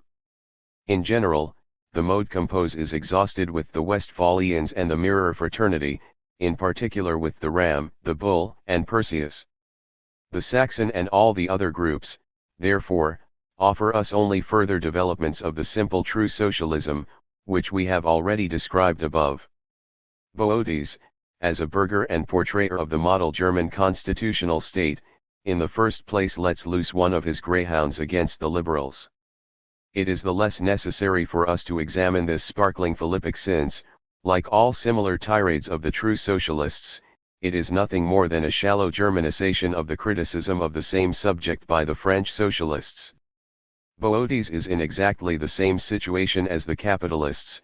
He possesses, to use his own words, the products produced by the workers of France and their literary representatives as a result of the blind inheritance of foreign capitals, Reneskjarbøker, 2, p. 256. He has not even translated them into German, for this had already been done by others before him. Cf. Deutsches Bürgerbuch, Reneskjarbøker, I, etc. He has merely enlarged this blind inheritance by some blindnesses which are not simply German, but of the particular Saxon kind. Thus, he says, Ibid, p. 243, that the liberals advocated public judicial proceedings in order to declaim their rhetorical exercises in the court of justice. Hence Boötes, in spite of his zeal against the bourgeoisie, capitalists, etc., sees in the liberals not so much these as their paid servants, the lawyers. The result of our Boötes' penetrating investigations of liberalism is noteworthy.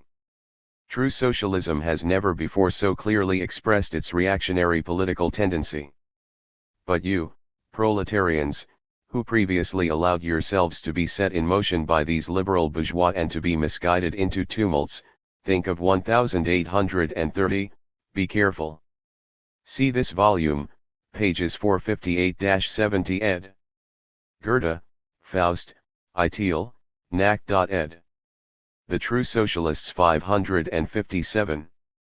Do not support them in their efforts and struggles, let them fight out alone what they, begin only in their own interests, above all do not at any time take part in political revolutions, which always emanate from a dissatisfied minority that, thirsting for power, would like to overthrow the ruling power and seize the government for itself, pages 245 to 46.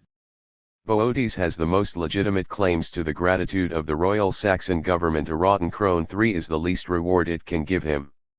If it were feasible that the German proletariat might follow his advice, the existence of the feudalistic, petty bourgeois, peasant bureaucratic model state of Saxony would be ensured for a long time. Boötes dreams that what is good for France and England, where the bourgeoisie rules, must also be good for Saxony, where it is still far from ruling.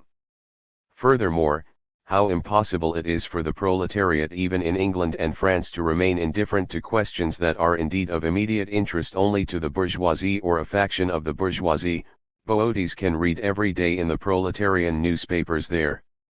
Such questions are, inter alia, in England the disestablishment of the Church, the so-called equitable adjustment 6 of the national debt, and direct taxation, in France the extension of the franchise to the petty bourgeoisie, the abolition of urban customs duties, etc. Finally, all Saxons celebrated freedom of thought is mere wind and froth, verbal combat, not because nothing is achieved by it and the bourgeoisie does not advance a single step, but because with its help you, the liberals, are not able to accomplish a fundamental cure of the sick society, p. 249. They are the less able to do so since they do not even regard society as being sick. Enough of this. On page 248 Boötes lets loose a second economic greyhound. In Leipzig, whole districts have newly come into being. Boötes knows of districts which do not come into being new but are old from the outset. As a result of this, however, a grievous disproportion has developed in regard to premises, in that there is an absence of dwellings at a medium price. For the sake of a high interest, it is supposed to mean a higher rent. Every builder of a new house designs it in such a way that it is only suitable for big households. Owing to the lack of other kinds of dwellings, many families are forced to rent bigger premises than they need or can pay for. Thus debts, attachment, protests of bills of exchange and so forth accumulate. This deserves a second. In short, the lower middle class is in fact to be ousted. One can only admire the primitive simplicity of this economic greyhound. Boötes sees that the lower middle class of the Arith of Rue, the highest order in Saxony ed b. These two words are in English in the manuscript ed. 558 Friedrich Engels. Enlightened town of Leipzig is being ruined in a way that is highly cheering for us. In our day, when all distinctions in the human species are being obliterated, p. 251, this phenomenon ought to be equally welcome to him, but on the contrary, it distresses him and makes him look for the cause of it. He finds this cause in the malice of the speculative builders, whose aim it is to house every small artisan and shopkeeper in a palace at an extortionate rent. The Leipzig builders of new houses, as Boötes explains in the most clumsy and confused Saxon language it cannot be called German, are superior to all laws of competition. They build dearer dwellings than their customers require. They do not adapt themselves to the state of the market, but to a high interest, and whereas everywhere else the consequence would be that they would have to let their dwellings at a lower price, in Leipzig they succeed in subjecting the market to their own bon plaisir and compelling the tenants to ruin themselves by high rents. Boötes has taken a gnat for an elephant, a temporary disproportion between demand and supply in the housing market for a permanent state of things, indeed for the cause of the ruin of the petty bourgeoisie. But Saxon socialism can be forgiven such simple-mindedness as long as it accomplishes a work worthy of man and for which men will bless it, p. 242. We know already that true socialism is a great hypochondriac. However, one might cherish the hope that Boötes, who showed such a pleasant audacity of judgment in the first volume of the Renasceur, would be free from this disease. By no means. On pages 252-253 Boötes lets loose the following whining greyhound and thereby throws Ursa Major into an ecstasy. The Dresden shooting match, a popular festival, and one can hardly step onto the meadow before being met with the wailing hurdy-gurdies of the blind, whose hunger is not satisfied by the constitution, and being revolted by the ballyhoo of the artists who by the contortions of their limbs entertain a society whose structure is itself monstrously and revoltingly contorted. When a tightrope walker stands on his head, that signifies for Boötes the present-day topsy-turvy world. The mystic significance of turning somersaults is bankruptcy. The secret of the egg dance is the career of the truly socialist writer who, in spite of all contortions, sometimes takes a false step and besmirches his whole material basis with egg yolk. A hurdy-gurdy signifies a constitution, which does not satisfy one's hunger. A Jew's harp signifies freedom of the press, which does not satisfy one's hunger, and an old clothes barrow signifies true socialism, which also does not satisfy one's hunger. The True Socialists 559. Immersed in this symbolism, Boötes wanders sighing through the crowd and so arrives, as Perseus did before, at the proud feeling of being the only sensitive breast among monsters. And there in the tents the brothel keepers carry on their shameless trade. There follows a long tirade about prostitution. Plague-breathing monster, you are the last fruit of our present-day society, not always the last, there may perhaps be subsequently an illegitimate child. I could tell stories of how a girl threw herself at the feet of a strange man. The story follows. I could tell stories, but no, I will not, for he has just told the story.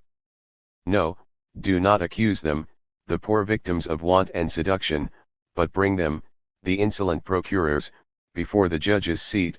No, no, not even them. What do they do except what others do? They carry on their trade, where all carry on trade, etc. Thus the true socialist has thrown off all blame from all individuals and shifted it onto society, which is inviolable. Così fan tutti, it is finally only a matter of remaining good friends with all the world.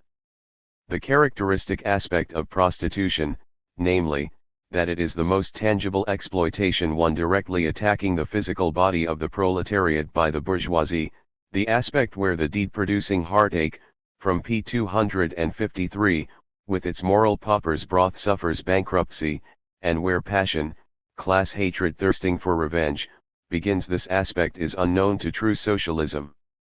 Instead it bewails in the prostitutes the ruined grocer's assistants and small craftsmen's wives in whom he can no longer admire the masterpiece of creation, the blossoms pervaded by the aroma of the holiest and sweetest feelings. Pauvre petit bonhomme. The flower of Saxon socialism is a small weekly sheet entitled Wäldchen, Blätter für die harmlose moderne Kritik, edited and published by G. Schlussel in Botzen. Thus the violets are in effect primroses. These tender flowers were described as follows in the Trierske Zeitung, January 12 of this year, by a Leipzig correspondent, who is also one of this group. In the Wäldchen we can welcome an advance, a development in Saxon belles lettres. Young as this journal is, it zealously seeks to reconcile the old Saxon political half-heartedness with the social theory of the present time. The old Saxon half-heartedness is not half-hearted enough for these arch-Saxons, they have to have it once more by reconciling it. Extremely inoffensive. Friedrich Schiller, Der Tochter. Ed. All do it, a saying derived from the title of Mozart's opera Così fan tutte, All Women Do It. Ed. See Violets. Leaves for inoffensive modern criticism. Ed. The German word used is Schlüsselblumen, i.e., primroses. Ed. 560 Friedrich Engels. We have only managed to see one of these violets, but, head shyly bowed, and all unknown, it was a darling violet. In this issue, the first of 1847, friend Boötes lays some pretty little verses as homage at the feet of inoffensive modern ladies. It is stated there, inter alia, of hate for tyranny, the thorn graces en women's tender hearts. A comparison the audacity of which in the meantime will surely have graced our Boötes' tender heart with a thorn that pricks his conscience. They glow not just with amorous arts. Should Boötes, who indeed could tell stories, but we're not tell them, because he has already told them, and who speaks of no other thorn than that of hate for tyranny, should this decent and cultured man be really capable of making the fair cheeks of women and maidens glow by means of ambiguous amorous arts?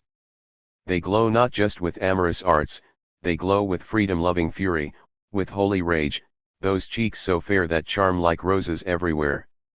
The glow of freedom-loving fury must, of course, be easily distinguishable by a chaster, more moral and brighter color from the dark red glow of amorous arts, especially for a man like Boötes, who can distinguish the thorn of hate for tyranny from all other thorns. The webm gives us an immediate opportunity of becoming acquainted with one of those beauties whose tender heart is graced by the thorn of hate for tyranny and whose fair cheeks glow with freedom-loving fury. Namely the Andromeda of the truly socialist firmament, Fräulein Louise Otto, the modern woman fettered to the rock of unnatural conditions and washed by the foam of ancient prejudices, provides an inoffensive modern criticism of the poetical works of Alfred Meissner.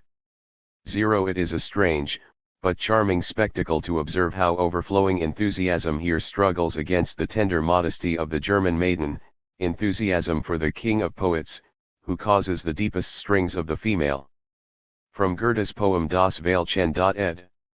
Here and below Engels quotes from Friedrich Hermann Semig's poem Eine Frau in Stammbuch.ed. Louise Otto, Alfred Meissner's newest poesy and.ed. The True Socialists 561. Heart to vibrate and draws from them tones of homage that border on deeper and tenderer sensations, tones which in their innocent frankness are the finest reward of the singer. Let us hear in all their naive originality these flattering admissions of a maiden's soul, for whom so much remains obscure in this wicked world. Let us hear and remember that to the pure all things are pure. Indeed, the deep soulfulness which pervades Meissner's poems can only be felt, but cannot be explained to those who are incapable of feeling it. These songs are the golden reflection of the fierce flames which blaze in the heart of the poet as a sacrifice on the altar of freedom, a reflection whose brilliance reminds us of Schiller's words, "Subsequent generations may overlook the author who was not more than his works." We feel here that this poet himself is something more than his beautiful songs, for sure, Fräulein Andromeda, for sure, that there is in him something inexpressible, something which passeth show, as Hamlet saves. O you foreboding angel, you! This something is what is lacking in so many modern poets of freedom, example entirely so in Hoffmann von Fallersleben and Prutz. Is this really the case, and in part also in Herweg and Freiligrath? This something is perhaps genius.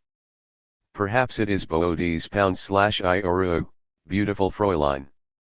Nevertheless, the same article states, criticism has its duty, but criticism appears to me to be very wooden in relation to such a poet. How maidenly! Certainly, a young, pure, girlish soul must appear to itself to be very wooden in relation to a poet who possesses such a wonderful something. We go on reading right to the last stanza, which ought to remain faithfully in the memory of all of us. And yet at last will come the dev.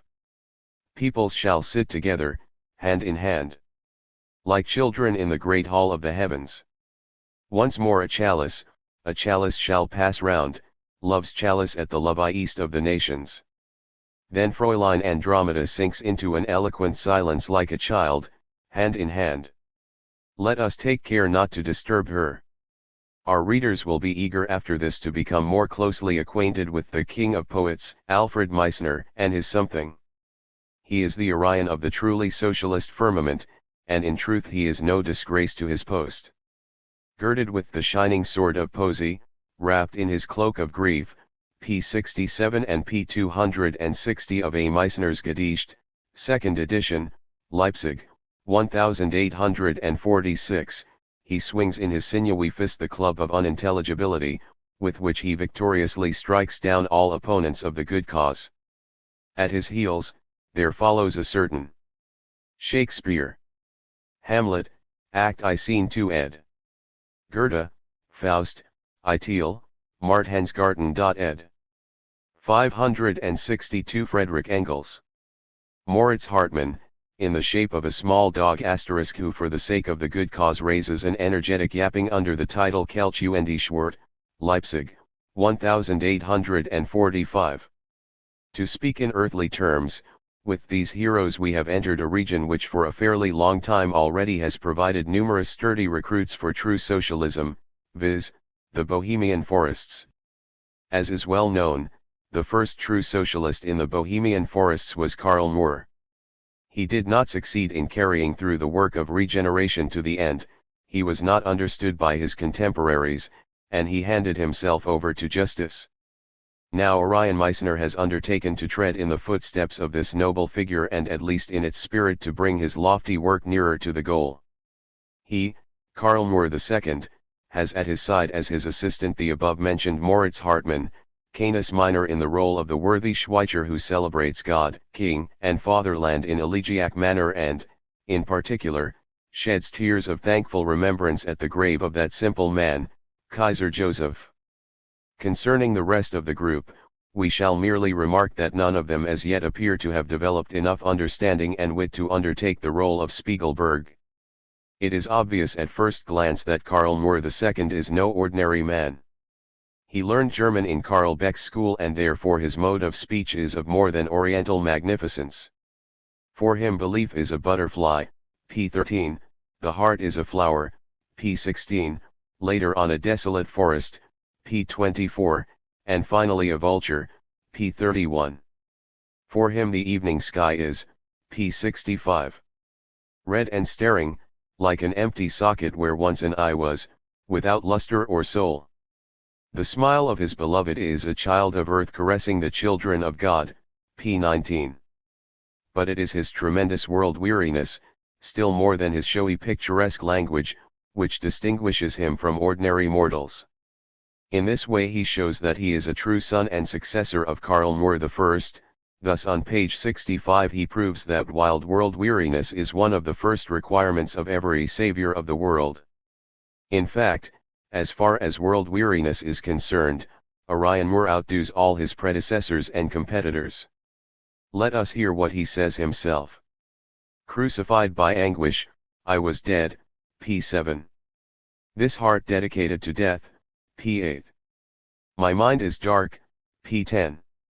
For him, ancient suffering laments in the desolate forest of the Canis Minor, the lesser dog, a constellation to the east of Orion ed. The True Socialists 563. Heart, p. 24. It would be better ne'er to have been born, but death, too, would be good, p. 29. In this most bitter, evil hour, when by the cold world you're rejected, admit, my heart, through bloodless lips that you're ineffably dejected, p. 30. On page 100 he bleeds from many a hidden wound, and on page 101 concern for mankind causes him to feel so unwell that he has to press his arms firmly like pincers, round his breast, which threatens to burst asunder, and on page 79 he is a crane that has been shot and cannot fly to the south in autumn with its fellows, with lead-pierced pinions it flounders in the bushes and flaps its broad, blood-stained wings p. 78. Whence comes all this suffering? Are all these laments merely everyday love moaning a la Werther increased by dissatisfaction because of the personal suffering of our poet? Not at all. Our poet has indeed suffered a great deal, but he has been able to derive a general aspect from all his suffering. He often indicates, example on page 64, that women have played him many mean tricks, the usual fate of Germans, especially poets, that he has had bitter experiences in his life, but all this merely proves for him the badness of the world and the need for an alteration of social conditions. It is not Alfred Meissner, but mankind, that has suffered in his person, and therefore from all his woes he only concludes that it is a great feat and a heavy burden of suffering to be a man. O heart, learn here, in the wilderness, however you may fare, the burden of being man bravely to bear, p. 66. O pain so sweet, O blessed curse, zero sweet distress of being a man, p. 90. In our unfeeling world such noble pain can count only on indifference, insulting rebuff, and ridicule. Such is the experience of Karl Moore II as well. We have already seen above that the cold world forgets him. In this respect he really fares very ill, that I might flee from man's cold ridicule, one built myself a prison, cold as the grave, p. 227. On one occasion he again takes courage, pale hypocrite, that reviles me without rest, tell me the pain that has not pierced my heart, the lofty passion that has not fired my breast, p. 212. But it is too much for him after all, he retires and, on page 65, goes into the wilderness and, on page 70, into the mountain desert. 564 Friedrich Engels. Just like Karl I. Here he has it explained to him by a stream because everything suffers, example the lamb torn to pieces by the eagle suffers, the falcon suffers, the reed that rustles in the wind suffers. How small then human woes are, and how indeed nothing is left for him but to rejoice and perish. Since, however, rejoicing does not really seem to come from his heart, and perishing does not seem to suit him at all, he rides forth in order to hear the voices on the heath. Here he fares even worse. 3 mysterious horsemen ride up to him one after the other and in rather dry words give him the good advice that he should get himself buried. Indeed, you would do better to burrow through dead leaves and die covered by grasses and the humid earth, p. 75. This is the crown of his sufferings. Human beings spurn him and his moaning, he turns to nature and here too he meets only with disagreeable faces and rude replies. And after Karl II's aching pain has thus flapped its broad, blood-stained wings in front of our eyes until we are disgusted, we find on page 211 a sonnet in which the poet believes he must defend himself. For dumb, concealing from the world my woe, I nurse my wounds and bear my scorching pain, because my mouth scorns idly to complain, of terrible experience makes no show v. But the Saviour of the world must be not only afflicted by pain but also wild. Hence a storm of passion rages wild within his breast, p. 24, when he loves, fiercely blaze his suns, p. 17, his loving is a flash of lightning, his poetry a storm, p. 68. We shall soon have examples showing how wild his wildness is. Let us rapidly glance through some of the socialist poems of Orion Moore. From page 100 to page 106 he flaps his broad, blood-stained wings in order during his flight to survey the evils of present-day society. In a frantic fit of wild world weariness he runs through the streets of Leipzig. Night is around him and in his heart. Finally, he comes to a stop. A mysterious demon comes up to him and in the tone of a night watchman asks him what he is doing in the street so late. Karl II, who was just then occupied in firmly pressing the pincers of his arms against his chest that was threatening to burst, Karl Moore with eyes like fiercely blazing suns looks the demon straight in the face and finally breaks into speech, p. 102. The True Socialists 565. Awakened from faith's starry night. This much I see in spirit's light. He of Golgotha has not yet brought salvation that this world has sought. This much Karl Moore II sees. By the desolate forest of his heart, by his cloak of grief, by the heavy yoke of being a man, by the lead-pierced pinions of our poet, and by everything else that Karl Moore II holds holy, it was not worth the trouble of running through the streets at night, of exposing his breast to the danger of bursting and of pneumonia, and of conjuring up a special demon, in order finally to impart this discovery to us. But let us hear some more. The demon is not yet pacified. Karl Moore II then relates how a young prostitute seized hold of his hand, thereby evoking in him all kinds of painful reflections, which at last voice themselves in the following apostrophe. Woman, for your misery, the blame is society's, which has no mercy. Pallid victim, sorry sight to see. On sin's heathen altar sacrificed, so that other women's purity in the home stay undefiled and chaste. p. 103.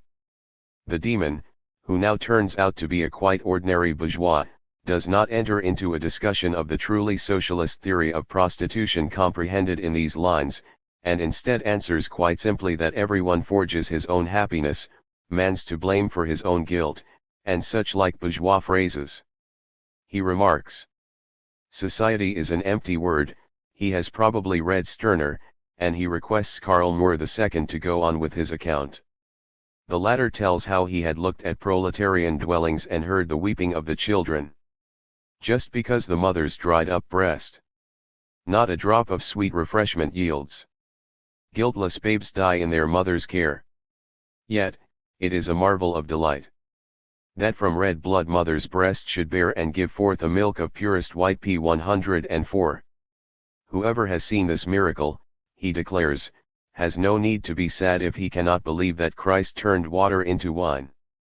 The story of the marriage of Cana seems to have greatly influenced our poet in favor of Christianity.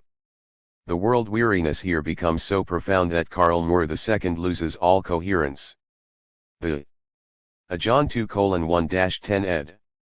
566 Friedrich Engels. Demoniacal bourgeois tries to calm him and makes him continue his report.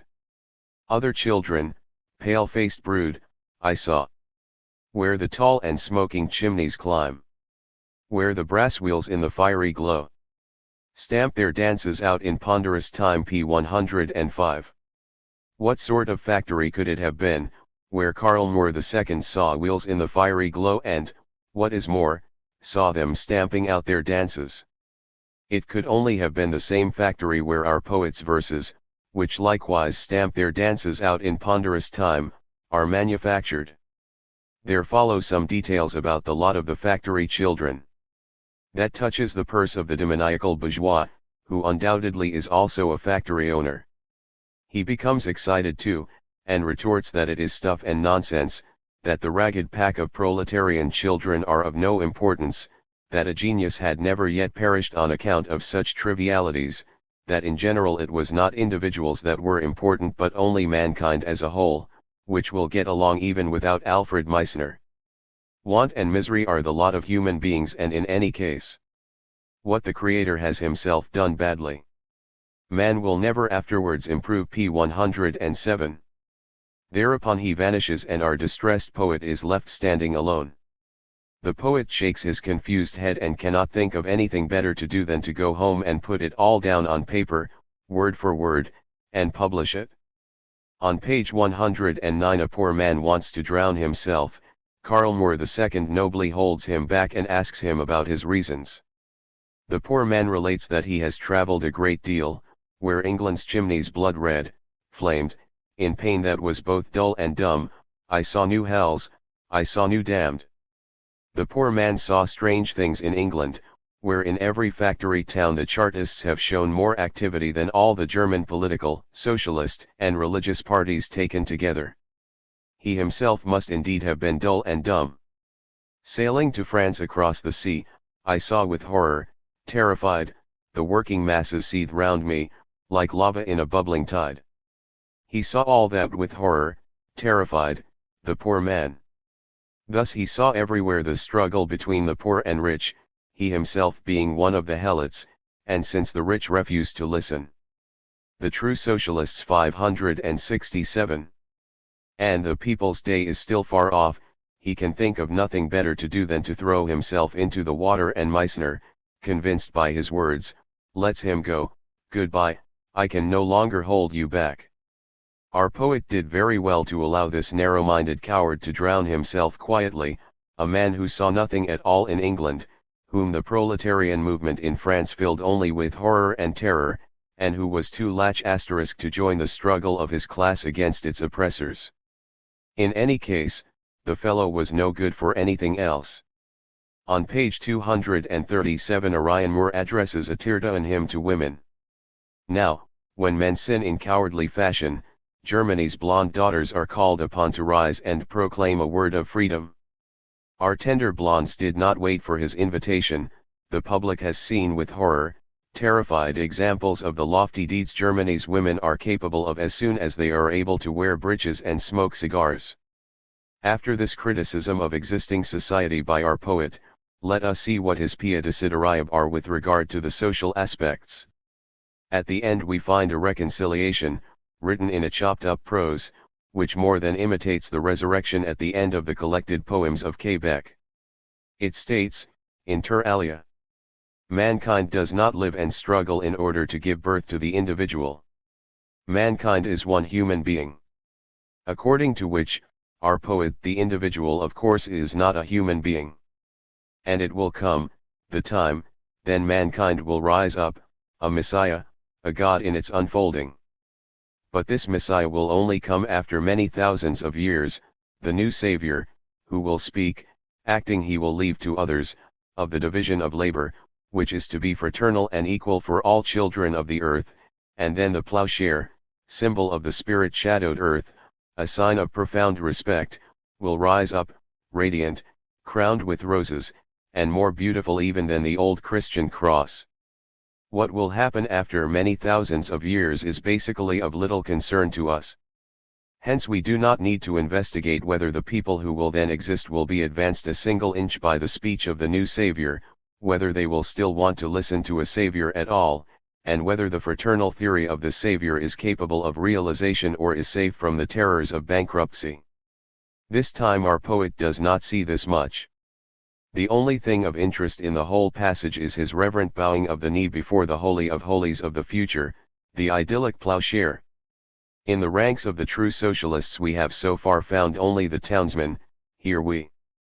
Cowardly ed. Pious wishes ed. 2020 86. 568 Friedrich Engels. Notice already that Karl II will show us also the villager in his Sunday attire. In fact, on page 154, we see him looking down from the mountain into a lovely Sunday-like valley where the peasants and shepherds with quiet joyfulness, blithely and with faith in God, carry on their daily work, and the cry was loud within my doubting hear. Oh, hear how blithely poverty can sing. Here need is no woman selling her bare flesh, it is a child, its nakedness is pure. I understood that man, so sorely tried, will only pious, blithe, and good become, when through hard work at earth's maternal breast he finds his place in blessed oblivion. And in order to pronounce still more clearly his serious opinion, he describes, on page 159, the domestic happiness of a country blacksmith and expresses the wish that his children, will never that contagion know on which in prideful exultation wicked men and fools bestow the name of culture, civilization. True socialism could not rest until the rural idyll had been rehabilitated alongside the urban idyll, and Gessner's shepherd scenes alongside La Fontaine's novels. In the shape of Herr Alfred Meissner, true socialism has adopted the position of Rousseau's Kinderfreund and from this lofty standpoint has proclaimed that it is man's fate to become countrified. Who would have expected such simple-mindedness from the poet of wild world weariness, from the owner of blazing suns, from Karl the Younger with his thunderbolts? In spite of his peasant-like longing for the peace of rural life, he declares that the big cities are his proper field of activity. Accordingly, our poet betook himself to Paris in order there, to see. With horror, terrified, the working masses seethe round him like lava in a bubbling tide. P. 111. Hellas. ILNN Futrine. 3. In a message from Paris published in the Grenzboten he declares that he is terribly disillusioned. The worthy poet looked everywhere for this seething mass of proletarians, even. Alas! Nothing came of it ed. Alfred Meissner, AUS Paris. Ed. The True Socialists 569.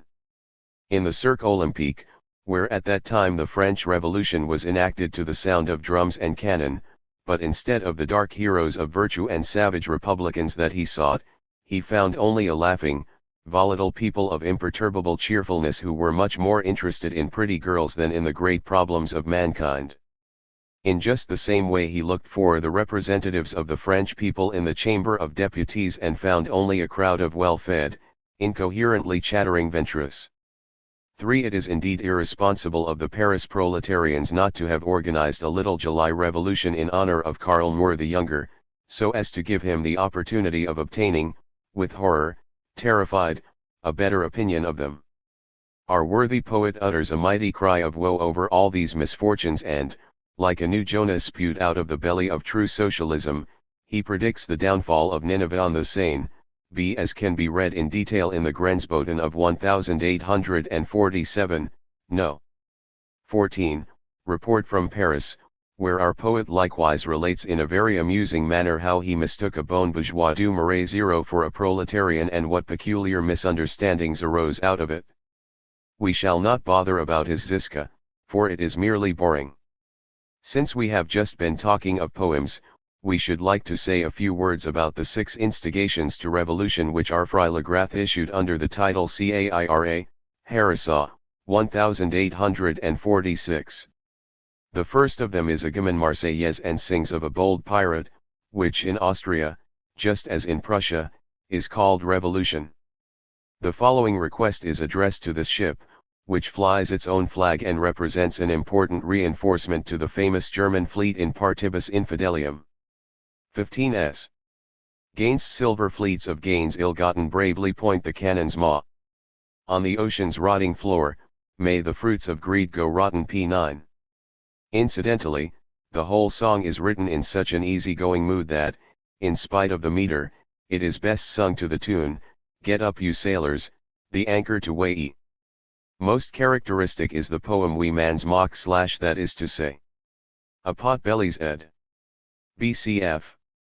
Jonah 2:1-10, 3:1-4 ed. A respectable citizen from Marais, a district of Paris, ed. Ferdinand Freilagrath, Voor der Vrijheid, Melodie der Marseillaise, ed.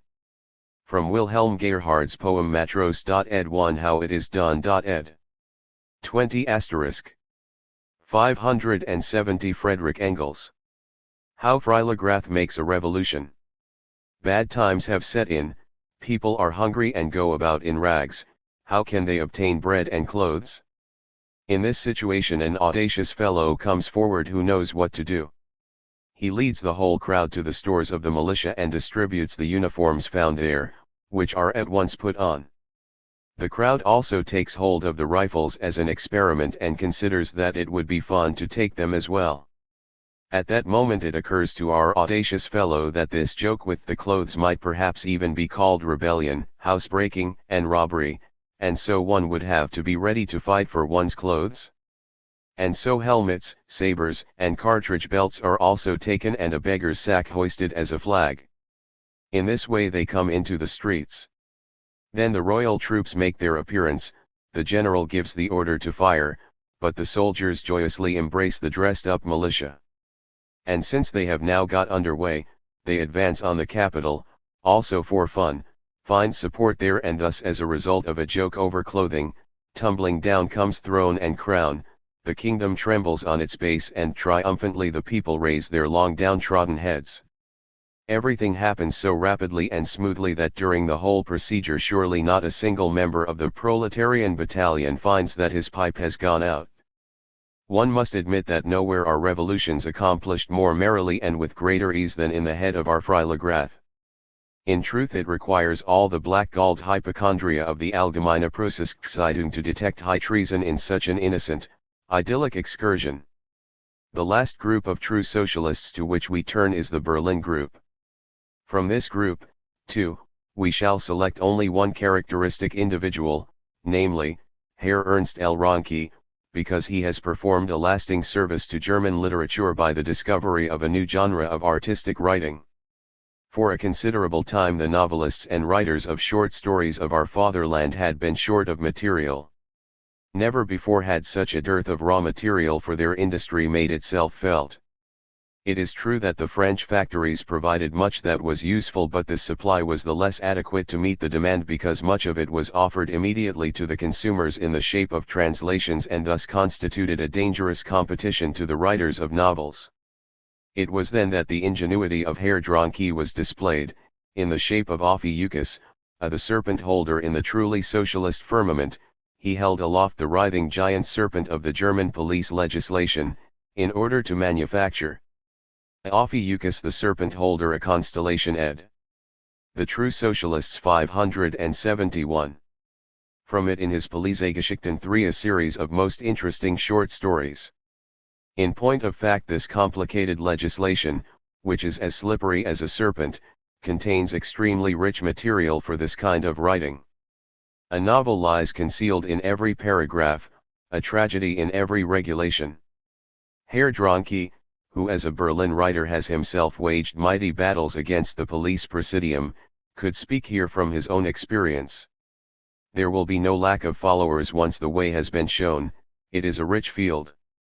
Prussian law, inter alia, is an inexhaustible source of tense conflicts and sensational incidents. In the legislation on divorce, alimony, and the bridal wreath alone, not to speak of the chapters on unnatural private pleasures, the whole of the German novel industry can find raw material for centuries. Moreover, nothing is easier than to work up such a paragraph in poetic form. The conflict and its solution is ready-made there.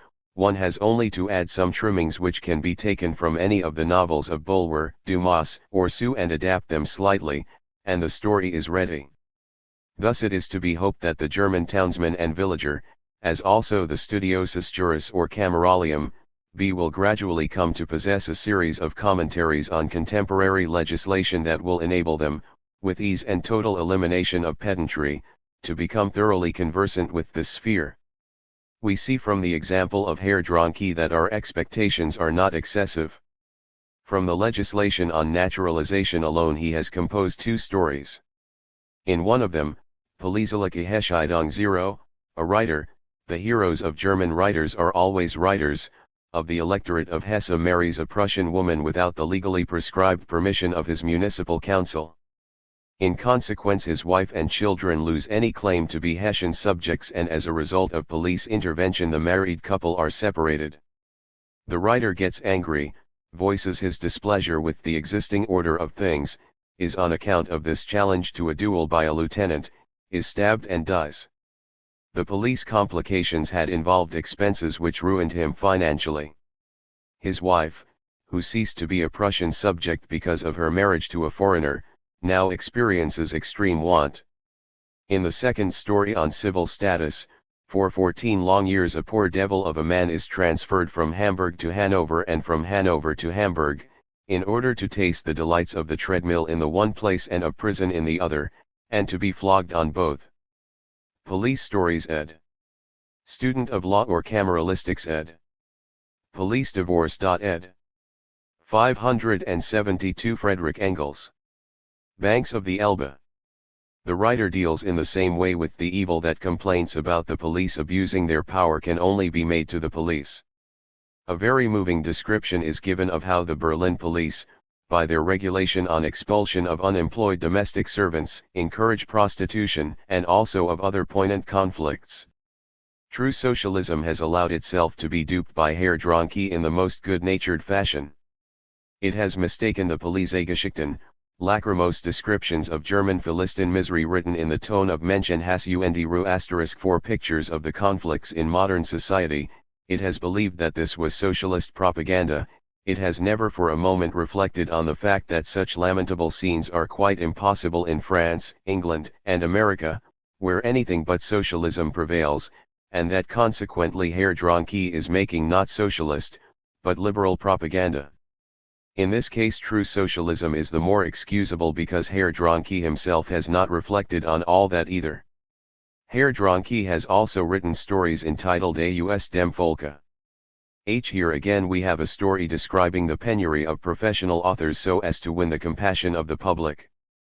This narrative seems to have inspired Freiligrath to write the touching poem in which he begs for sympathy for the writer and exclaims, he, too, is a proletarian. 0. When things reach the stage when the German proletarians settle their accounts with the bourgeoisie and the other propertied classes, they will, by means of lamp posts, 154 show the knights of the pen, the lowest of all venal classes, how far they are proletarians.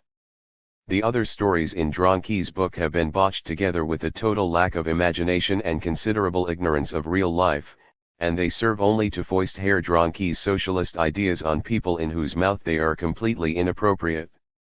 In addition, Herr Dronke has written a book about Berlin which is abreast of modern science, that is to say, it contains a variegated medley of young Hegelian, Bauers, Feuerbachs, Stirners, true socialist and communist views, such as have come into circulation in the literature of recent years.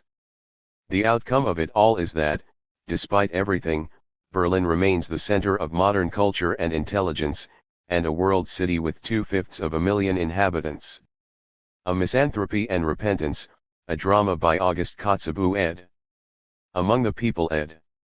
C. Ferdinand Freiligrath, Requiescat. ed. Ernst Dronke, Berlin ed. The True Socialists 573. The competition of which Paris and London should take heed of. There are even grisettes in Berlin, but God knows they are what you might expect. The Berlin Circle of True Socialists includes Herr Friedrich Sass, who has also written a book about the city which is his spiritual home. 3. But so far we have only had occasion to see one of this author's poems, printed on page 29 of Putman's album, a book which we shall presently discuss in more detail. This poem sings of the future of old Europe in the manner of Lenore started up from sleep zero with the most repulsive expressions that our author could find in the entire German language and with the greatest possible number of grammatical mistakes. The socialism of Herr Sass reduces itself to the idea that Europe, the unchanged asked woman, will shortly perish, your wooer is the graveyard worm. Dust here amid the marriage storm the Cossacks and the Tatar horde that ride across your rotting bed. Alongside Asia's barren tomb your sarcophagus will find room the giant corpses, old and grey, are bursting, and are giving way as Memphis and Palmyra burst. The savage eagle builds its nest o'er your decaying brow, you strumpet, ancient now. It is clear that the imagination and language of the poet have burst no less than his conception of history. With this glance into the future we shall conclude our review of the various constellations of true socialism. It is indeed a brilliant series of constellations that have passed in front of our telescope. It is the brightest half of the sky that has been occupied by true socialism with its army. As the Milky Way enveloping all these lustrous stars with its tender gleam of bourgeois philanthropy, there is the Zeitung, a newspaper that has identified itself body and soul with true socialism. No event that even most remotely affects true socialism can take place without the Zeitung enthusiastically entering the lists. From Lieutenant Anneke to Countess Hatzfeld, from the Bielefeld Museum to Madame Aston, the Zeitung has fought in behalf of true socialism with an energy that has caused its. Friedrich Sass, Berlin in seiner neuesten Zeit und Entwicklung ed. De Alten Europas Zukunft, a poem by Friedrich Sass ed. The first line of Gottfried August Berger's poem Lenore. Ed. 574 Friedrich Engels. Brow to be bathed in a noble perspiration. It is in the most literal sense a Milky Way of tenderness, mercy, and love of mankind, and it is only in very rare cases that it offers sour milk. Tranquilly and undisturbed, as befits a proper Milky Way, may it continue in its course, providing Germany's valiant citizens with the butter of soft-heartedness and the cheese of Philistinism. It need not be afraid that anyone will skim off the cream, for it is too watery to have any. In order, however, that we may take our leave of true socialism with unruffled cheerfulness, it has prepared for us a final feast in the form of the album published by H. Putman, Borna, near Reich, 1847. Under the aegis of the Great Bear, a girandole is produced here as brilliant as any to be seen at the Easter festival in Rome. All the socialist poets have, either voluntarily or under compulsion, contributed rockets which rise into the sky in hissing, glittering sheaves, and explode in the air with a loud report into a million stars, magically turning the night of the conditions around us into the light of day. But, alas, the beautiful spectacle lasts only a second. The firework burns out and leaves behind only a thick smoke which makes the night appear even darker than it really is, a smoke through which there shine only the 7 poems of Heine as constant bright stars, which to our great astonishment and to the considerable embarrassment of the Great Bear have appeared in this society. Let us, however, not be disturbed by this, nor object because several of Werther's things that are reprinted here are bound to feel uncomfortable in such company, but let us enjoy the full impression of the fireworks. 155 We find very interesting themes treated here. 3 or 4 times spring is praised with all the display of which true socialism is capable. No less than 8 seduced girls are presented to us from all possible points of view. We are enabled to see here not only the act of seduction, but also its consequences. Each main period of pregnancy is represented by at least one individual. Afterwards, as is fitting, comes childbirth, and in its train infanticide or suicide. It is only to be regretted that Schiller's child murderess has not been included as well. The editor, however, may have thought that it was enough to have the well-known cry, "Joseph, Joseph," etc., echoing through the whole book. A stanza to the tune of a well-known lullaby may serve as evidence of the quality of these songs of seduction. Herr Ludwig Kohler sings on page 299. From Schiller's poem Die Kindesmorderin. Ed. The True Socialists 575. Weep, mother, weep. She is sick, your cherished one. Weep, mother, weep. For her innocence is gone. Your advice, child, guard your honor, was entirely lost upon her. In general, the album is a true apotheosis of crime. Besides the above-mentioned numerous cases of infanticide, Herr Karl sings of a forest misdeed, 3, and the Swabian Hiller who murdered his 5 children is celebrated in a short poem by Herr Johannes Scher, and in an interminable poem by Ursa Major himself. One would think that one was at a German fair where the organ grinders keep on playing their murder stories. Crimson child, you child of hell, say, what was your life like here? You and your dread murder hole made all people shrink in fear. Human beings 96 perished by the villain's deed, for the killer broke their necks, took their lives with utmost speed, etc. It is difficult to make a choice among these young and vigorous poets and their productions, which are full of vital warmth, for basically it does not matter whether the name is Theodor Opitz or Karl Eck, Johannes Scher or Joseph Schweitzer, the things are all equally beautiful. Let us take some at random. First of all we find once again our friend Boötes Smig, who is engaged in elevating spring to the speculative heights of true socialism. P. 35. Be awake. Awake. For spring will soon be coming o'er hill and dale, with movement of the storm unfettered freedom makes her way. What kind of freedom this is, we are told at once. Why gaze upon the cross so slavishly? No free man to that God will bend the knee who felled the oak trees of the fatherland and made the very gods of freedom flee. That is to say, the freedom of the Germanic primeval forests, in whose shade Boötes can tranquilly reflect on socialism, communism, and humanism, and foster at will the thorn of hate for tyranny. About this last we learn, there is no rose that blooms without a thorn. Awald Fravel. Ed. Frühlingsruhe F. Ed. 576 Friedrich Engels. Consequently, it can be hoped that the budding rose Andromeda, too, will soon find an appropriate thorn and then no longer appear so wooden to herself as previously. Boötes acts also in the interests of the Veil Chen, which it is true did not then exist, by publishing here an unusual poem, the title and refrain of which consist of the words, "By violets. By violets. By violets." P. 38. Herr Nhsa exerts himself with praiseworthy zeal to bring into being 32 pages of long line verse, without advancing a single idea in it. There is, for instance, a proletarian's song, p. 166. The proletarians come out into the lap of nature. If we wanted to say from where they come out, there would be no end to it, and after long preambles finally decide on the following apostrophe: Nature, O thou mother of all beings, all thou wouldst with love refresh and strengthen, all thou hast to utmost bliss predestined, great beyond all can thou art and lofty. Listen, then, to our resolves most holy. Hear what we would vow to thee sincerely. Bear the tidings to the sea, ye rivers, spring wind, breathe it through the darkling pine trees. With that a new theme has been broached, and for quite a space the poem continues in this strain.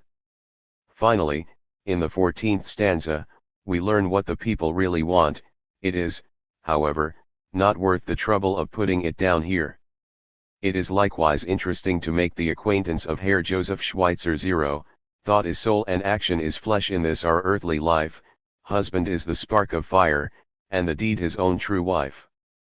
to which is adjoined in an unaffected way what Herr J. Schweitzer wants, namely, I will crackle, I will blaze, freedom's light in wood and plain, till the enormous water bucket, death, shall douse my spark again, p. 213. His wish is fulfilled. In these poems it crackles to his heart's content, and he is also a spark, as is evident at the first glance. But he is a delightful spark. A Neuhaus ed. Proletarierlied.ed. The following quotations are from Schweitzer's poems Die Parole and Leipzig.ed. The True Socialists 577. Head held high and knuckles clenched. There I stand, made happy, free, p. 216. In this posture he must have been priceless. Unfortunately, the Leipzig August riot 156 drew him on the street, and there he witnessed moving things. A tender human bud, before me, in full view. Oh shame, oh horror! Sucking up in greedy draughts its shining drops of deadly dew, p. 217. Hermann Uerbeck, too, does not disgrace his Christian name. On page 227 he begins a battle song, which was undoubtedly already roared out by the Cherusei in the Teutoburg woods: for freedom, for the being within, we bravely fight. Is this perhaps a battle song for pregnant women? And not for gold or medals? Nor yet for vain delight. We struggle hard for future generations, etc. In a second poem, p. 229b, we learn: human feelings all are holy. Purest thought is holy too. When they meet with thought and feelings, pass away all spirits do. Just as such verses are liable to make our thought and feelings pass away. We warmly love the good, the beautiful in this world. We toil and we create, ever in man's true field. And our labor in this field is rewarded with a harvest of sentimental doggerel that even Ludwig of Bavaria could not have produced. Herr Richard Reinhardt is a quiet and sedate young man. He steps in gentle calm along the path of quiet self-development and provides us with a birthday poem in Die junge Menschheit, in which he contents himself with singing of the loving Son of Freedom, pure love's own radiant freedom light, and loving peace's friendly light, pages 234, 236. A Schlachtlied.ed. Lied, song.ed. 578 Friedrich Engels. These 6 pages raise our spirits. Love occurs 16 times, light 7 times, the sun 5 times, freedom 8 times, not to speak of stars, lucidities, days, raptures, joys, peace, roses, passions, truths, and other subsidiary spices of human existence. If one has had the good fortune to be sung of in this way, one can truly go in peace to the grave. But why should we dwell on these bungalows when we can behold such masters as Herr Rudolf Schwertlein and Ursa Major? Let us leave all those rather amiable but very imperfect attempts to their fate and turn to the consummation of socialist poesy. Herr Rudolf Schwertlein sings boldly onwards. We are the riders of life. Hurrah, ter asterisk. Whither, O riders of life? We're riding into death. Hurrah! We're blowing on our trumpets. Hurrah, ter. What blow you on your trumpets? We blast, we blow of death. Hurrah! The army is left behind. Hurrah, ter. What does it do behind? It sleeps the eternal sleep. Hurrah! Hark! Do enemy trumpets sound? Hurrah, ter. Oh woe to you, poor trumpeters! We ride now into death. Hurrah! pp 199, 200. Oh woe, you poor trumpeter! We see that the rider of life not only rides with jubilant courage into death, he rides just as audaciously into the most utter nonsense, in which he feels as happy as a tick in a sheep. See a few pages farther on: the rider of life opens fire. D. We are so wise, we know 1,000 things. Progress impetuous has brought us far. Yet when your boat across the waves you steer, the spirits I will rustle round your ear. P. 204. One could wish that a really solid body will very soon rustle round the ear of the rider of life so as to drive away the spirit rustling. Just bite an apple.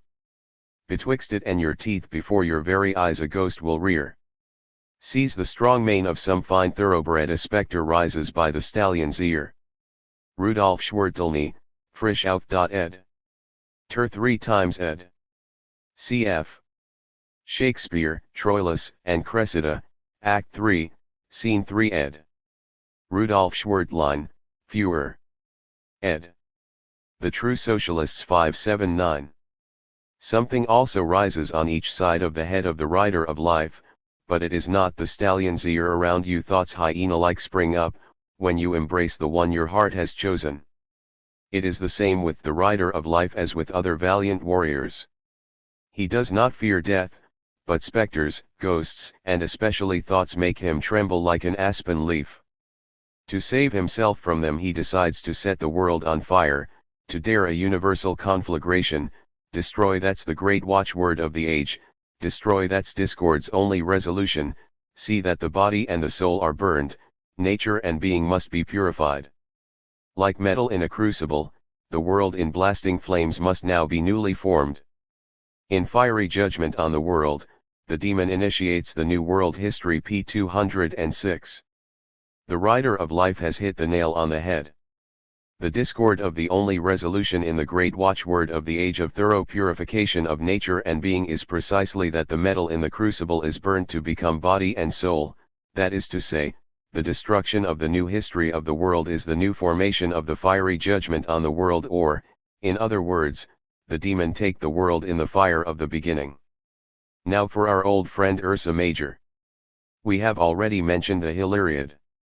This begins with a great truth: you people in God's grace can never grasp how hard the world seems to a ragamuffin, one never can get free. P. 256. After compelling us to listen to the whole story of woe in the minutest detail, Ursa Major once again breaks out into hypocrisy. Woe, woe to you, you heartless, wicked world, accursed be forever. And you too, damned gold. It was through you this murder did occur, you played your part, you monstrous money bags. The children's blood is on your head alone. The truth is spoken by my poet's mouth, I fling it in our face, and I await the striking of the hour that spells revenge. P. 262. Might it not be thought that Ursa Major commits here an act of the most terrifying recklessness by flinging truths from his poets? A Hermann Putman's poem. Johann Hiller. Ed. 580. Friedrich Engels. Mouth into people's faces? There is no need for alarm, however, one need not tremble for his liver and his safety. The rich do as little harm to the great bear as he does to them. But, in his opinion, one should either have had old Hiller's head cut off, or, the softest down on earth you ought to lay with greatest care beneath the murderer's head, so for your blessing he while fast asleep forgets the love of which you have deprived him. And when he wakes there ought to be around him 200 harps that sound sweet melodies. So never more the children's dying gasps shall lacerate his ear or break his heart. And more still for atonement it should be the loveliest that love can contrive, perhaps that would relieve your sense of guilt, and set your conscience finally at rest. P. 263. That is indeed the acme of bonhomie, the very truth of true socialism. For your blessing, a tranquil conscience. Ursa Major has become childish and relates tales for the nursery. It is known that he still awaits the striking of the hour that spells revenge. But much more cheerful still than the Hilariad are the graveyard idols. 3. First of all he sees the burial of a poor man and laments of his widow, then that of a young man who was killed in the war and who was the sole support of his aged father, then that of a child murdered by its mother, and finally that of a rich man. Having seen all that, he begins to think, and lo and behold, my vision bright and clear became, and deep into the grave its rays did pierce. P. 284. Unfortunately, it did not become sufficiently clear to pierce deep into his verse. The most mysterious was revealed to me. On the other hand, what has been revealed to all the world, namely, the appalling worthlessness of his verse, has remained completely mysterious to him. And the clear-sighted bear saw how in a trice the greatest miracles occurred. The fingers of the poor man turned into coral and his hair into silk, and consequently his widow became very rich. From the soldier's grave flames leap out that devour the king's palace. From the child's grave there springs up a rose whose perfume penetrates to the mother in her prison, and the rich man, owing to the transmigration of souls, becomes an adder, with regard to which Ursa Major allows himself the private Friedhofseideland. Ed.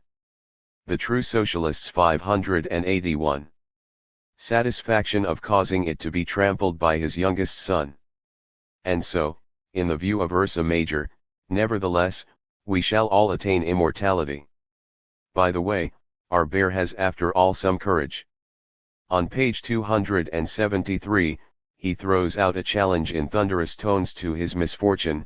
He defies it, for, within my heart a mighty lion sits. TT is so valiant, powerful, and swift against its claws you should be on your guard. D. Indeed, Ursa Major feels the lust for battle, and fears no wounds.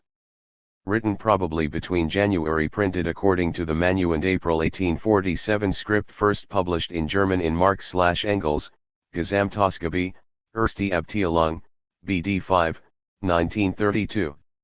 Hermann Putman, Trotz de Proletariers. Ed.